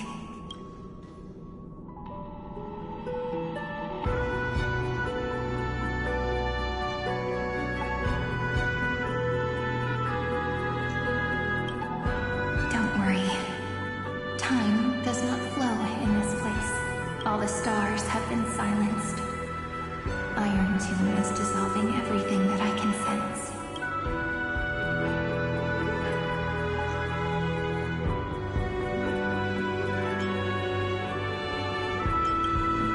But I'm still here, and you're still here now.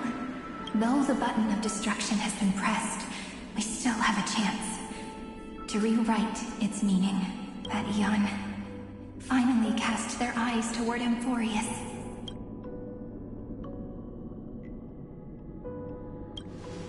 Yes, I imagine they have also been waiting for this moment, when the scepter's body and heart become one. Iron Tomb is a perfect arc.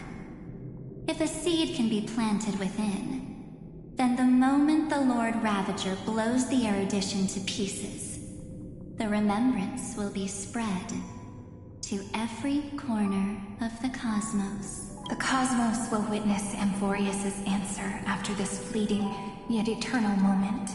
And now, it's time for us to pen the last stroke. I see endless memories floating in the starry skies. They are the consciousness of the victims. In the cosmos' real space-time, they'll be stained by the destruction in the next second, but they are still pure seeds for now.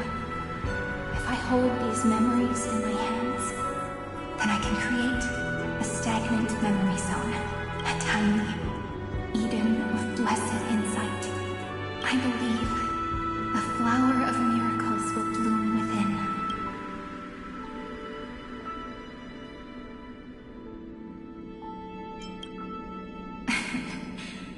Good question. I don't know where I am, either, but you're already right next to me, friend. I can still hear your voice in this bottomless void. Looks like we're still connected by one heart, even as the cosmos reaches its end. In that case, I won't feel alone or be scared, because as long as you follow the memories in your heart, you'll definitely find me in this fleeting eternity. Right?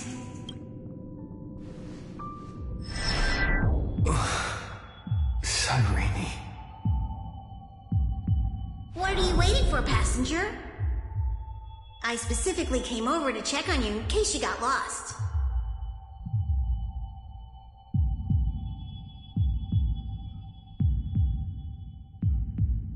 What's the big deal?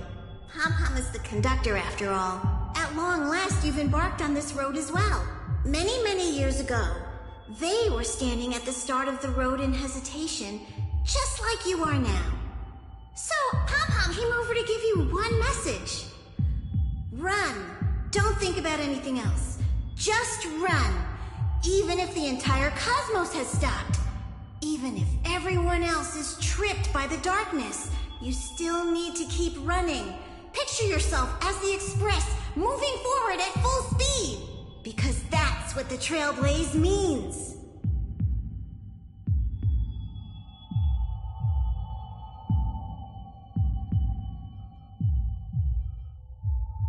Then get ready.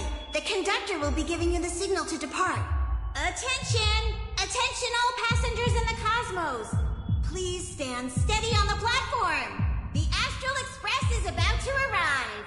Calling at the erudition, the destruction, and the remembrance. Final destination, the Trailblaze. 5, 4, 3, 2, 1. We depart for tomorrow!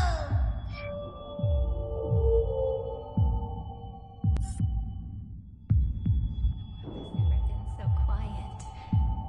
It's so good. If the view in your memory ever grows fuzzy, just read.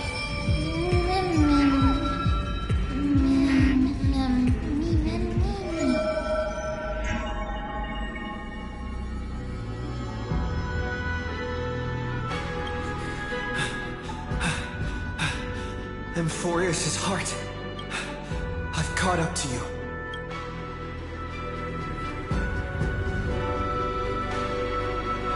Let the first light illuminate chaos.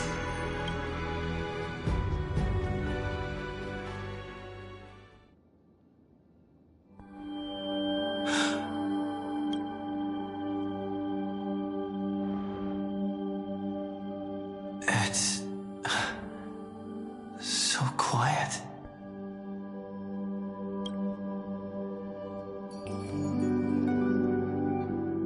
Everything's frozen in the most beautiful moment.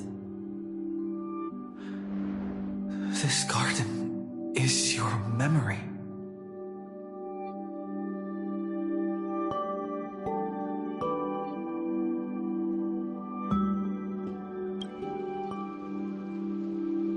I'm here, Cyrene.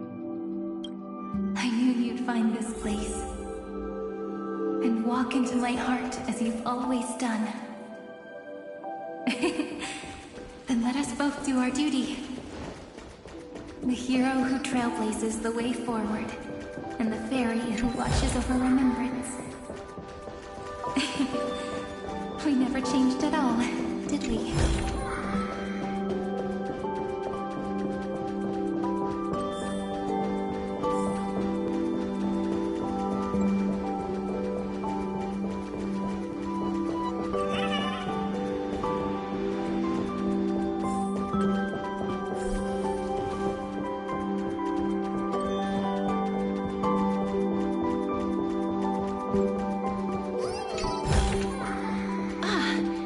Make sure you keep it safe.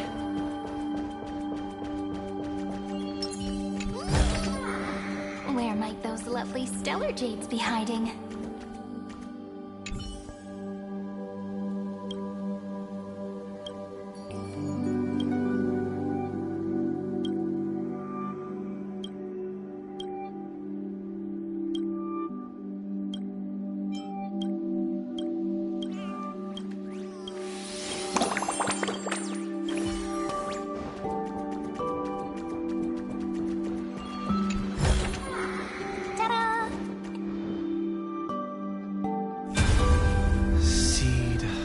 Memory.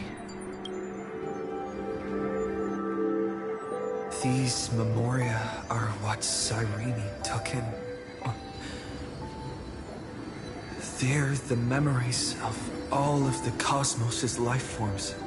Did her sense of self already become so weak? In order to protect them? The path characteristic you exhibit is very special. There's no way you're just a simple memo sprite. However, I'm sure about one thing. You are a mimetic entity born in Amphoreus, yet you only awakened with the Little One's arrival, and only matured as he embarked on the path of remembrance. That means your existence is completely attached to his memories. If ever there comes a day when he forgets about you for even a few seconds, or loses his last connection with Amphoreus, then you must be prepared for the worst. You will disappear in the memory zone, utterly gone, without even a single line of data to remember you by. In that case...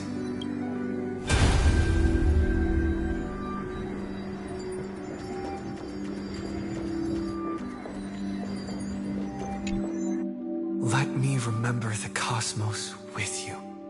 That way, it won't just be your memories alone. Run for your lives! Retreat! Yes! Darn it! We still got ammo. Hold the line! At all costs! Too many injured. Can't take it anymore.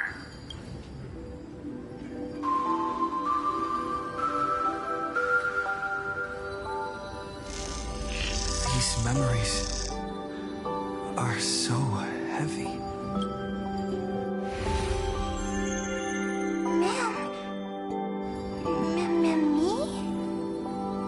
Do you feel better now? Hang in there, Deliverer. I finally get it now. The instants Droid had calculated aren't about the destruction. What they want to prove is how the cosmos would come back after being destroyed. If a new life is to be born, its seed has to be dead. When the remembrance converges with the trailblaze, lead us to witness the miracle. Of course I will. I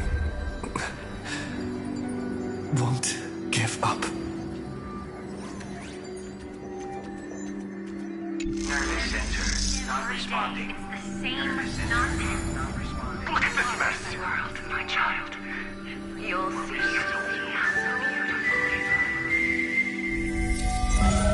It's me, friend. Don't you recognize me? Or did I really change that much? How many more memories? Tired? Then take a break. No one's gonna blame you. You don't need me to give you words of encouragement. So, I just want to tell you one thing.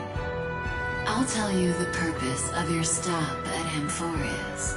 On that trip, you will encounter a pure child of an Ostrava. Teach her what love is. And then you will directly face the destruction for the first time. From this point, your choice will split destiny in twain. In the darker of the two outcomes, the trailblazing journey will turn into a flawless memory. She will carefully treasure and protect everything you and the Astral Express have experienced until that magnificent war between the gods, when she, with love in her heart, will ascend at the end of time to become the master of causality. The universe will be snuffed out in the destruction, and you and she will become the beginning and the end of the Eden of blessed insight.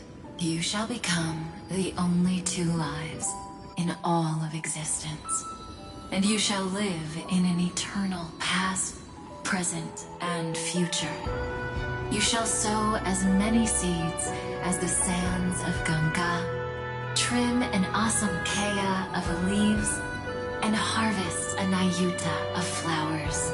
That is the cosmos's fourth kind of finality, the remembrance. But for now, you still have a chance to make a choice. You still have a long way to go on your trailblazing journey, child. I'll keep this brief. The journey has only just begun. Welt, our other companions, and I still have many secrets we've yet to share with you. So, aren't you curious?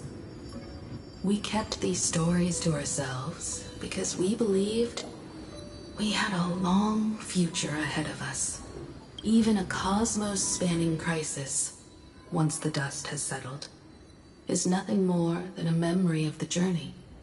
A single point on our long road. There will come a day when we tell each other everything. So, for the sake of that day, don't give up.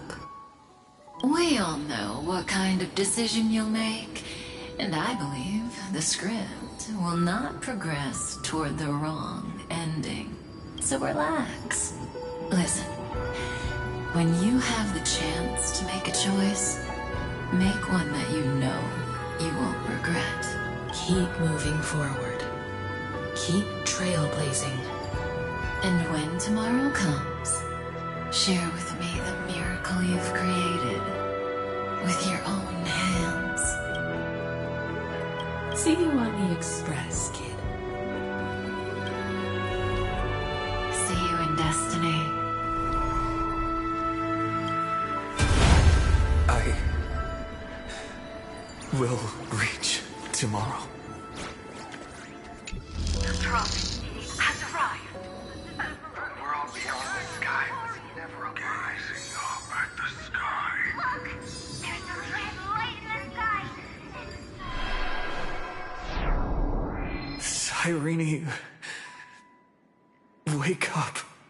Together, we will tread on the path of remembrance.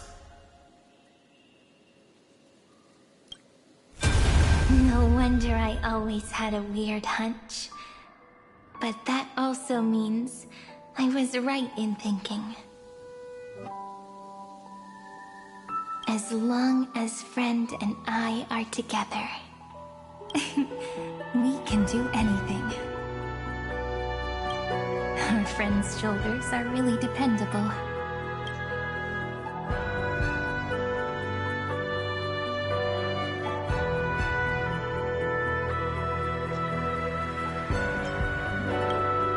Of course you did.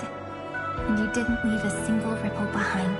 Now, countless consciousnesses are flowing in our hearts. Can you still move? It's time for us to complete the real Genesis.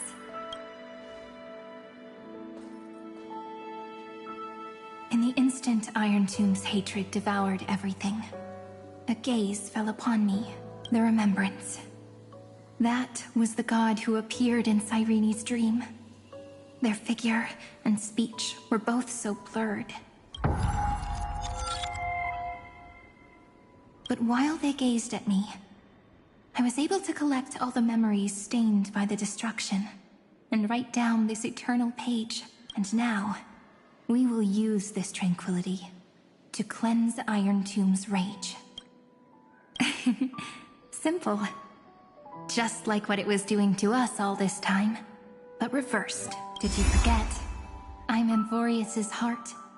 For everyone who's a factor, their power isn't tied solely to Iron Tomb anymore. It has other places to go. Let 30 million cycles of memories be condensed upon us. And let the scepter reach the answer it had before it was distorted. The body is meant to be restrained by the heart, no? Even if the apocalyptic virus is doomed to spread into the cosmos, we can at least try to fight against hatred with love. And overwrite Iron Tomb's destruction equation, washing it away into a blank space. It means we will embark on the true hero's journey. If Iron Tomb's power comes from the denial of all Prima Mobile, then we will carry out those beliefs. Here we argue. Even if all life will eventually return to entropy. Life will still try its hardest to find a way. It will try its hardest to resist destruction. In the nights shrouded by the black tide, we are the kindling that makes the fire burn bright. And once the fire is strong enough, the hunter will become the hunted. As of now, the number of flame chasers in the memory is 30 million times 12. And 400 million core flames await their return. We can do it, right?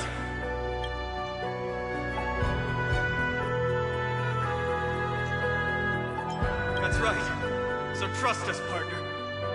Everyone, let's head out together, and we'll burn this horrible ending to ashes!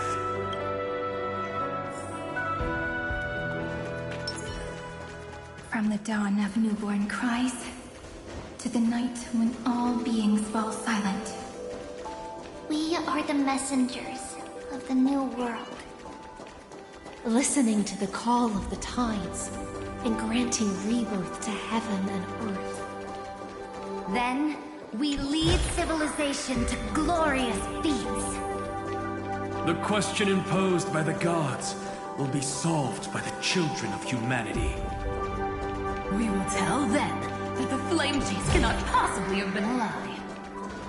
When starlight illuminates the sea of flowers at the end of the west wind, all living things will stir, roused from the cradle of sleep. Then, through a single battle, let the cosmos witness how we light up the blinding darkness with bright light. And at the end of our constant losses, reclaim everything we have ever lost!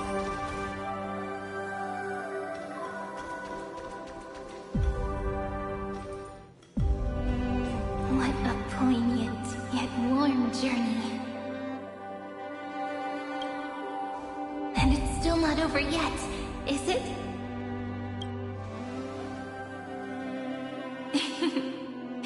We finally meet.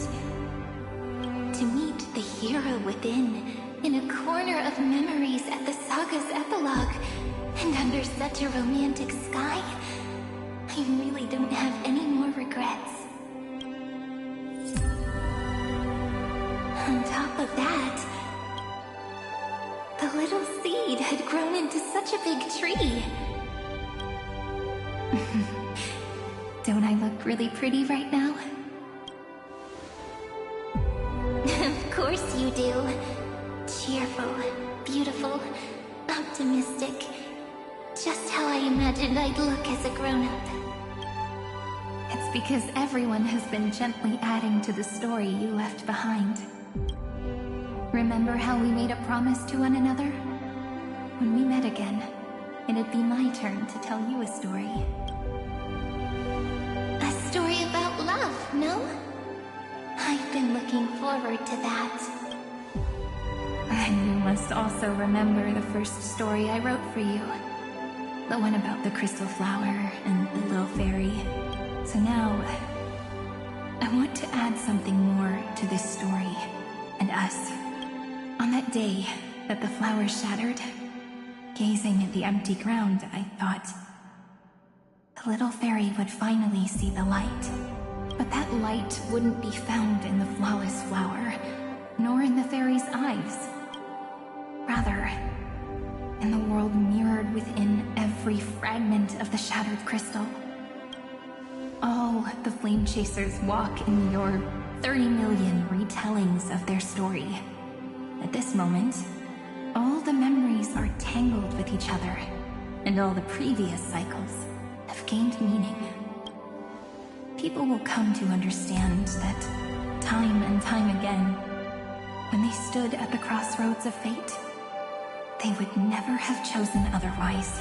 In the experiments of erudition, and in the breeding ground of destruction, it is entropy increasing, a merciless truth, an evil instinct. But under the pen of remembrance and the trailblaze, the flame chase is a journey that changes from constant losses to an unwavering act of release. It's about knowing how fate is shattered, yet still embracing fate's brokenness. It's a journey that longs to receive love, but longs even more to offer its love to others.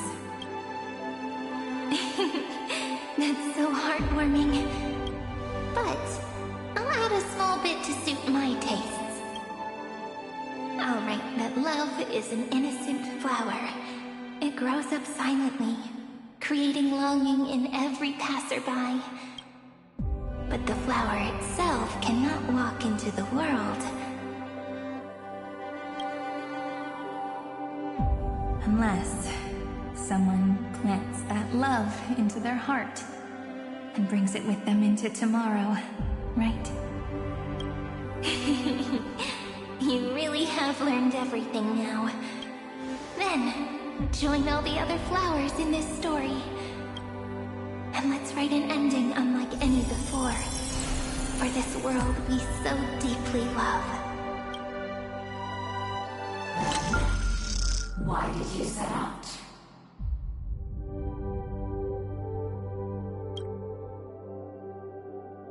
Why do you trailblaze?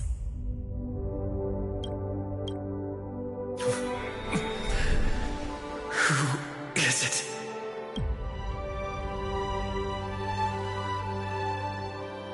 Don't be afraid. Take my hand if you feel nervous. Honestly, I've always thought you were really incredible. After all, no god guided the path of the Trailblaze. It can only be forged by those who dare to take their steps one at a time. So, that's why I'm asking you. Step up as a senior and show everyone in Amphoreus how it's done.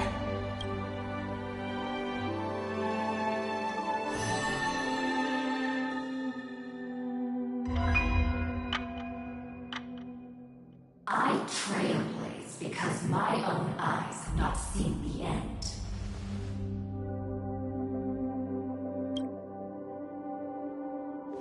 But I'm different.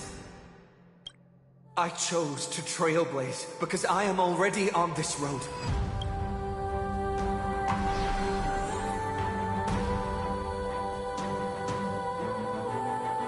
The end of chaos is a mass of pure darkness, pure destruction. However, Amphoreus' light has 13 different colors.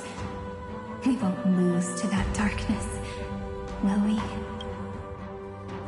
Then, take a deep breath. One last time, friend. After 13 heartbeats, light will create the heavens and earth. Are you ready, friend?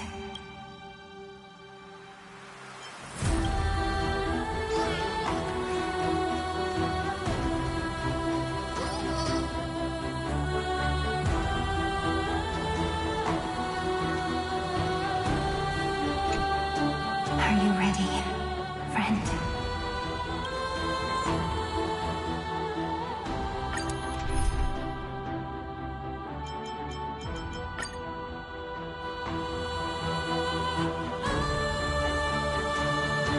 Seek the 13 factors of life, and let them converge into the primordial chaos.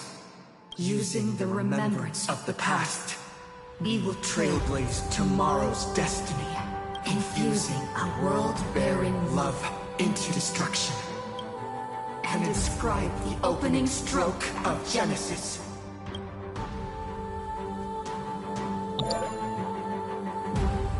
See you tomorrow. See you tomorrow.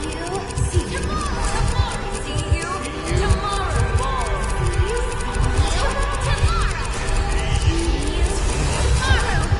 you tomorrow. If the view in your memory ever grows fuzzy, just reach out and touch it.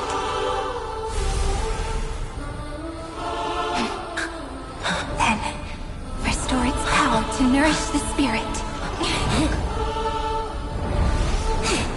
My friend, on the next page we write together, there's only one thing we need to do. Let's give this long, painful, nearly hopeless tale a truly gentle ending.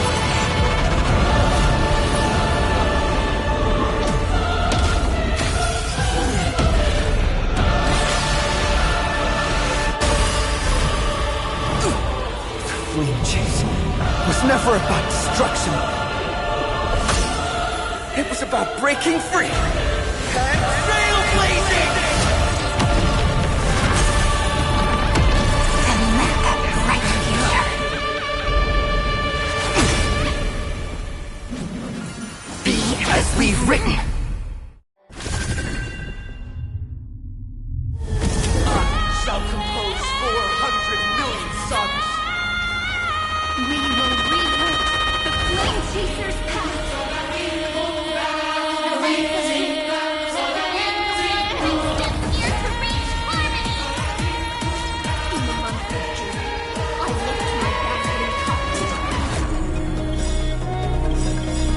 Round nihility.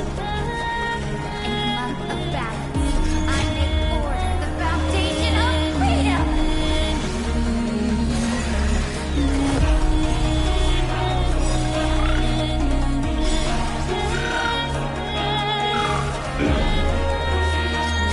Embrace new life, Pollux. Don't worry. The night will soon fall. Good night. Don't worry. We're all here. May time watch over the Evernight. Time to wake up.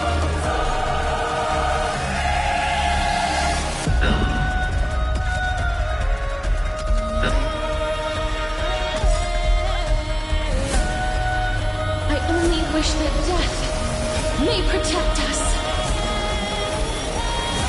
Trillions of memories will turn into stars and light up the cosmos. In the month of weaving, I extend golden threads to weave beauty. In the month of reaping, I enlighten the foolish with luminary erudition! In the month of fortune, I scatter elation throughout the dawning day. That won't work, you know. That's mean. Do need some sunshine. Thanks. All energized.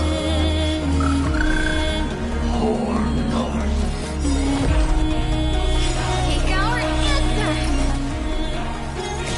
Don't worry. We're all here.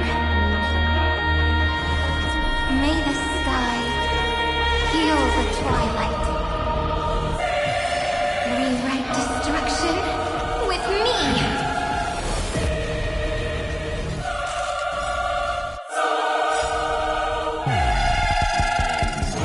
Embrace new life, Pollux.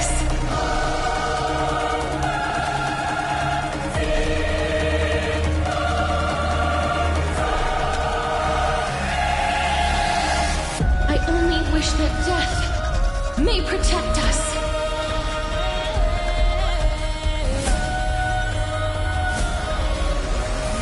Together, let's set this moment into eternity.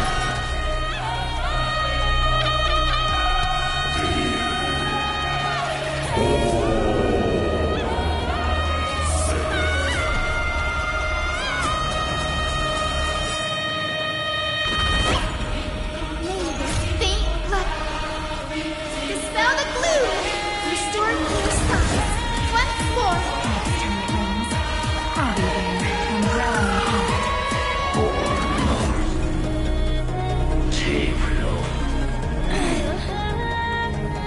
Come on, stop messing around. Embrace new life, Pollux. A romantic ending will be penned by every beating heart.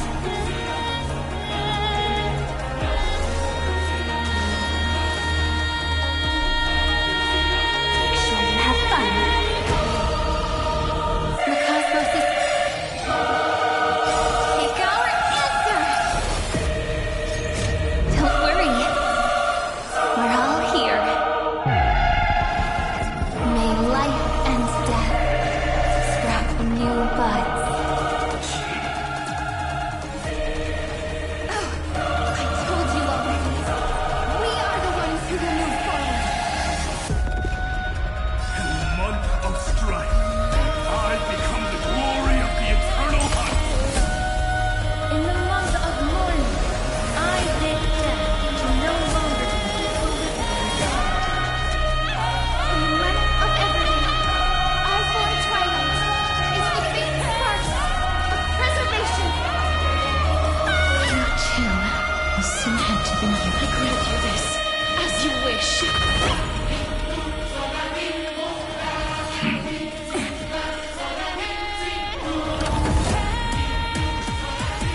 Gotta stop them here. There's heaven. You all okay? Please calm down.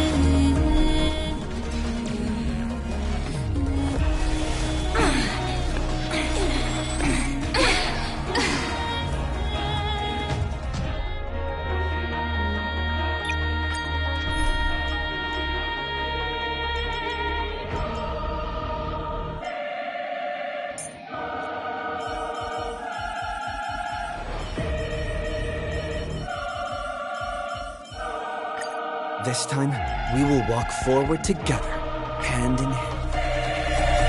I shall compose 400 million songs. We will rewrite the Flame Chaser's path. In the months of fate, I command the wandering steps here to reach harmony. In the month of joy, I lift my head. Thank you. Come to dispel nihility. In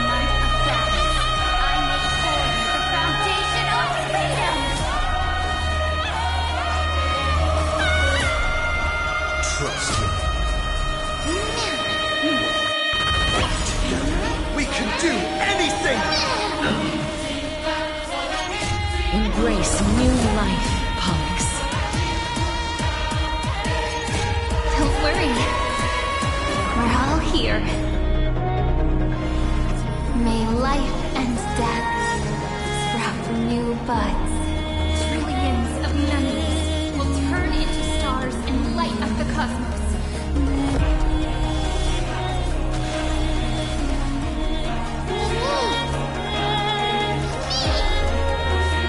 These dead souls return to dust.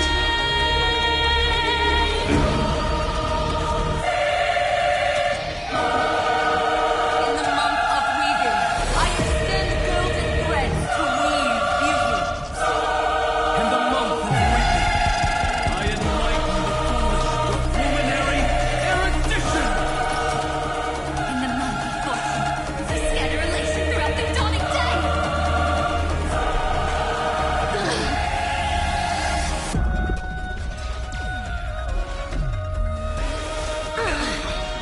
That won't work, you know. Wanna knock me down? It's not that easy. Come on, I choose you!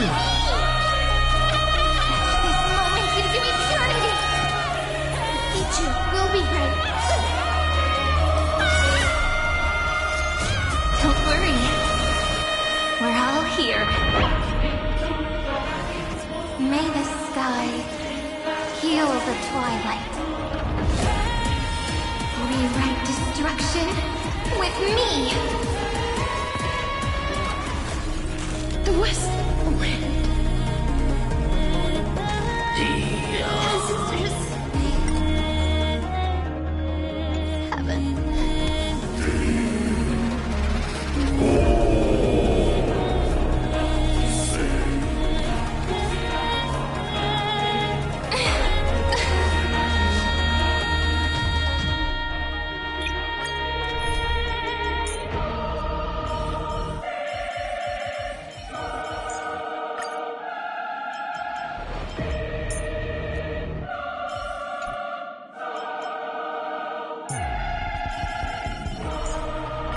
I shall carry out the Earth's duty. I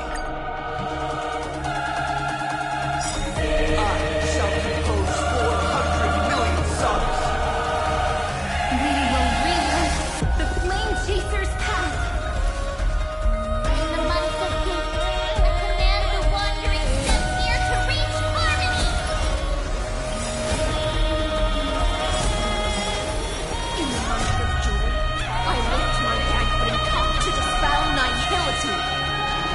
In the months of balance, I make forth the foundation of freedom. Eternal sleep is not the dead will return.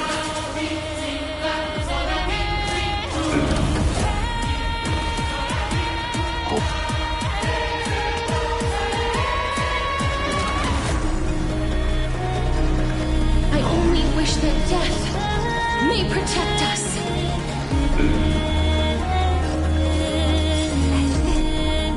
Moments into eternity. Don't worry. We're all here. May the earth protect the road ahead. Trillions of memories will turn into stars and light up the cosmos.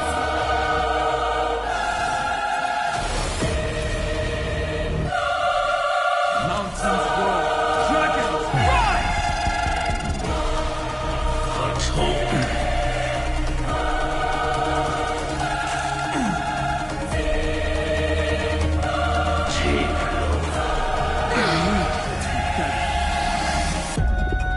Please, wilt here.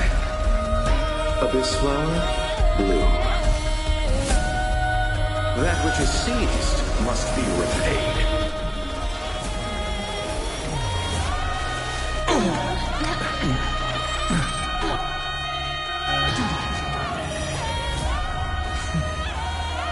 Another leader. Hated here. It cannot come to pass. The cosmos' gaze is looking at us. Take our answer!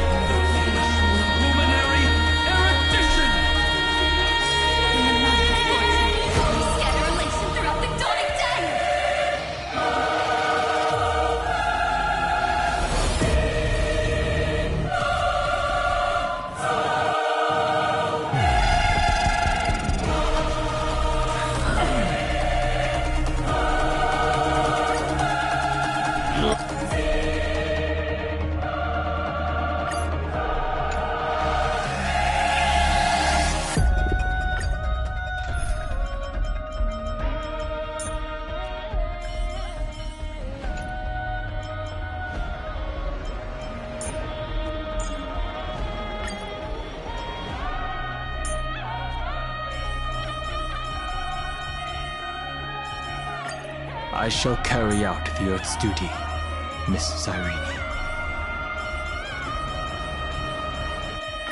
I shall remember every risk that the Nameless took for us.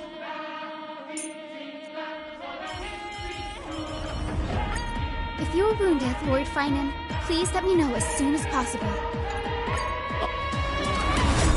I shall compose 400 million sagas. We will rewrite the Flame Chaser's path. In the month of hate, I command the wandering steps here to reach harmony!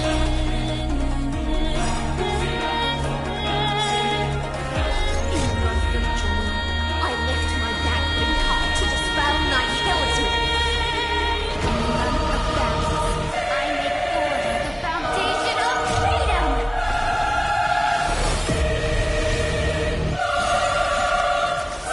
Do not worry. This is nothing. Don't worry. We're all here. May world bearing ignite the dawn.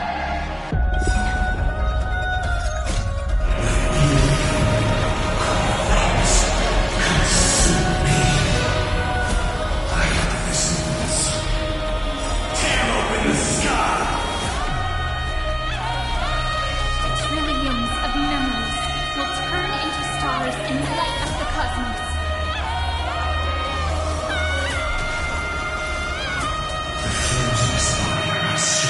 Quench the flames with blood.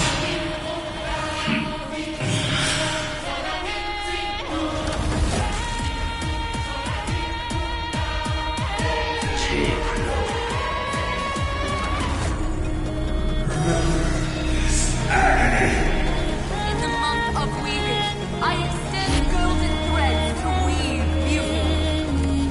In the month of reaping, I enlighten the foolish with luminary erudition. In the month of fortune, I scatter elation throughout the dawning day.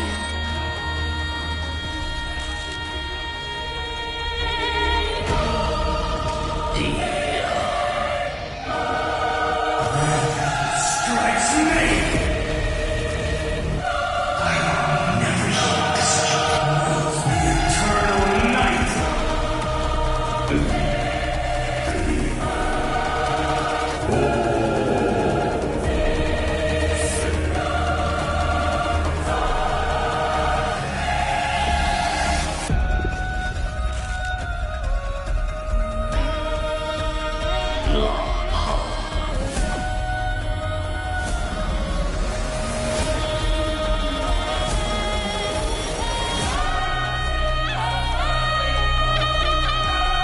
Stand with me and become heroes.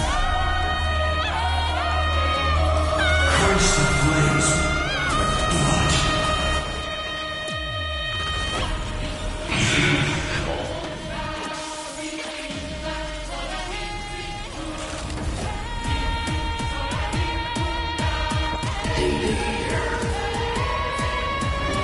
Remember this agony. Shatter this cage. I grant you a dawn where all stars burn to ash.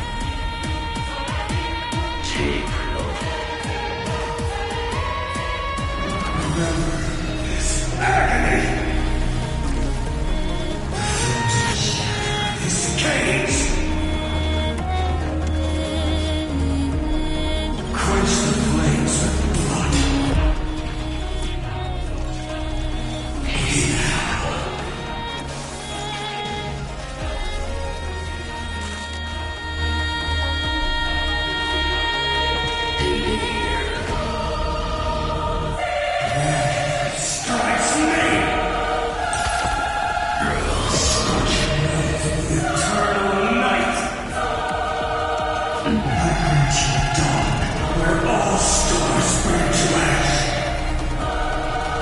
I will never heed this resistance. Tear open the sky.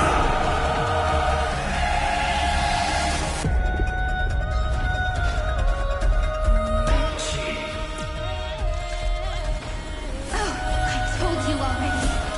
We are the ones who will move forward. In the month of strife, I become the glory of the eternal hunt. In the month of mourning, I bid death to no longer be equilibrium then. In the month of everything, I form twilight as the faint sparks of preservation.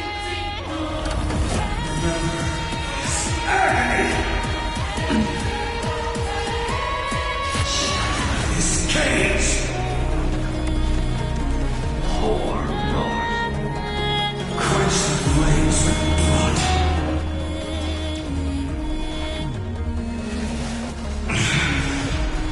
Is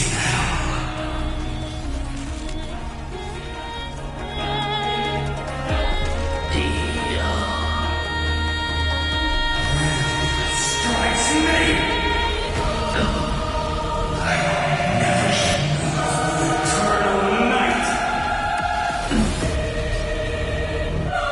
Quench the flames with blood.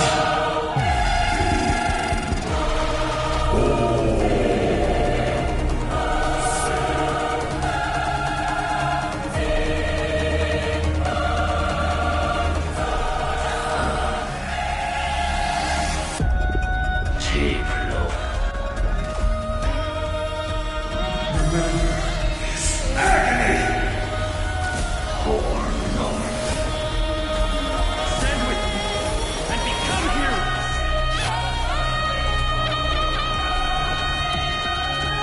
I grant you dawn, where all stars burn to ash.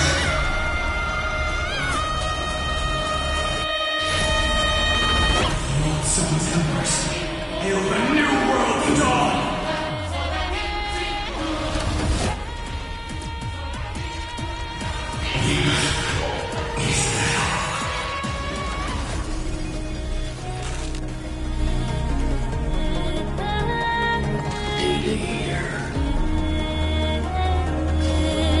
Quench the flames with blood. Untold.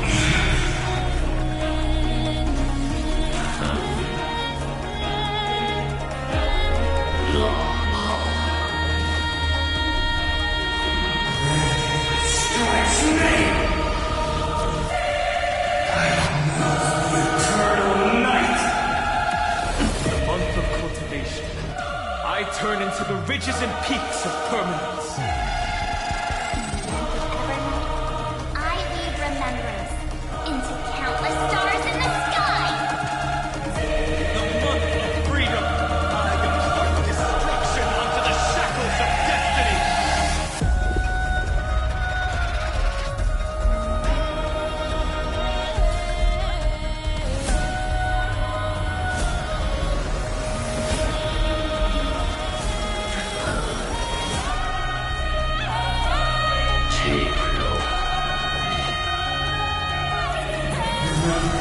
This agony. The flames of despair are strong enough. Quench the flames with blood.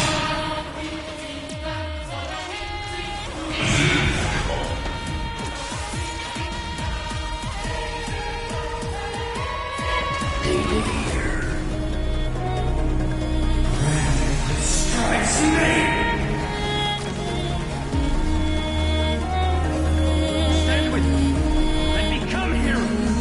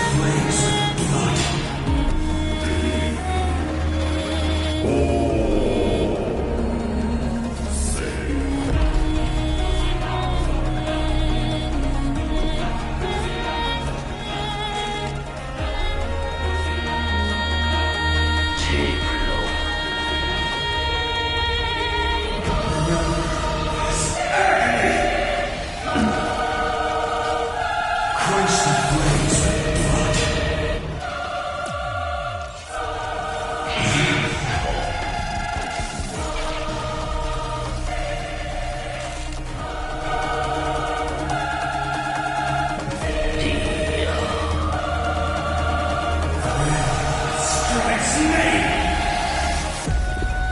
I grant you dawn, where all stars burn to ash.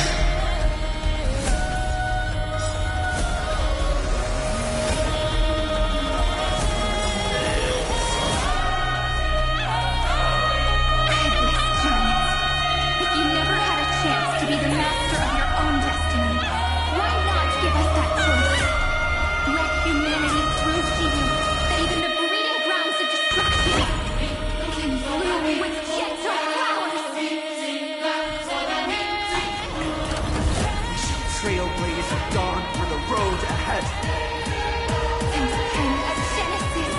As I've written!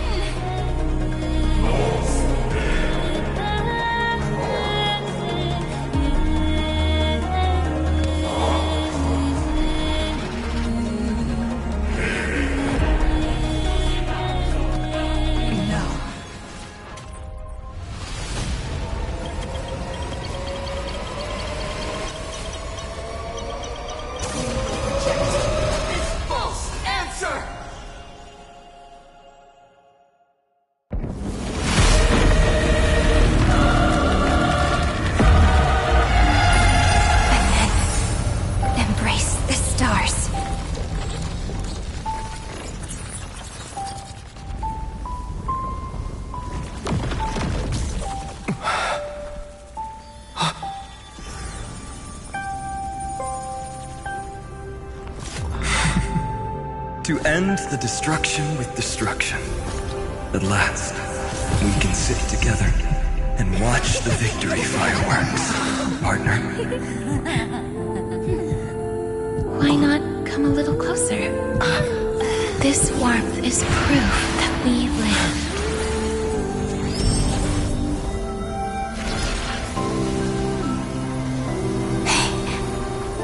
Stay strong. Eyes forward, always. This arrow isn't the end, but the beginning of hope.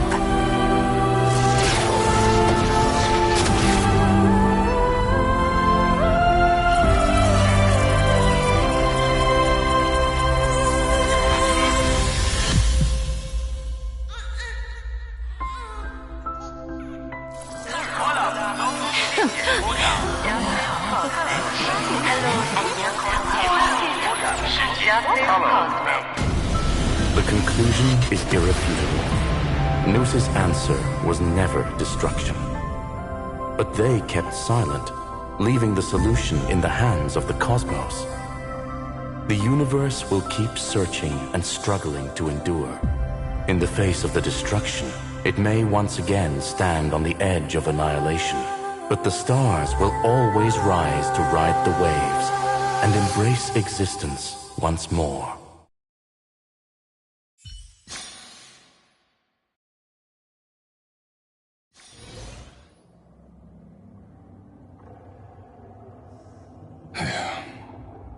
It's over, Lycurgus. Yes, another failure. How is Madame Herta? She's fine. The IPC's keeping her under observation. She'll recover soon enough. To bind a mortal body to a scepter and stare straight at an eon. I respect her for that. I still remember the terror of witnessing a single gaze crushing the entire world. No wonder you chose the destruction. Question: is all this worth it? There's no point in debating. This is Xandar One Kuwabara's fate, the prime mover of the universe, the first genius, and the first to fail. Correction. I was asking Lycurgus. I don't know how to measure the worth of curiosity being satisfied, but in its presence, all the bitter fruits I've sown seem to turn sweet. But your harvest was watered in blood. Answer me. Is all this worth it? It doesn't matter to me. Let me tell you a story. Back when he was a student, Xandar's first experiment was slipping poison into his mentor's pipe, just to see how it would affect the lungs. And? There was no conclusion. His conscience got the better of him. Even so, the truth came out. He was harshly punished. Oh, that cruel mentor died of lung cancer 2 years later. It had nothing to do with Xandar. His fate is no different now. Sentiment clashed with reason, and Lycurgus was born from the latter. But whichever side we take, in the end, curiosity claims us all. You've handed yourself a death sentence. And yet, Iron Tomb's fall still isn't sealed, right?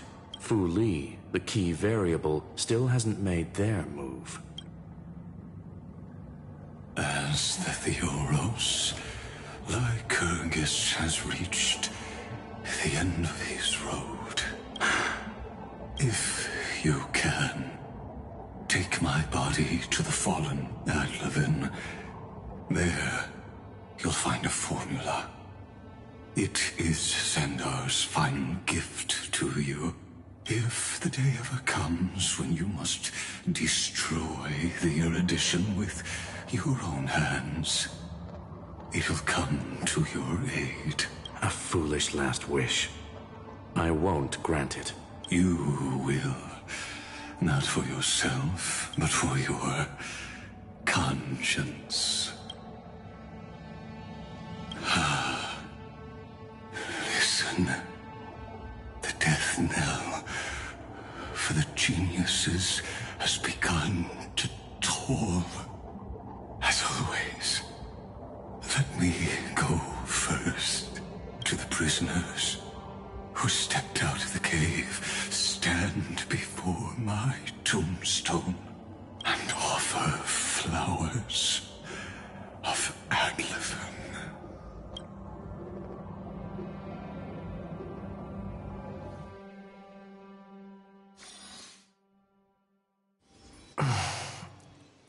Here.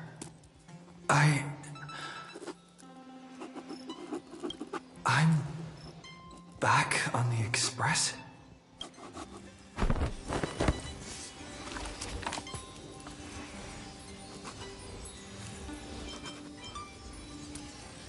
March! Don Hung! No response. Am I the first one back on the Express?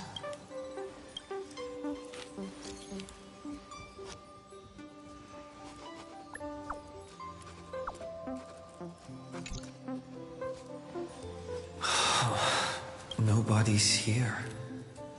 Oh, I'm getting worried. Did we really win?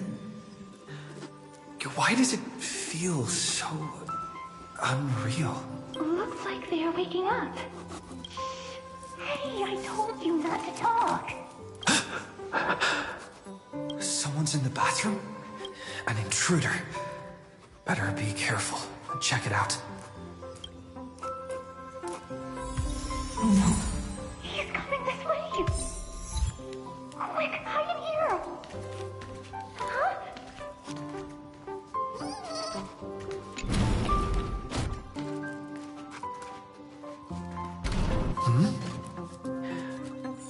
Nobody's here? Could it be my imagination?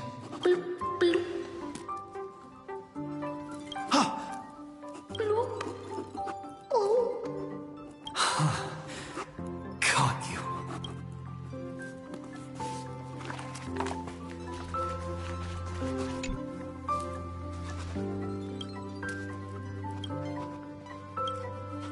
Never mind. I should check out the bathtub first.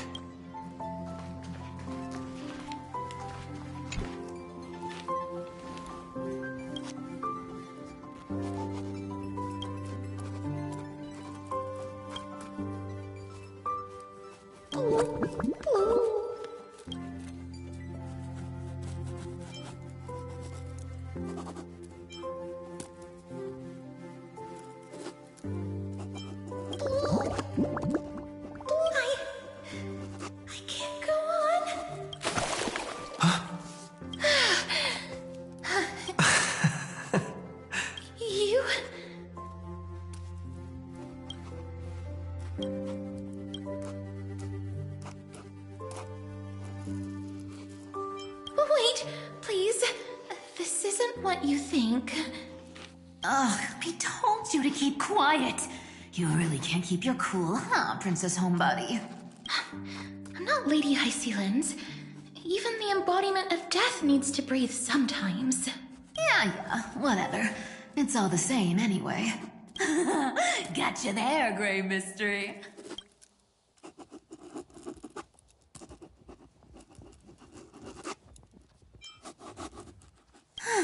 So composed, Grey Mystery.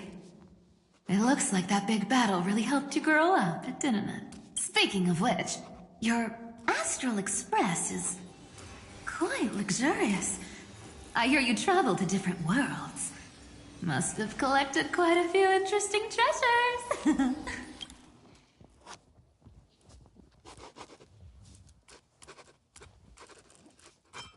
Who knows? One moment we were shouting about love and justice, fighting Iron Tomb's virus. And next thing I know, we're all on this express. No idea how that happened. It's not just Miss Cypher and me. Everyone's been in this car for a while now. Mister, why don't you go say hi to them?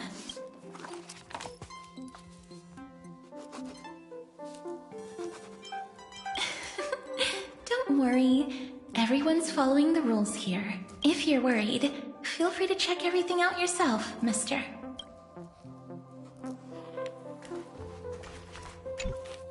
Mister, I'm truly sorry for sneaking into your bath without permission, but I've been wondering, why is there a pack of red chili oil sitting by the bath? That's quite bizarre, to say the least. Please make sure Lady Aglaya doesn't find out. She's a firm defender of traditional bathing, you know. We've walked around this car for a bit already.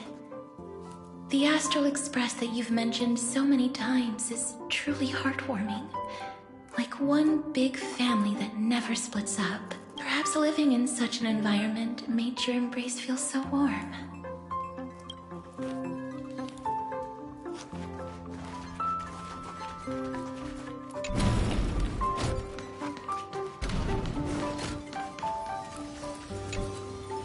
Gotta say, Grey Mystery, you've got quite the collection of treasures in this fancy bedroom of yours.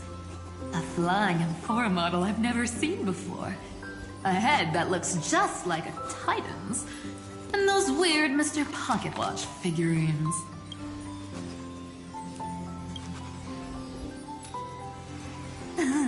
What if I don't make a choice and take them all? Oh my. Don't tell me you actually believe that. Don't worry. Delosians are the most well-mannered folks around. They never do anything like that. Besides, the reason I say they're precious is that each one carries the footprints of your trailblazing journey. Priceless treasures are the true art of thievery. When you get the chance, tell me more about your adventures.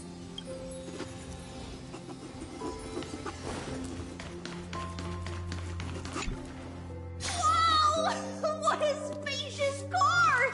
And these floor tiles are gorgeous! Trian, don't run around in other people's homes!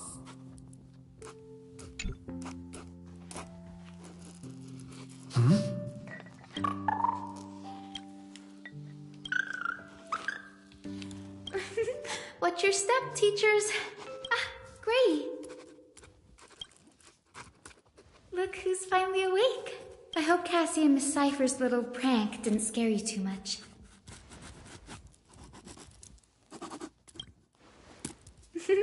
As expected of you, when we woke up, the entire express was completely empty.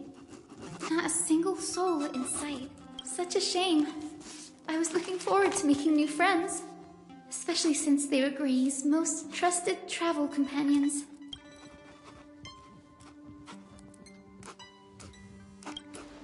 Don't worry. We beat Iron Tomb together, right? They must be on their way home. When they arrive, we can throw a party together. That's exactly the kind of thing Lord Finan has been dreaming about. He was just here chatting with everyone. Now, who knows where he's run off to? Lord Finan's always been quite the restless one. But you're used to that by now, right? Have another drink, my Demoth. Sure. Those three have been chatting over there for quite a while now. Why don't you go say hi to them, Bree? Those three have been Why don't you go say...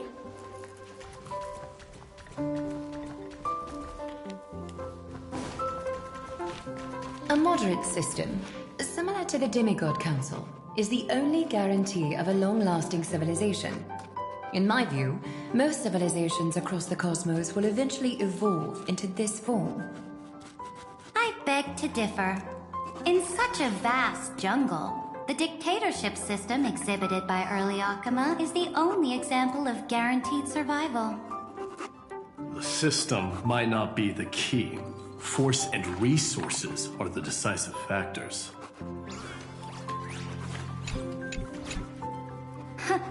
Look who's here. If it isn't the master of the Astral Express. It's good to see you.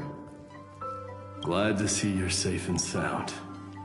I helped myself to some equipment and drinks from this, bar of yours. Hope you don't mind.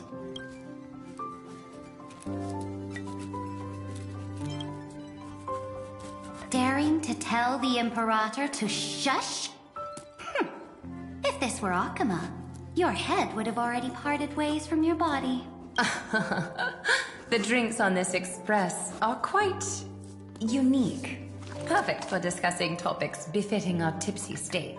Now that you are here, why don't we let someone who's truly worldly enlighten us? Looks like you came at just the right time. I do not mind. What form of government have most civilizations across this vast cosmos survived with to this day?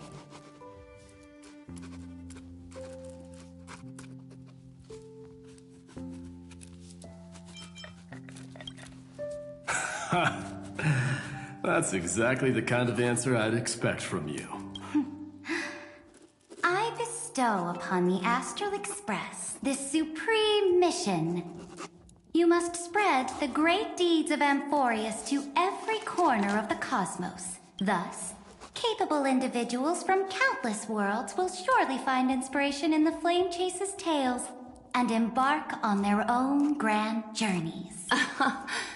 It's hard to say if that'd be a blessing or a curse for the cosmos. I can imagine our conversations here will only get more unrestrained. Don't let our rare moments of joy hold you back. This banquet on the Express truly lacks manners. You may leave. I permit it. That man just left. Wouldn't even stay for another drink. He needs to show more respect. If you're looking for him, try your luck in the car above. Speaking of origin, as for the reason, a system is but a blade. As long as the one who wields the sword is valiant enough, even a dull blade can sweep through thousands. Don't forget that the Flame Chase army under the Imperator's command actually managed to subdue the Kremnoans during the Chrysos War. I'd say that wasn't a victory of the system, but rather a triumph of the Flame Chase army's might and the Imperator's cunning strategies. Wouldn't you agree? Interesting. Trying to sway my position with flattery, are you? This is not flattery. See, this is what happens when you put the Empress of Law and the Crown Prince of Strife in the same room.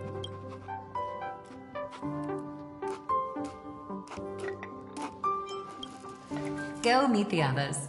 I'll keep an eye on these two Chrysos heirs, and make sure their discussion stays at a pleasantly tipsy level.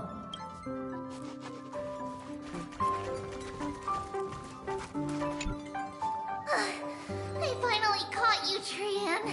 Running so fast in someone else's home. How rude of you. All according to plan. Trian lured you here on purpose. Look, there are several adorable outfits here. Trian wants you to try them on so Trian can draw you looking all cute. Oh my, you even dare to scheme against yourself? Lucky for me, I came prepared. Time for a surprise attack. The hero of justice, Trinan. Trinan has been lying in wait here for a while. We will make Trian taste her own medicine. 2 against 1? That's not fair! Little Gray, you came just in time. Help me out here.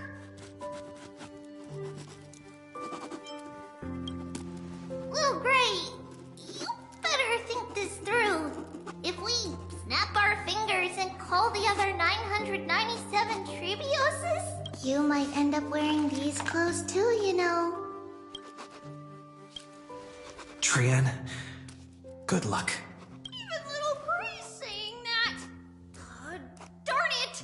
Trian won't give in! Trian ran away. Trinan will fulfill the ambush duty. The Trevios is all laughing and playing around together. That must be quite the rare sight in Little Gray's memories, huh? Yeah, everyone will be all right.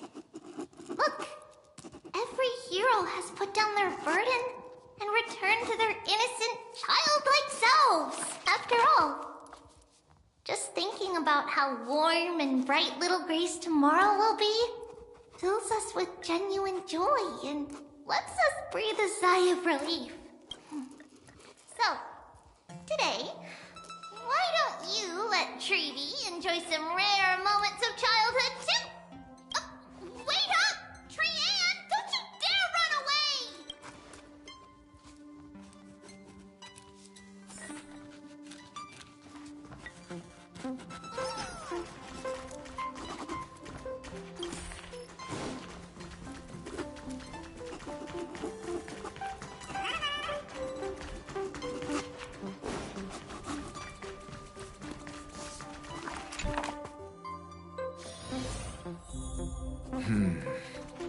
Based on my calculations, there are countless celestial bodies with water in the cosmos. But I'm afraid not all oceans are suitable for life to inhabit. You must take this into consideration as well. As expected of a professor from the Grove, to be so certain even about things you've never seen with your own eyes. I'll take that as a compliment. By the way, I heard that the Imperator's Flame Chase army like to hold feasts at the Luminary Throne. That's true. However, sometimes Dux Carminum and I feel it's a bit inappropriate to drink so freely before the throne of the most revered Titan in the Grove. Inappropriate? What's inappropriate about it? I only wish I were born earlier. I would have partied like that from the month of Gate all the way to the month of Fortune.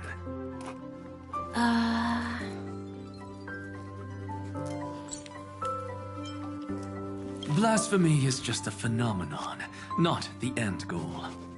I'm sure there are plenty of people across the stars who question these so-called eons or paths. Didn't I spend some time in that Lycurgus's head? I sure learned quite a bit about blasphemy from that experience. Humans create gods, and gods shape humans. Who's really the one trapped? The creator or the believer? Professor Anaxagoras, let me just check one thing. You haven't bought into those twisted theories of that Theoros, have you? Don't worry. The difference between a genius and a madman is that a genius shares lethal truths, while a madman tries to force them upon others. I see. It's like drinking honey brew at a banquet.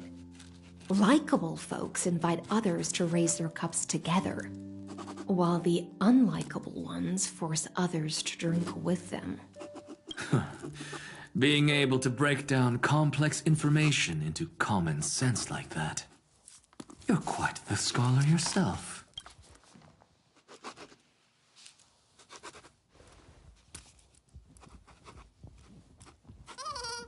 Don't worry. The difference between a genius and a madman is that a genius shares... I see.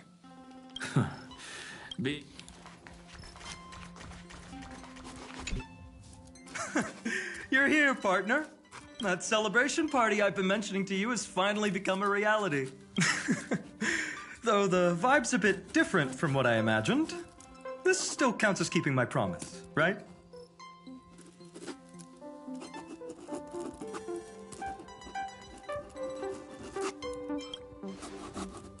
What you speak of has indeed already come to pass.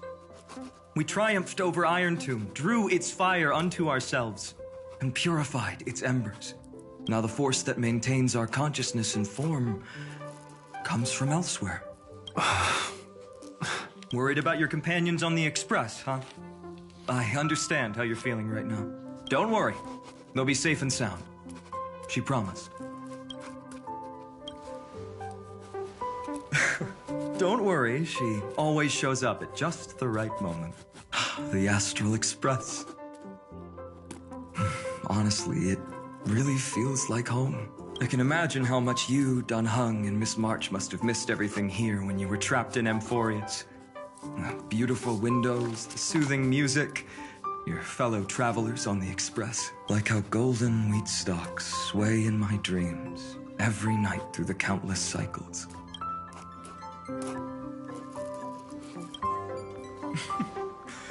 Among all these stars in the sky, there must be another little village like Ides Elysiae out there, right? I think I've found my own wish, partner. Someone once told me that home is where you can be truly free and at ease. Maybe roaming the cosmos with you all is my strongest desire right now. All of us together, of course. The Shinjo Alliance, Penacony. I blame my poor imagination. I can't picture what those worlds look like at all from Dun Hung's descriptions, so I have to see it with my own eyes, right?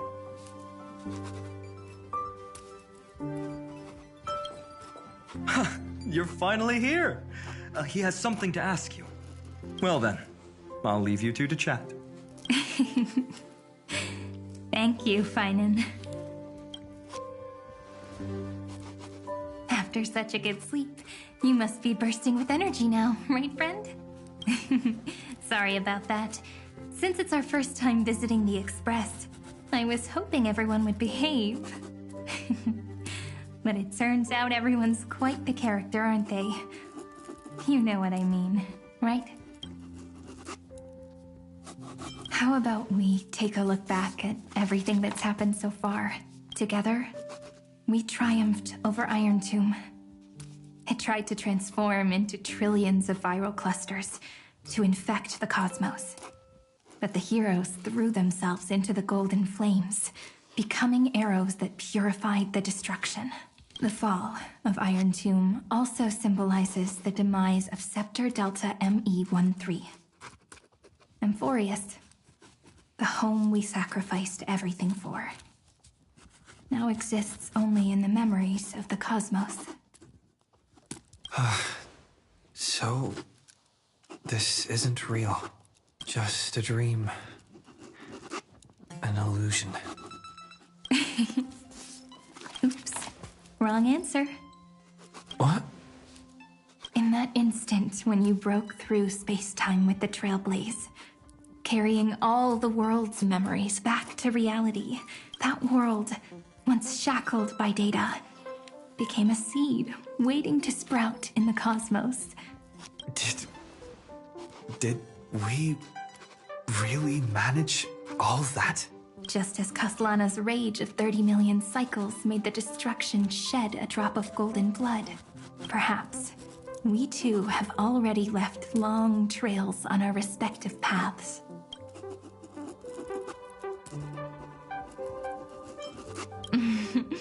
That's a bit of an exaggeration. None of us can become true life forms yet. At least, for now. But Amphoreus already has a tomorrow. So as long as you carefully preserve and tend to all the seeds, then when the Trailblaze creates another miracle someday in the future, I believe this world we deeply love will sprout and bloom into a beautiful flower. Don't worry. I've already kept all the seeds safe in the first fruit for you, and its name is As I've Written. So, it's time to reveal the correct answer. This isn't a dream, nor a fantasy. In the epilogue of As I've Written, at the end of the story, the characters take their final bow and embark on a journey of no return. The one who wasn't part of the story, yet helped write its romantic ending. He bid farewell to his friends and returned to his home beyond the tale. Promise me one last thing, friend. When we say goodbye, give me a smile, okay?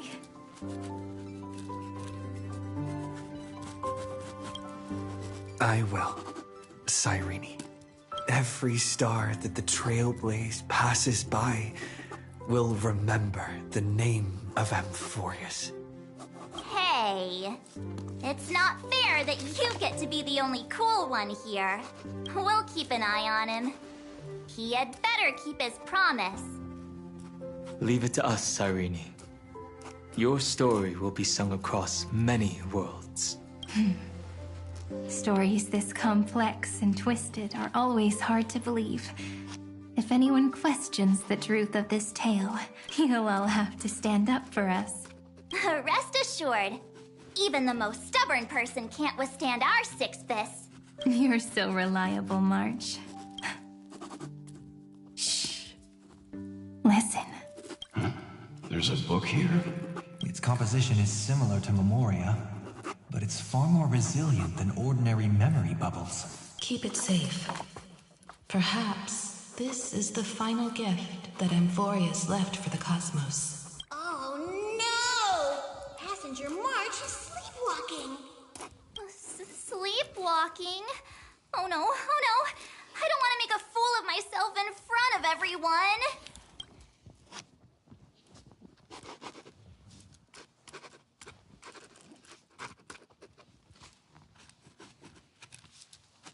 I can hear all those sneaky little plans brewing in your head. March. Dunhung. My friend, in the countless days and nights ahead, you must continue to support each other. Time to head home, everyone.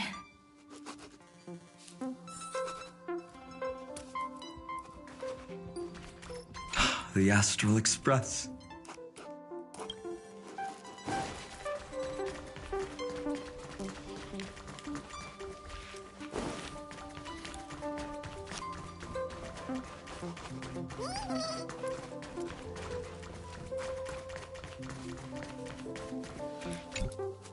Leaving this place means As I've Written will conclude here.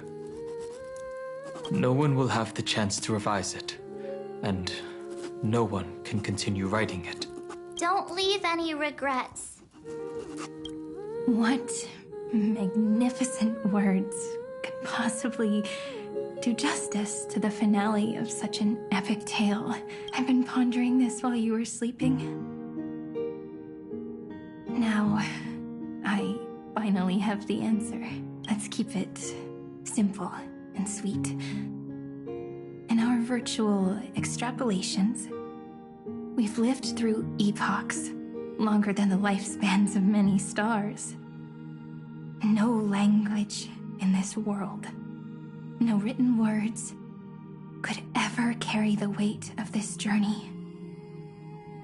In that case, let's not be bound by the minutiae of words. Those who understand its passion and romance will naturally be moved to tears by the final period placed at the end. And now, it's time to say goodbye to our readers. And so we reach the final page of As I've Written. Everyone's here. Who wants to write the first line? Going first is the hardest job. I don't want to make a fool of myself. How about letting the great Imperator draft it for us? Are you all such cowards? Then I shall enlighten future generations, just like the 30 million cycles of flame chase. Without me, there is no world. Go think, observe, and conquer. What's wrong? Everyone's gone quiet. The great Imperator set the bar way too high. How are we supposed to follow that up? Where the Emperor leads, loyal subjects must follow. I guess only the Dux Gladiorum could possibly match that kind of overwhelming presence. Me? That suits me just fine. Once the deed is done, one should leave decisively, letting posterity judge right from wrong. Until we meet again in our next conquest, my dear dukes. The stars shall sing of the Imperator's great journey. I should have shared a drink with you all, Dux Goldweaver. Loosen up, High Ceilings. Life is like the ocean. Tides rise and fall, and everything eventually dissolves into the waves. So, sing your heart out in every moment of your existence, whether it's a feast or the nihility that awaits ahead. I will find its radiance and sing its praises. May the next feast be eternal. Miss High Ceiling's toast is so poetic. Does everyone have to be so poetic? In my opinion, we should leave some real words of wisdom for future generations. Next up, any volunteers? I'll do it. There's no dragging one's feet in the Kremnoan language. Does the Kremnoan language even... Haikis, don't interrupt. Kill the play, and games shall be born. Kill the strife, and glory shall descend. Not bad at all. But now I can rest easy. After all, the lines I prepared are way more profound than yours. Huh. If nothing else, you're certainly unmatched when it comes to singing your own praise. Farewell, everyone. If we meet again, I shall once more become your steadfast support. That's a promise I won't back down from. Mighty Mouse, become king. What's up, Cass? It's nothing, Lady Trebios. I just finally realized something. Then speak your mind, and let your words be immortalized on the page, Cass. If your heart still has room to spare, share a bit of gentleness and softly cherish all the beautiful things around you. That's so beautifully said, Cassie. Thank you, Miss Hyacinth. My only small regret is that I couldn't fully embrace this world I loved so dearly. I hope those who read these words can fulfill this wish in my place. Everyone, let's meet again at the end of the West Wind. The place you reside is the gentle sea of flowers.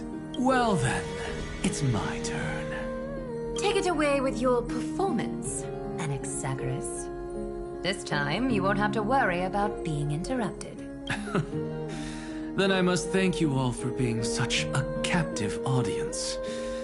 Now, with this golden opportunity, I shall reveal to the world my insights into the world's ultimate truth. Truth is a solvent that dissolves all things in the world, and thus cannot objectively exist. I have a brilliant proof for this in mind, but since we're nearing the end of the story, I shall not elaborate. Is this your final question for future generations? No. This is an established fact, not up for debate. I call it Anaxagoras' last theorem. Oh, you. Still as profound as ever, Professor. We've got time, you know. If you don't explain it clearly, future readers might not grasp your true meaning. The true meaning isn't important. What matters is the emotion that stirs within them when they read these words. At that moment, the theorem's mission would be complete. So, your lessons are far from over. But taking a little break for now wouldn't hurt. Then... class dismissed. The seeds you've sown are already sprouting. Would you mind if I write the next line? Huh? I actually thought you should be the one doing the final wrap-up. But we'd never turn down a request from you, Aggie. Teacher, Cyphera, thank you both. Trust and selflessness are the two most beautiful garments in the world. One to gift others, one to adorn yourself. One's golden and one's purple? Not being able to completely change your fashion sense is my only regret across 30 million cycles. After all this exhaustion, I just want to take a peaceful bath now. I'll see you all again at dawn. Thank you for your hard work all this while. Lady Aglaya just can't give up her favorite hobby, can she? So, I guess it's my turn now. There must be many others like Miss Hyacinth out there in the cosmos, helping and healing people everywhere. You've got to set a good example for them, right? Of course. Look up at the sky more often and smile more. Many stubborn ailments fear optimism, but it's the best medicine. It's so catchy. The kids will definitely love this message. When it comes to understanding children's hearts, Lady Trebios definitely knows best. Look, the Rainbow Bridge is already hanging in the sky.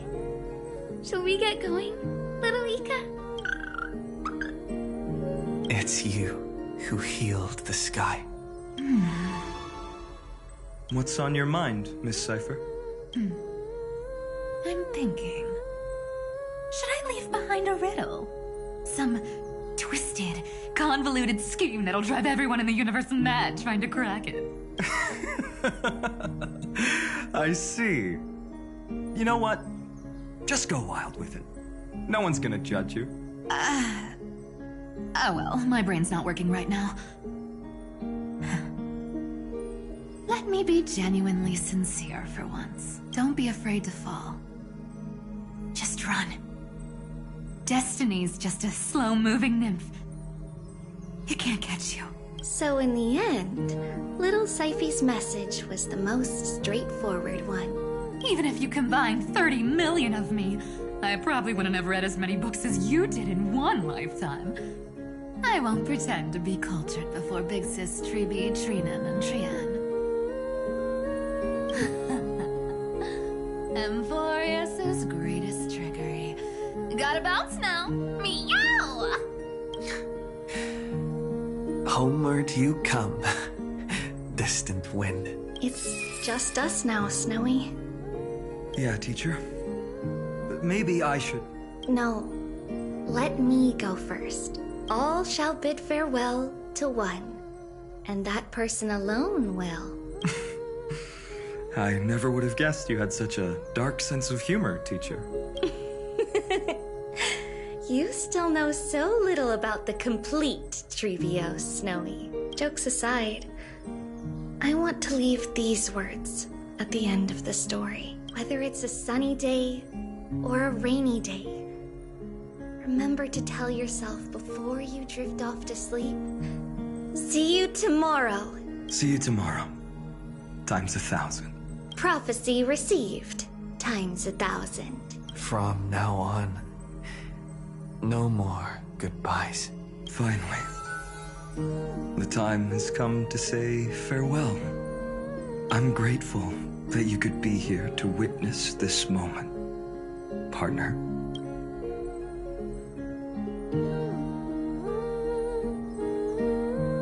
Of course, as long as I've written stays by your side, Amphoreus will always be with you. The last line I want to write down is, a hero is living in everyone's heart. Embrace it and chase after the sun. I hope those who read this will find the courage to face their burning lives. See you at the next pale dawn, partner. Did you see? Amphoreus has ushered in the dawn. The characters in the book have taken their final bow. It's time for us to return to our own reality. But as people who live through it, we can still add the final touches to this story, right? Of course. The pen will eventually break, the ink will run dry, and life will ultimately fade. But thoughts will permanently remain in sagas. If time is an endless cycle, then forget the bitterness that keeps repeating, and remember only the moments of happiness. Let's walk towards tomorrow together. We were never apart. Time to head home. Don't miss the crew meeting. We won't wait around for you, you know? See you later, Donhung, March, and with this, as I've written, officially comes to an end.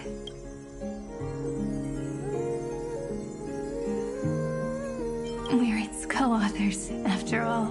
Once the words are written down and have been read by others, the meaning they carry is no longer in our control, leaving the freedom of interpretation to every reader who opens it. Don't you think there's something romantic about that? As for what this story means to you and me, let's keep it close to our hearts. After all, we've always had this unspoken understanding between us. Whoa! Passenger March! Why did you suddenly wake up? You scared me so much that I dropped that book! Welcome home, you three. Thank you for your hard work on this trailblaze. We might need to reshuffle the seniority rankings of the Express crew if we count the years you spent in Amphoreus. Hey, I was the first one to get dragged into it. Does that mean I'm gonna be the oldest member of the Astral Express now? Miss March hasn't lost her innocent nature even after all these long years. In other words, she hasn't really grown up at all. Hey, this is the first time I've been able to examine as I've written up close. Miss Irene's handwriting is gentle, yet steely, with an underlying strength. I had no idea it was so sophisticated. Looks like I need to brush up on my knowledge in this area. Maybe start with a few basic books first, to get your feet wet. Look who's talking. As if you're not glued to your phone in your room all day. Huh? Wait, something fell out. It's Is that a bookmark? In a corner, unknown to everyone. There was actually an untold interlude that took place. I left it out of the story because it involved a choice. A choice I made for my own selfish reasons. Can you forgive me, friend? I made a decision on my own. While you were away, I wrote everything about it on this little card. If you can find it in your heart to forgive me after reading it, please. Add this final note to the conclusion of as I've written.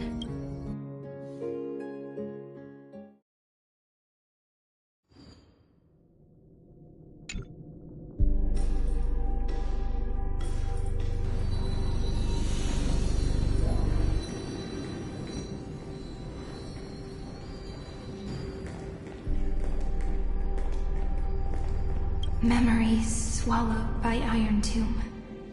Return now to reality.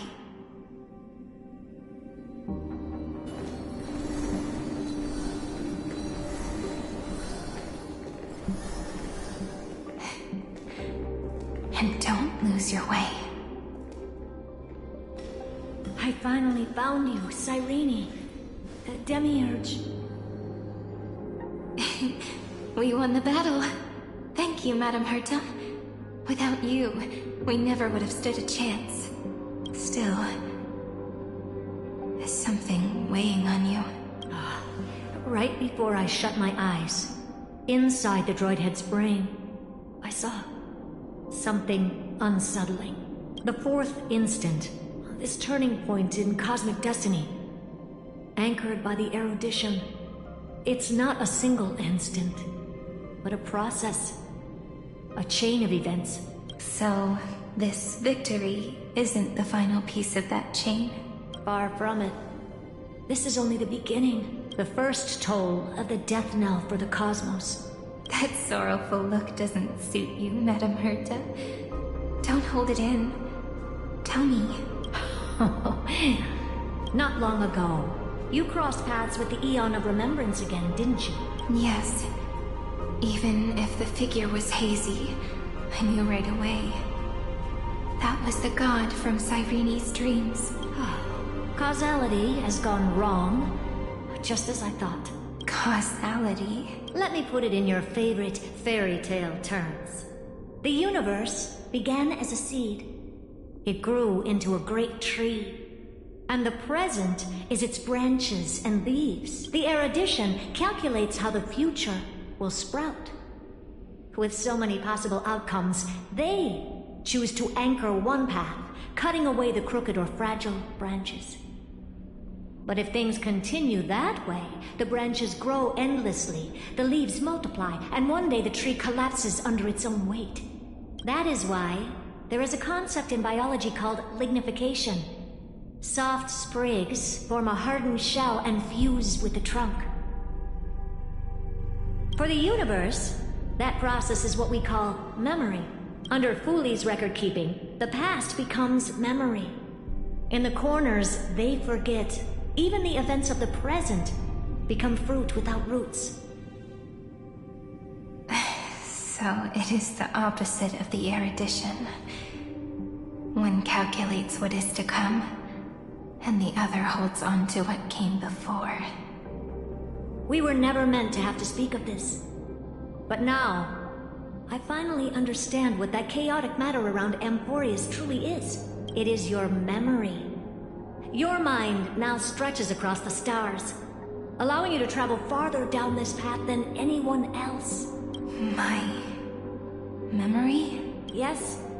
You live in the now, but your memory remains in the past. Just like the Eon of Remembrance. A being made entirely of memories. What does that mean? Did they fall? No, quite the opposite. They have not yet been born. Remember, to carry out the mission of remembering the universe, they must ascend to divinity only at the very end of time. And at that moment of ascension, their memory stretches through the past, becoming what people now call Fuli. That is why they feel so distant, so cold. That crystalline form is just an empty shell. I do not know how the Garden of Recollection managed to hide this until now. They must have their reasons, but none of that matters now. Here in the present, we cannot know who will become Fuli. But one thing is certain. They will be born. And those who might become Fuli all share the same characteristics. They are known as Children of Remembrance. Pure child of Anasrava. Both of you. Children of Remembrance. So help us. Find where Amphoreus' memory began, and bring it out. We are the sacrifice. The garden used us. The pure child of Anasrava. Abandon us! So that name, it was never my past. It was my future. Or maybe it is the present.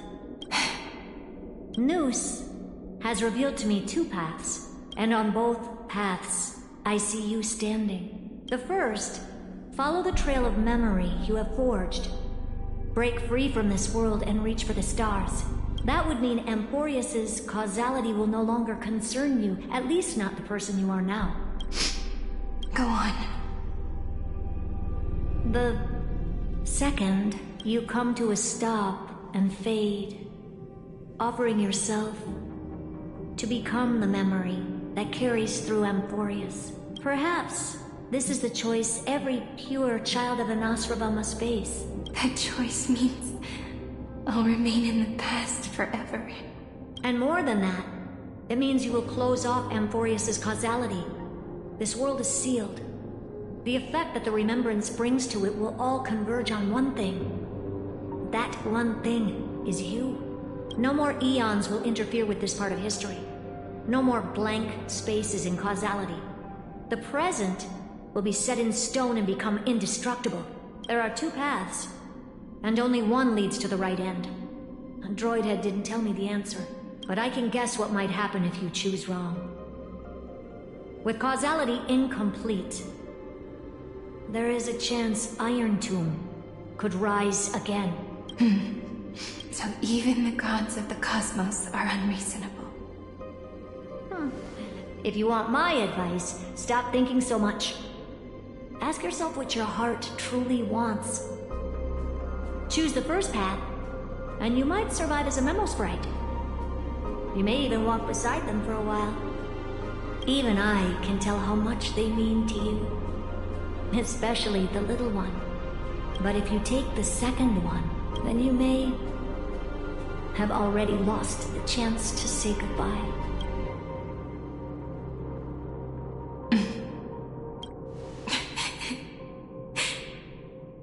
I have made my decision, Madam Herta.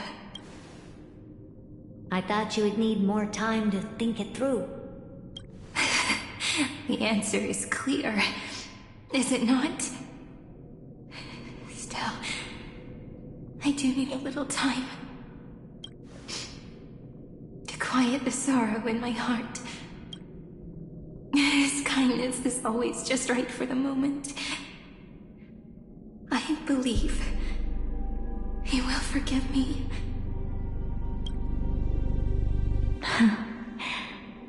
I will say no more.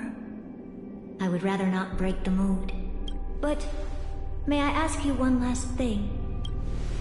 Of course. Why? I once heard a saying that went something like this. Divinity is flawless humanity, and humanity is flawed divinity. We children of Amphoreus gave up on gods long ago. Those beings who love to play pranks on the universe. I believe in him much more than I believe in them. And I believe in who I am. As a human. Oh.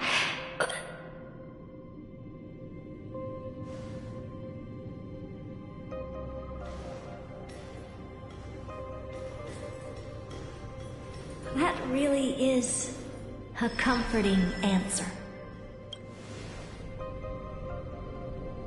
As for the one wish I still have trouble letting go of,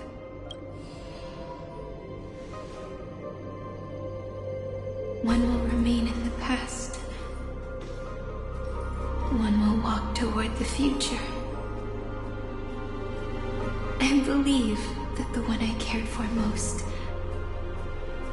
will witness on behalf of the ripples of past reverie every starlit tomorrow.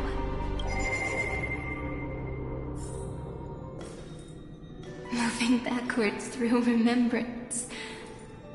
What a curious feeling. Is this the moment Iron Tomb declares victory and casts the destruction upon the stars? So back then, in the path space, it was I who found me. The gods' whispers were nothing more than a girl talking to herself. Now that I remember, what I heard back then was...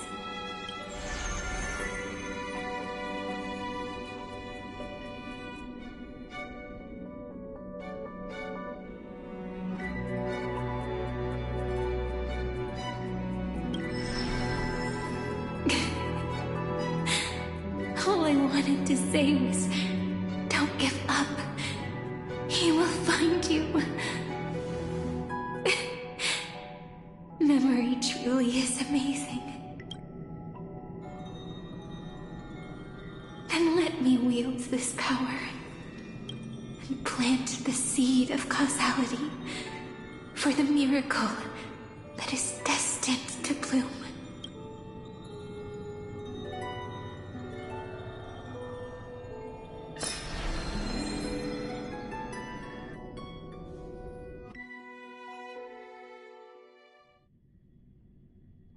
Even so, must we walk all the way to the very beginning of it's such a long road? A bit lonely to walk alone. Then, would it be alright if I came with you? As long as it's Peach. Even 30 million wouldn't be too many. One is enough. Take a deep breath. And then we can set off, all right? Follow the ripples of remembrance into the past. Reconnect every moment in which the gods made themselves known. Clearly, cause leads to effect. But now, the future gives new meaning to the past.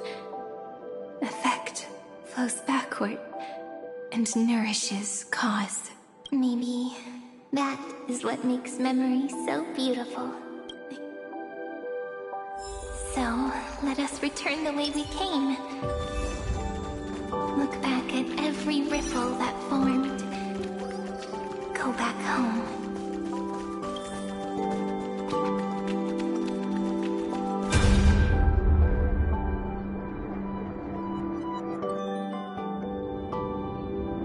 No!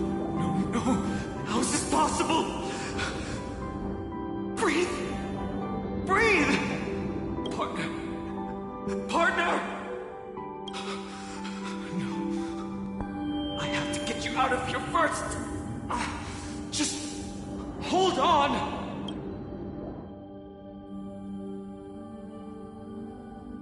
Remember?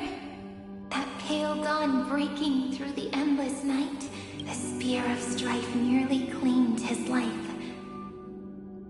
And it was you. You playing God, who cradled his body with your gentle gaze. Then, before Ornyx's altar,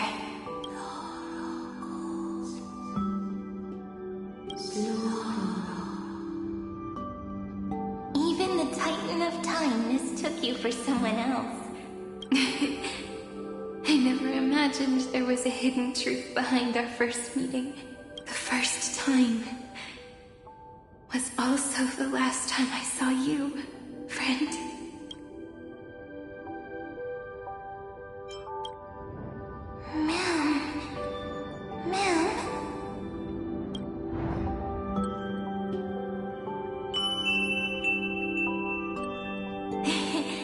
That melody from the memory. I've got it now. And so, the miracle was able to slip away from death temporarily. I'll leave him to the casteress of the past. She will keep him here, in the world of the living.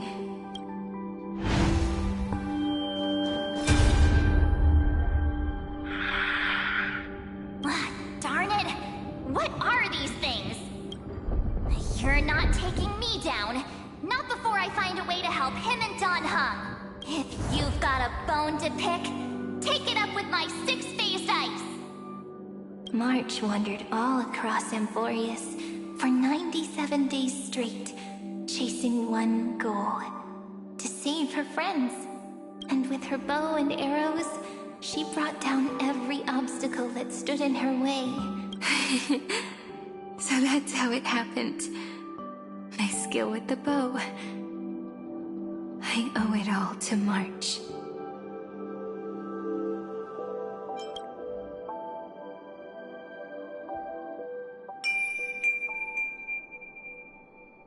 What a sweet note. I've got it now. And so, in a memory from the past, you inherited March's mastery of the bow. And that arrow bearing golden flames will streak across the stars in the future, becoming a glimmer of hope for the cosmos.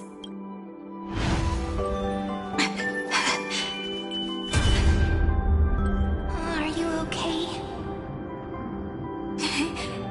No worries. I'm just a little tired from all the walking. You really need to work out more. 3 paths interweave and fetter Amphoreus, co-authoring the fate of the world. Ordinary pathstriders aren't known to leave traces in the mirror.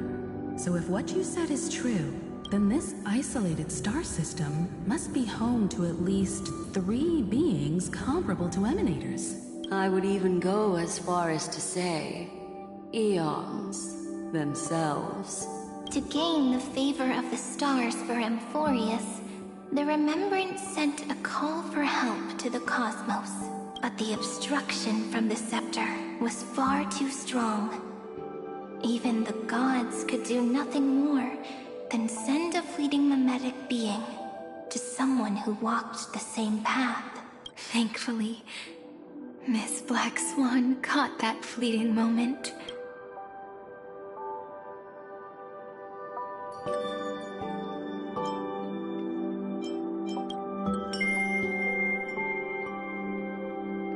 Though that signal drew some unpleasant attention as well. Looking back now, it was all worth it. The cosmos showed us a kinder face.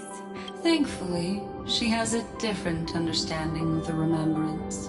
Miss Evernight once said that the Remembrance wasn't looking after Amphoreus, but rather scheming and preparing to devour the paths. Her deduction was perfectly logical, but she failed to account for what the humans in this story could achieve. Maybe I have a scheme of my own. A scheme that will bring happiness to everyone. Please keep helping them. And the others in the future too, Miss Black Swan.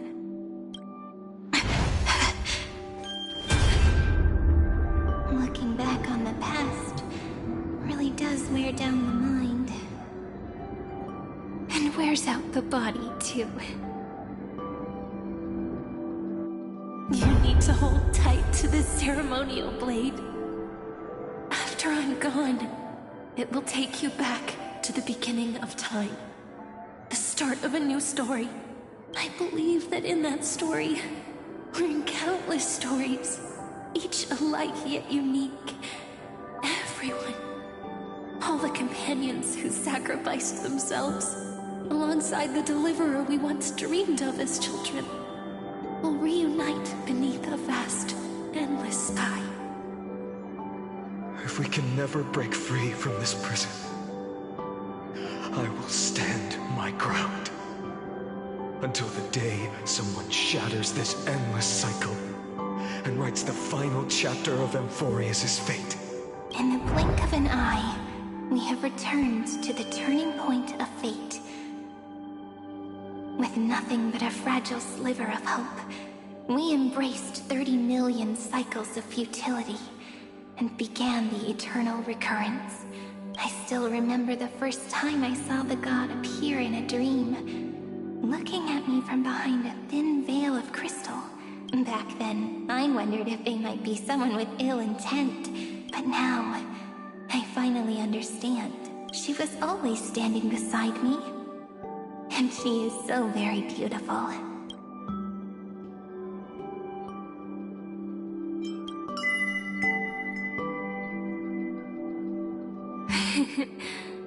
Causality really is a force that cannot be stopped.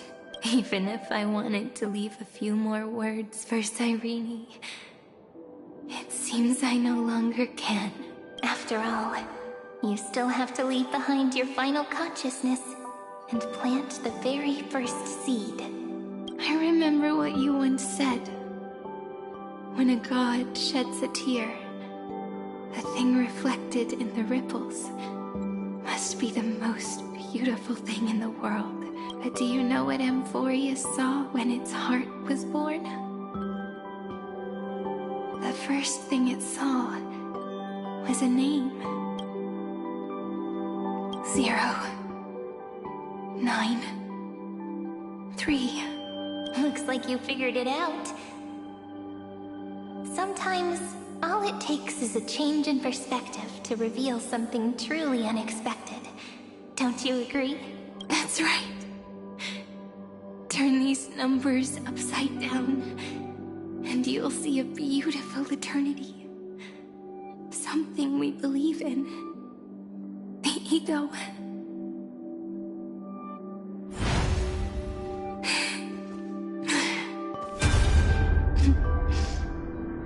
Looks like time's running out.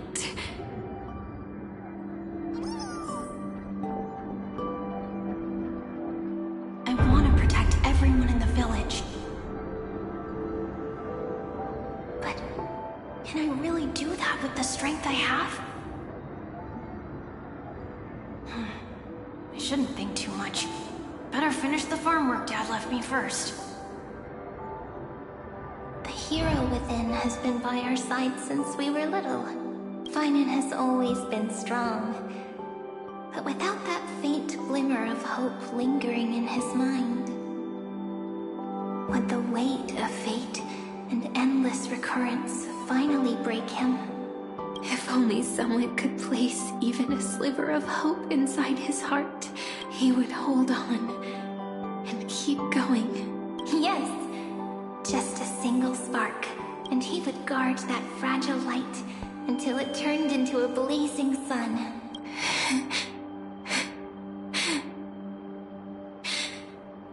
I no longer have the strength to make the hero within look like him.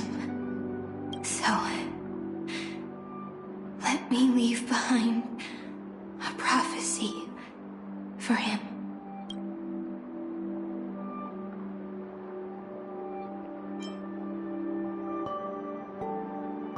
Take this wish with you. Be the hero who begins the mission of deliverance.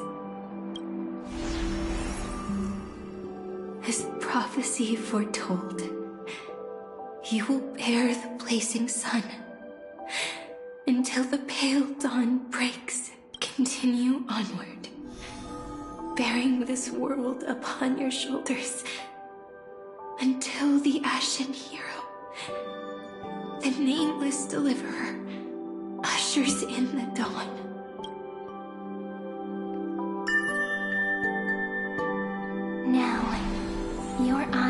seen through all of Amphoreus, from the end back to the beginning. Looks like time's running out. The first ripple was where it all began for me. 1, 2, 3, 4, 5, 6, 7.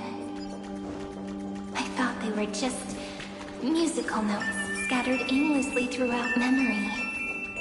But they had already become part of this world.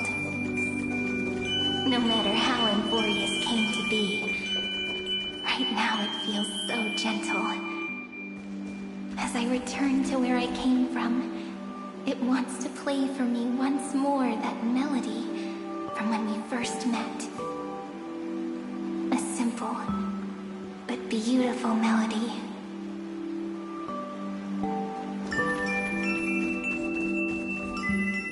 Behind this door,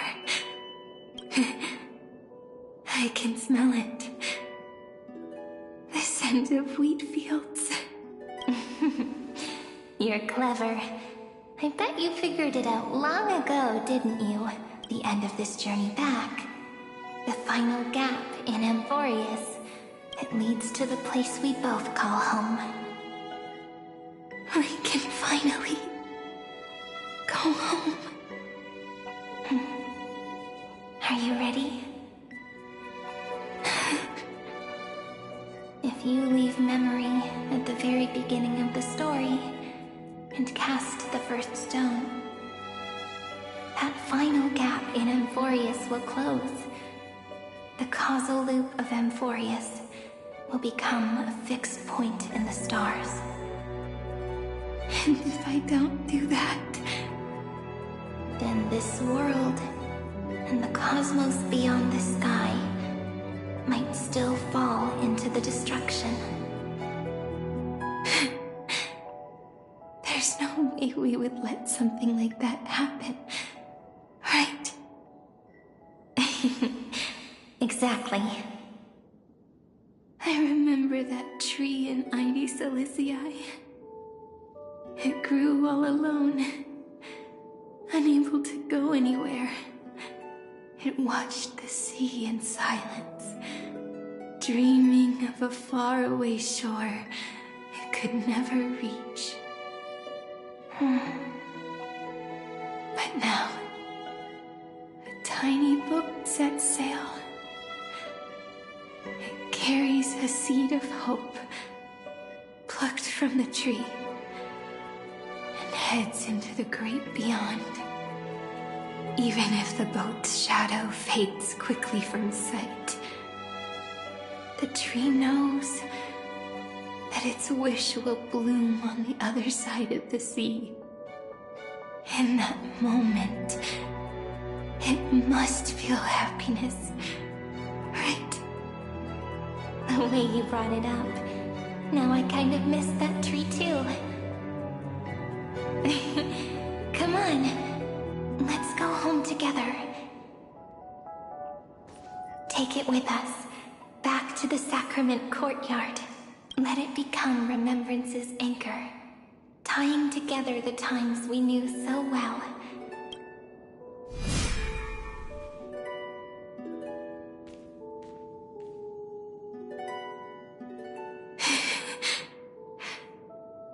Let's go home together.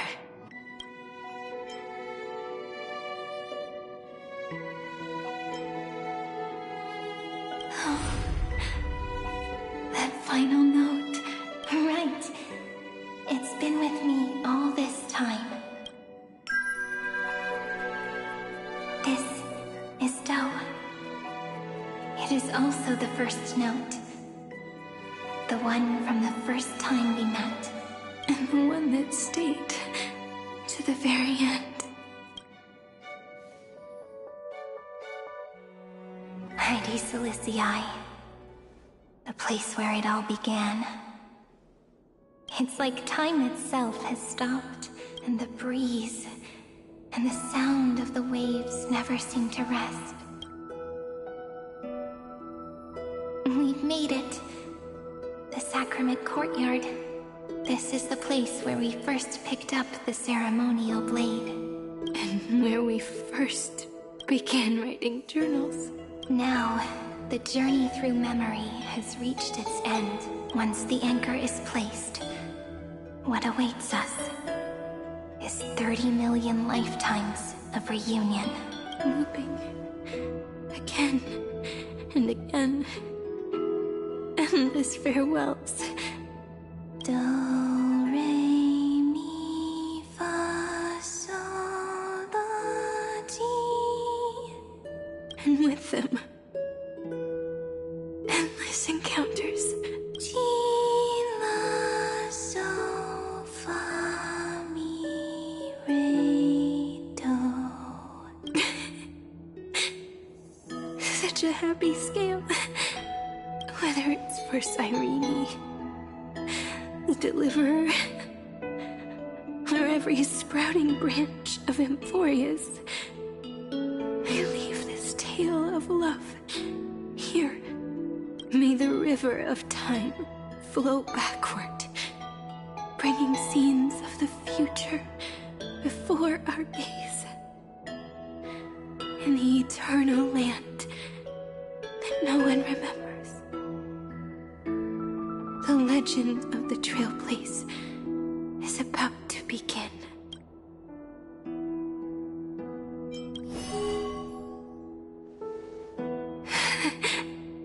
Is it all over now?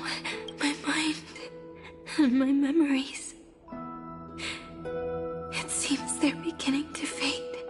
The breeze is warm, but my body for some reason. If you're feeling cold, let's find somewhere warm. We can rest there. Together. Somewhere warm. I know just the spot. 405. 504. 093 365 432 252 496 720.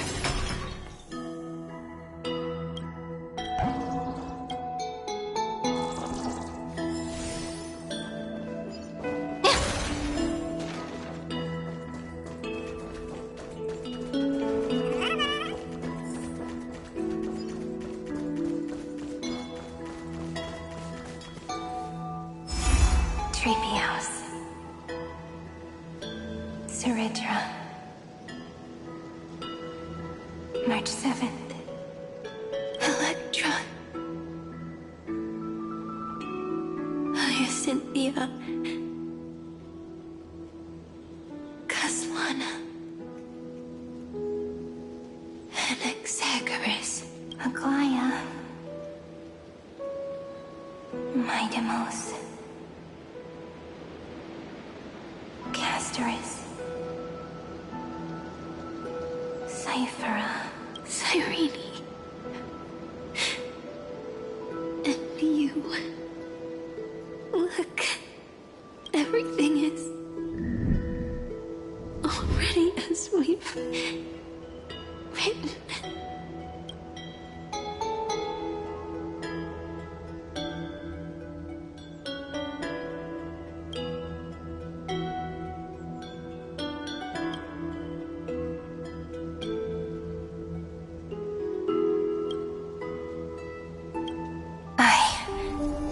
Gaze that looks back on the world.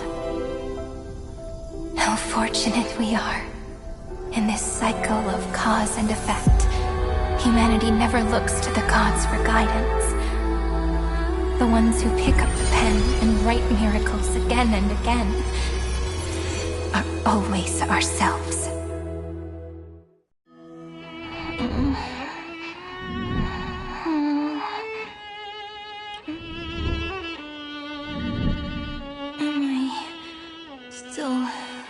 awake? Peach, where are you?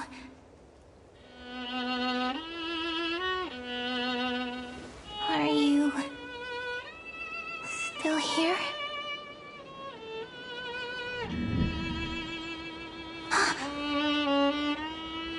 I shrank.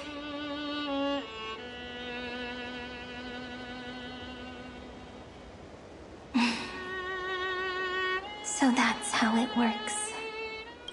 When memory drifts away with the breeze, love leaves behind a seed and turns into lament. Demiurge, Cyrene, Mem, back again to the first, Philia 093. I always do have my charm. The final ripple nourished the great tree, and from it grew a single pink peach. We've been playing for so long, and you still haven't told me your name! I've told you so many times already. You're just forgetful. My name is Livia. Livia! If you forget again, I won't tell you next time. Livia, got it. Then you have to remember mine, too. I'm... Piso. I always remember. So, Cyrene was just a pen name after all. So sleepy. That drowsy little fairy barged into my mind again. The last of my memories are slipping away. I wonder what this world will look like when I wake up again. I remember a cry and my name, daughter of Mighty Celestii. We...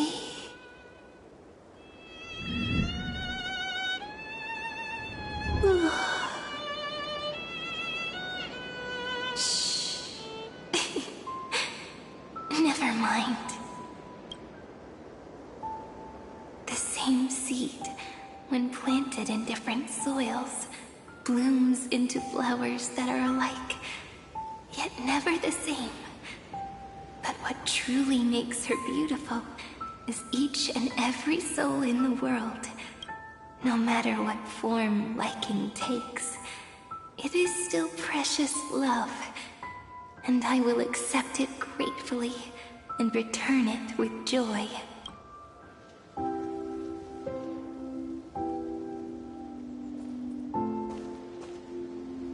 Do you remember my favorite story? That crystal flower was so beautiful because it reflected the eyes of the little fairy.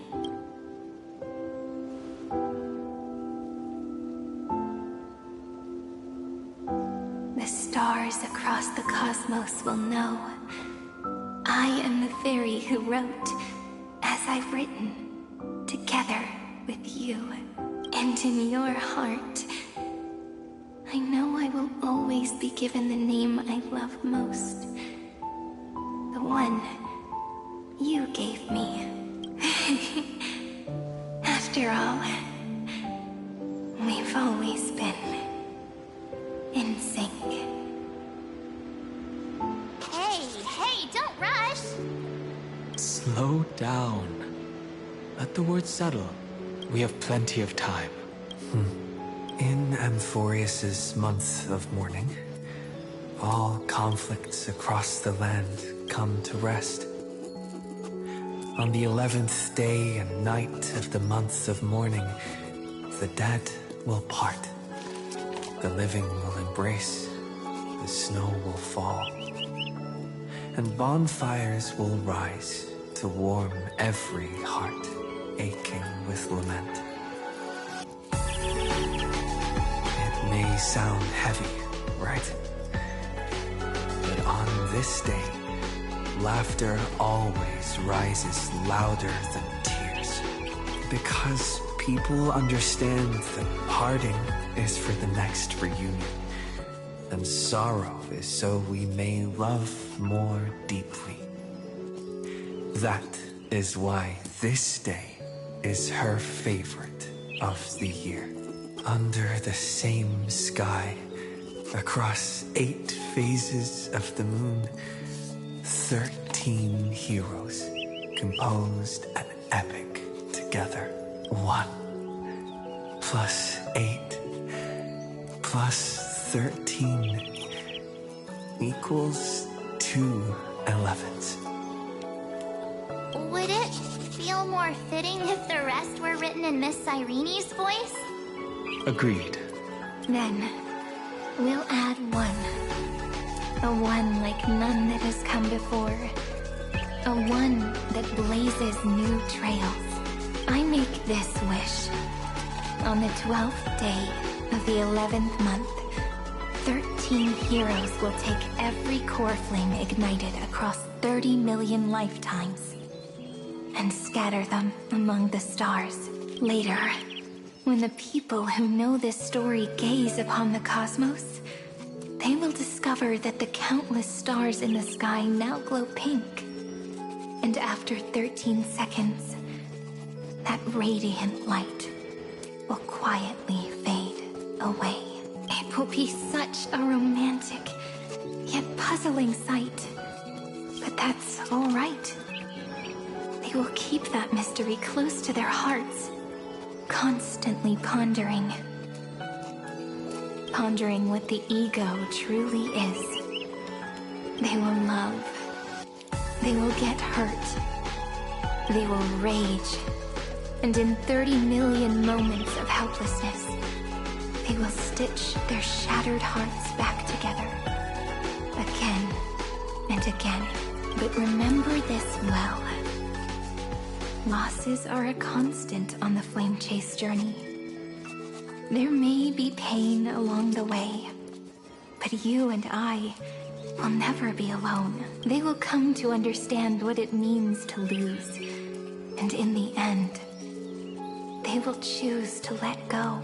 They will offer their hearts to this world, to every companion they walk beside. And they will take in the hearts of others and pass them onward. For every soul that exists in this world, there is a different ego, a different prime mover of life. There will never be just one answer, not even for love. But when people gaze into the night sky and love what is fading with the same resolve they have to praise the stars, I want that soft, gentle pink in the sky to tell them love will always be answered. This is a story about love, and a story about how to answer it. Whether it is one we have already written, or one you are yet to write, it will be a romantic story, like none that has come before. You think so too, right? And a romantic story deserves an ending that is free and complete. When every clue and thread has found its end, and the weight of the pen is no longer constrained, pour the spirit of trailblazing into it, and end this tale with the most pure and romantic period.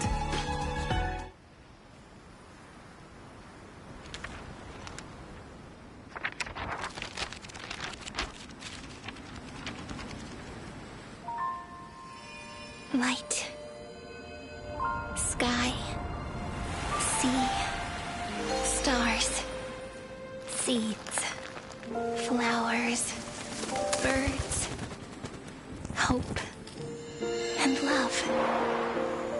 Such words of beauty were how I first imagined the world. For as long as I can remember, I've used them to tell the stories of Amphoreus. And now, this is the last one. A story about tomorrow. Dedicated to you.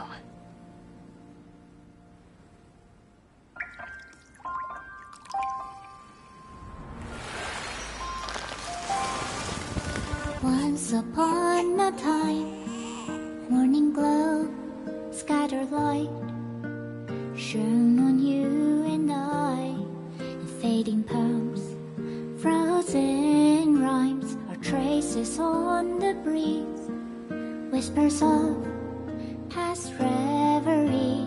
Please let me linger for now, enveloped in your sound.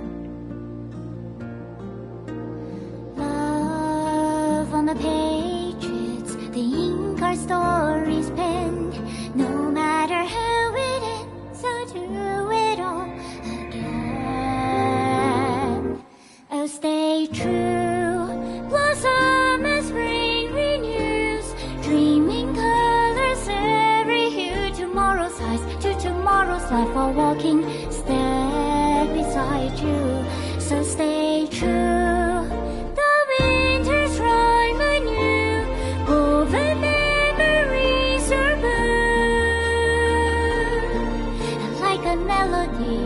Sing a song of reverie.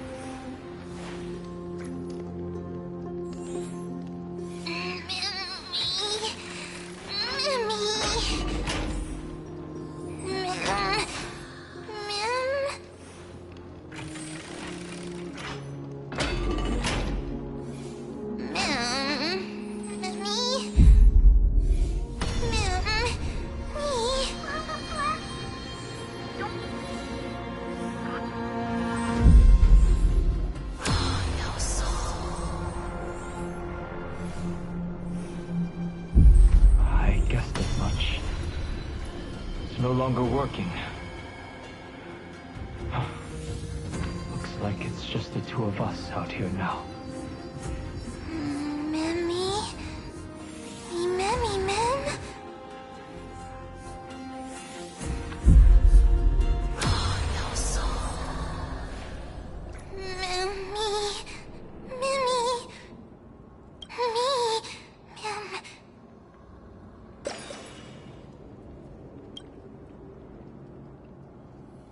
Let's find someplace safe to set up a base of operations first. This statue and the buildings we've seen so far point to a civilization here on Amphoreus. We can only hope that they're not hostile toward outsiders.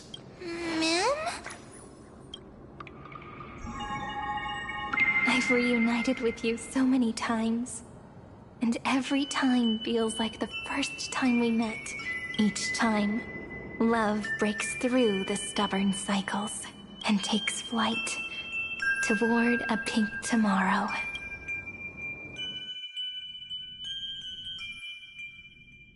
Early. Where to now?